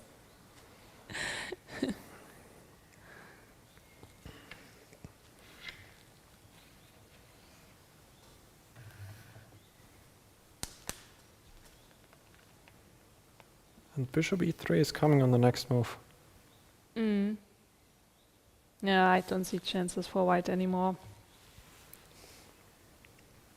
And also then f4 is weak. Yeah, And we still get our rooks on the board, so it makes it impossible actually to protect this pawn. yeah. Yeah. And There's just no counterplay. you can also not go after the f5 pawn easily. If rook g5 comes, then well, bishop e3 picks up the pawn with a check. Yes. And then well, there are many things. For example, here there's another nice trick with bishop f2 check, and then there's bishop h4, which picks up the rook on g5. Mm-hmm.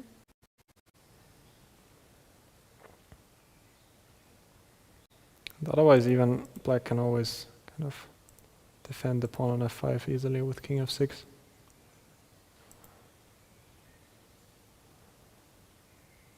So Lela is thinking probably not how she imagined the game would finish, having such a pleasant position out of the opening.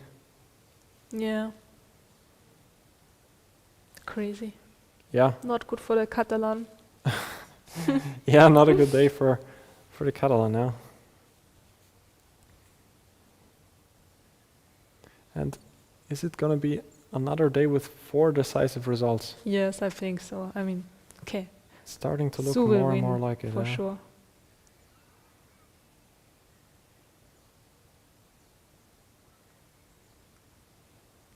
What can white even try here anymore?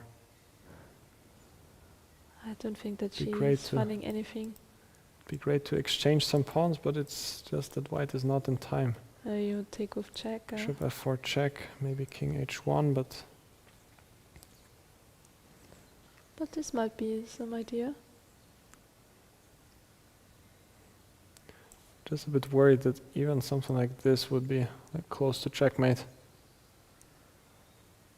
And Did she's go for yeah. e4, yeah. I wonder how something like this is. Still not clear how black is winning this.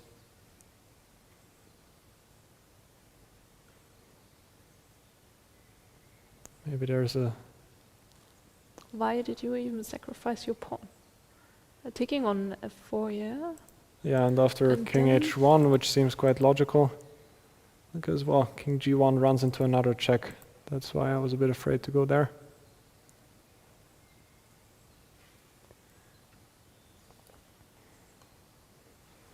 Yes, And it does run into bishop e3 check, so I think that king h1 seems like a more natural square to go to. And here you were saying, maybe there's... I was thinking about king d6, king f6, something like that. Well, if king f6, yeah, rook f8 check. Ah, you take with check. No, this. I forgot you take with check. No, so instead king d6. King d6, yeah. But this seems also not a good idea. Well, I might still be able to play, I don't know, but... Can I take here? Well, at some point there might be checkmate, like... Those ideas are very dangerous with g3, and now rook h2 and g2 are big threats. So black is checkmating here. And is Zhu thinking about bishop takes f4? Seems like it. What else can she do? No, I think she's calculating the rest already. Takes king h1. What was the... So what is the best move King here? d6 was your suggestion? Yeah, but no. Let's take it back. Look for something better.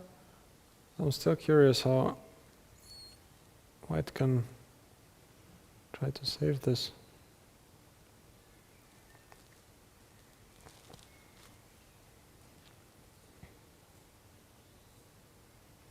Oh, I can maybe give a check and then take on f5. No. Then I'm protecting my pawn. Okay. I thought it's bishop c4 instead of check. Yes. And now I'm getting the pawn? Now you're ready to take a... Yes. Well, still all those positions are unclear if it's holding, but at least white can Yeah, there's only this have one pawn. And some hope of survival. yeah, So bishop takes f4, still not being played. interesting. King h1, and here what is the best way to win the game? Okay, she took. King she h1 played- is on the board. King g1. No, king King g1. Does it make such a big difference? Well, I thought it does give black the option to win a tempo with bishop e3. Yes, it On the other does. hand, the king is able to run out. Bishop e3 seems quite natural. King f1 and... And now f4? No. And if takes, f3 is... Yeah, was my idea, but Well, it does look very attractive, I'm not sure. Oh, hang on. e5? I have some ideas with perpetual. Oh, here's the perpetual. If f3, rook g7, and black cannot escape the perpetual checks. Okay. Yeah. Thanks That's a for nice this. trap, yeah? Thanks for this trap. That's quite a nice trap. And so glad to went into it.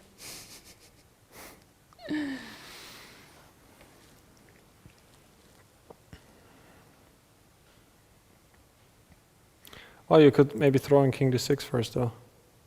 Because now if bishop c4, now I might go for f4. Yeah, that's a difference. And now there is no perpetual check with this e5 idea. And again, if rook g4, then f3 just seems to be Yes. checkmating. Yes. Okay. And instead of king g1, after king h1, we still haven't figured out. Well, this just seems so dangerous, but...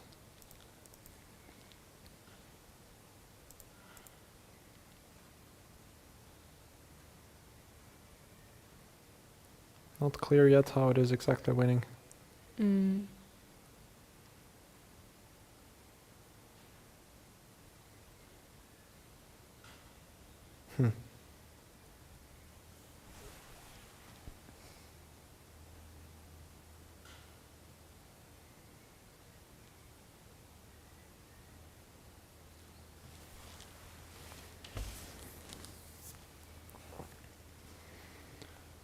Very difficult.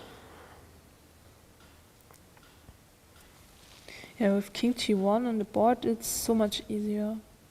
But here, What did you say after king f6? Was it rook f8 check, right? yes, and then I couldn't go to e5 because of check.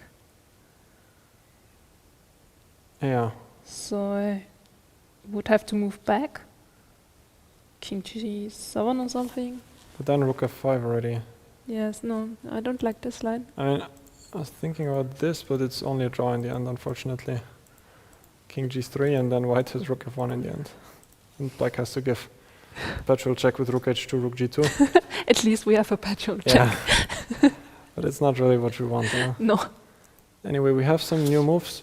Zhu found the move king d6, so she did not run into the nice trap with bishop e3 and f4, since now white would actually have perpetual check after e5, and rook g7, rook g8 is gonna save the day. Okay. She went for king d6 first. It's maybe not clear if bishop e3 first might have been a bit more accurate, but probably doesn't make a difference. I don't see how white is able to stop it. Yeah, still, I can't forget the king h1 variation. Can we cheat a little bit, please? So after king g1, let's just see what we have been missing. Since we don't see any engine moves, just the evaluation.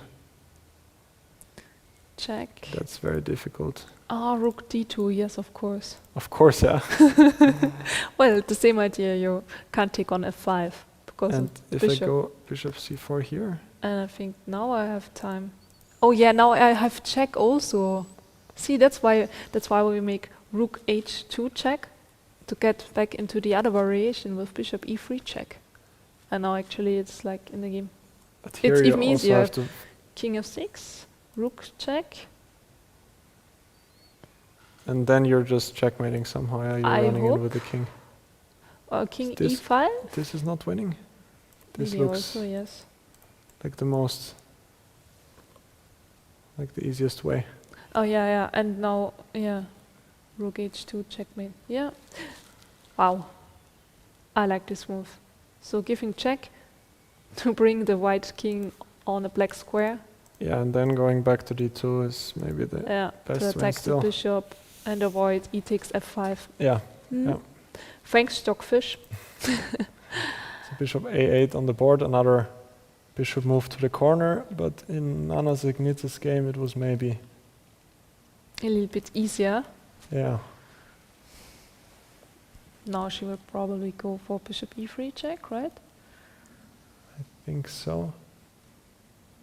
And then, well, the problem is if now king f1, f4, maybe it doesn't work as well, right? Because after, in the end you have bishop takes f3, but there's, Yeah, there's I rook have e4. check on e4, but So I I don't cannot have to take. I can go somewhere, I don't know, here maybe.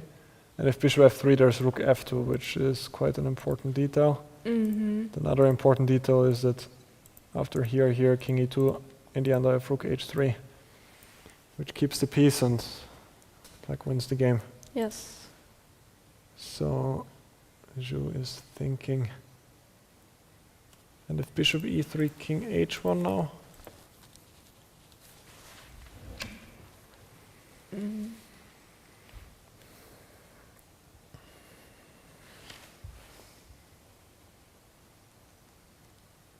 King e5. Yeah, that's probably the way.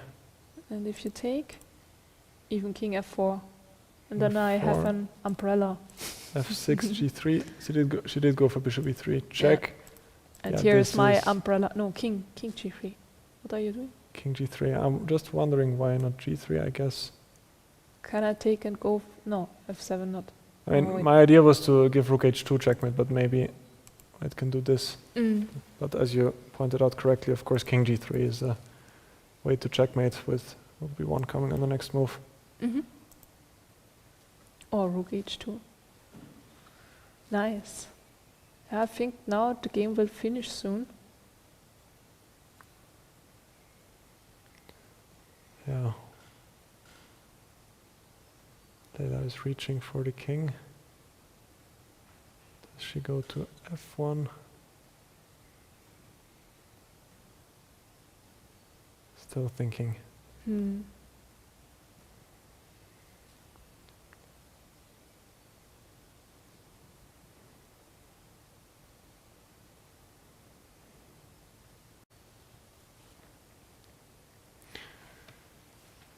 Do we already have a favorite game of today? I start to like this game. Okay, still, I think the beauty prize deserves Nana. Yeah, I agree. And yeah, as I expected actually, Anna won against Alexandra and also Olga won against Nurgyul. That were exactly my expectations. Yeah, your predictions have been correct as usual. Mm. And I also think that Nana's game was by far the most brilliant. Putting her bishop in the opposite, in her opponent's corner. And so far it also looks well that Anna Muzychuk will win this tournament. That was Yeah, also my prediction and my feeling. She is currently leading, yeah. I'm playing really strong. Tournament is still long. But so far, if she keeps it up like this, she's definitely one of the big favorites. And it doesn't seem that she is under pressure. She's just playing. Yeah, that's right. Seems like she's not under pressure, but actually she is, because she needs to perform really well to be able to secure a place. Yeah, but she manages very well. Yeah. That's why she's my favorite here. And king h1 is on the board. We were discussing King that e5. king e5 is probably the best way, just bringing in the king to g3, and She made a move, but she gave check, okay. so she gave a check. Interesting. Is her idea just if king g2, I guess she wants rook g1 check, king h2 and then f4. Mm-hmm. Just keeping those pawns connected. And well, this should be sort of an easy win. But if I move to h2? And that's the $1,000,000 question. Then I check on b2 again and go for king e5. That's possible, but I also see this idea. Ah, yes, I like it. So the king cannot take, because then rook to g1 is going to pick up the rook on g8, and if rook takes g3, then bishop f4 is going to win. And otherwise, well, I thought that I can at least keep those pawns connected once again, and this Another rook check on doesn't it. seem like it's Yeah, gonna hold. just So rook b2 and... maybe that is going to be Zhu's idea. Mm-hmm. Quite a nice one, honestly.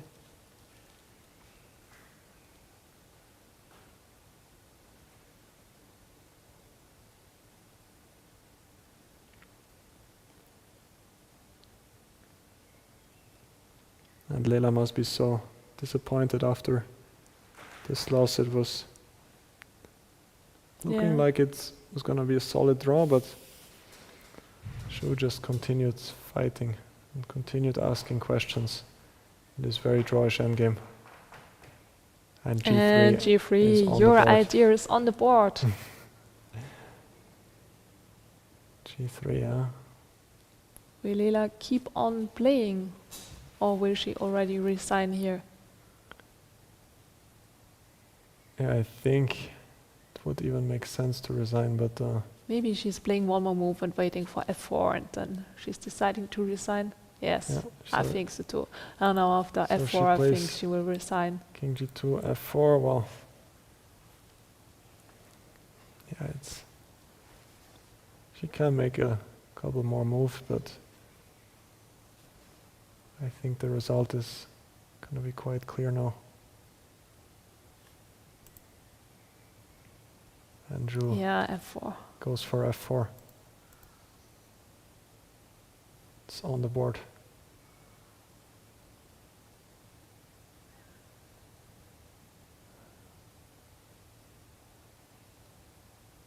And those connected 2 pawns are just too strong. At some moment, at least one of them is going to advance down the board. Yeah, for example, rook b2. Rook b2 could come. And it's most likely going to push out the king even further. Lela gives the And check one on last g6. check. Is the king entering via e5? I guess so. Or maybe not. Then you have even more checks here. Oh, but yes. Yeah, king e5 King is on the e5. board. And if rook g5, I Then guess king f6, right? king f6 is one Yeah. option. So this might be her Maybe. last check here. Maybe the most solid approach.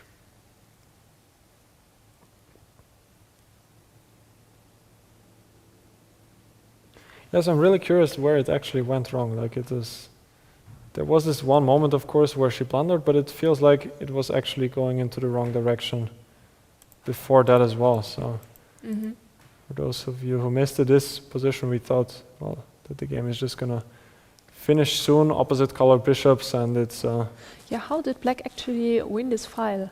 Oh, here. So I yeah, think here this already maybe she checks could. something. Well, she gave up the d file, but it just seems very logical here. The rook on c4 was just then a little bit misplaced.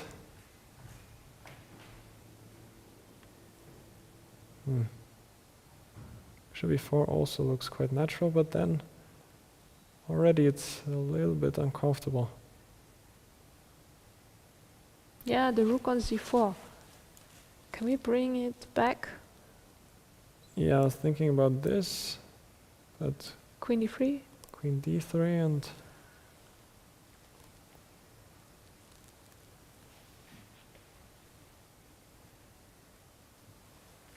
well, maybe I can go for this and play rook b1, and then I'm gonna bring the bishop to c4, and I think this should be a fairly easy draw, even though the rook gets active on d2.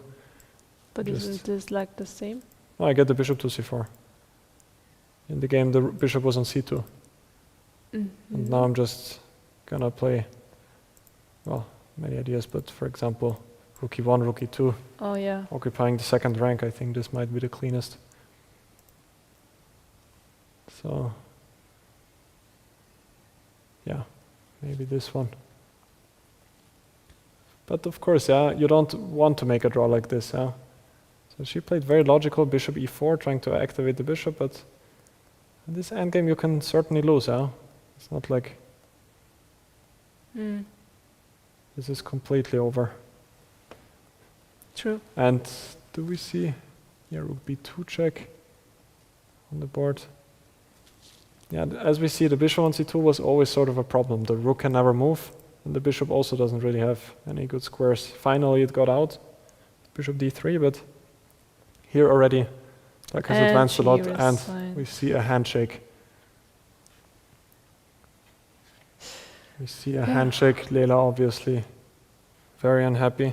What an incredible turn. Yeah, actually, somehow I'm happy for Sue that finally she got lucky in an end Yeah. game. Yeah, she was Yeah. always the one to be unfortunate in those drawish endgames, or even completely drawn endgames, but today she was the one to squeeze out a full point. And that brings her to 2 points out of 4, if I'm not mistaken. I think so too, So yes. also on 50%. But still, Muzychuk is leading. with incredible 3.5 out of 4, only making draw against her sister in the first round. Crazy. Yeah, only one draw, sort of a peaceful outcome in that game, but after that she just continued winning and winning. And it seems like there's no stopping her, like also in today's game. Like, it was just very clean. From the opening start, she found this very nice idea with Queen G4, and just won a pawn in some complications, and then we're not entirely sure if it was the easiest way she converted it, but I don't think there was any doubt at some moment. There was maybe only one chance for black, which was actually quite a nice idea. It was this moment where black could have gone for the move f5, which I think is quite nice, since en passant doesn't work because the queen is hanging, and if white takes the pawn, then at least there's going to be some compensation after a move like queen d7 here. And will we have another interview today or not? No, I just got through that there are going to be no more interviews. I'm sure that the players are very tired. Yeah, Zhu has put in everything she could to squeeze out the full point.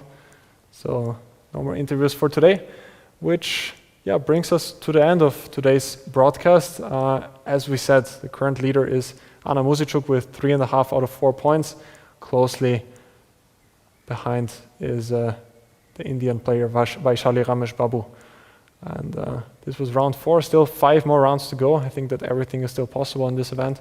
As you mentioned earlier, Anna Muzychuk certainly one of the favorites to win the event, but I'm still curious what the remaining rounds are going to bring us. Yeah.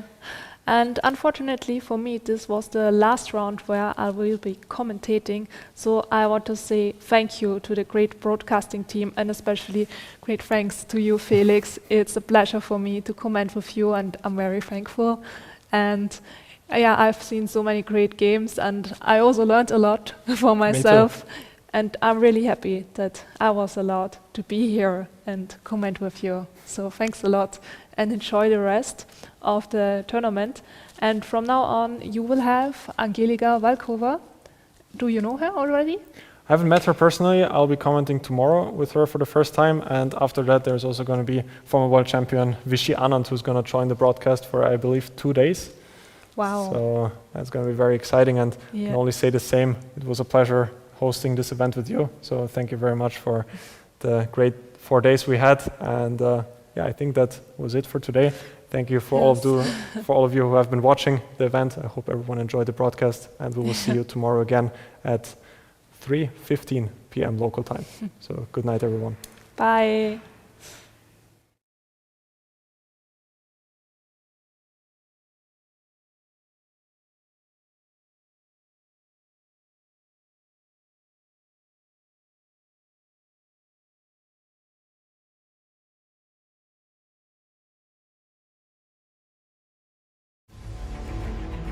Welcome to the most prestigious women's chess tournament, FIDE Women's Grand Prix 2024-2025.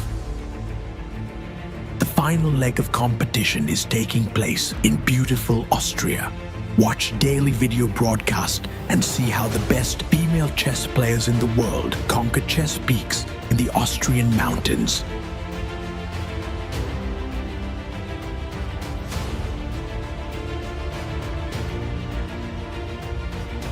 Two top finishers of the series will play in the Candidates Tournament.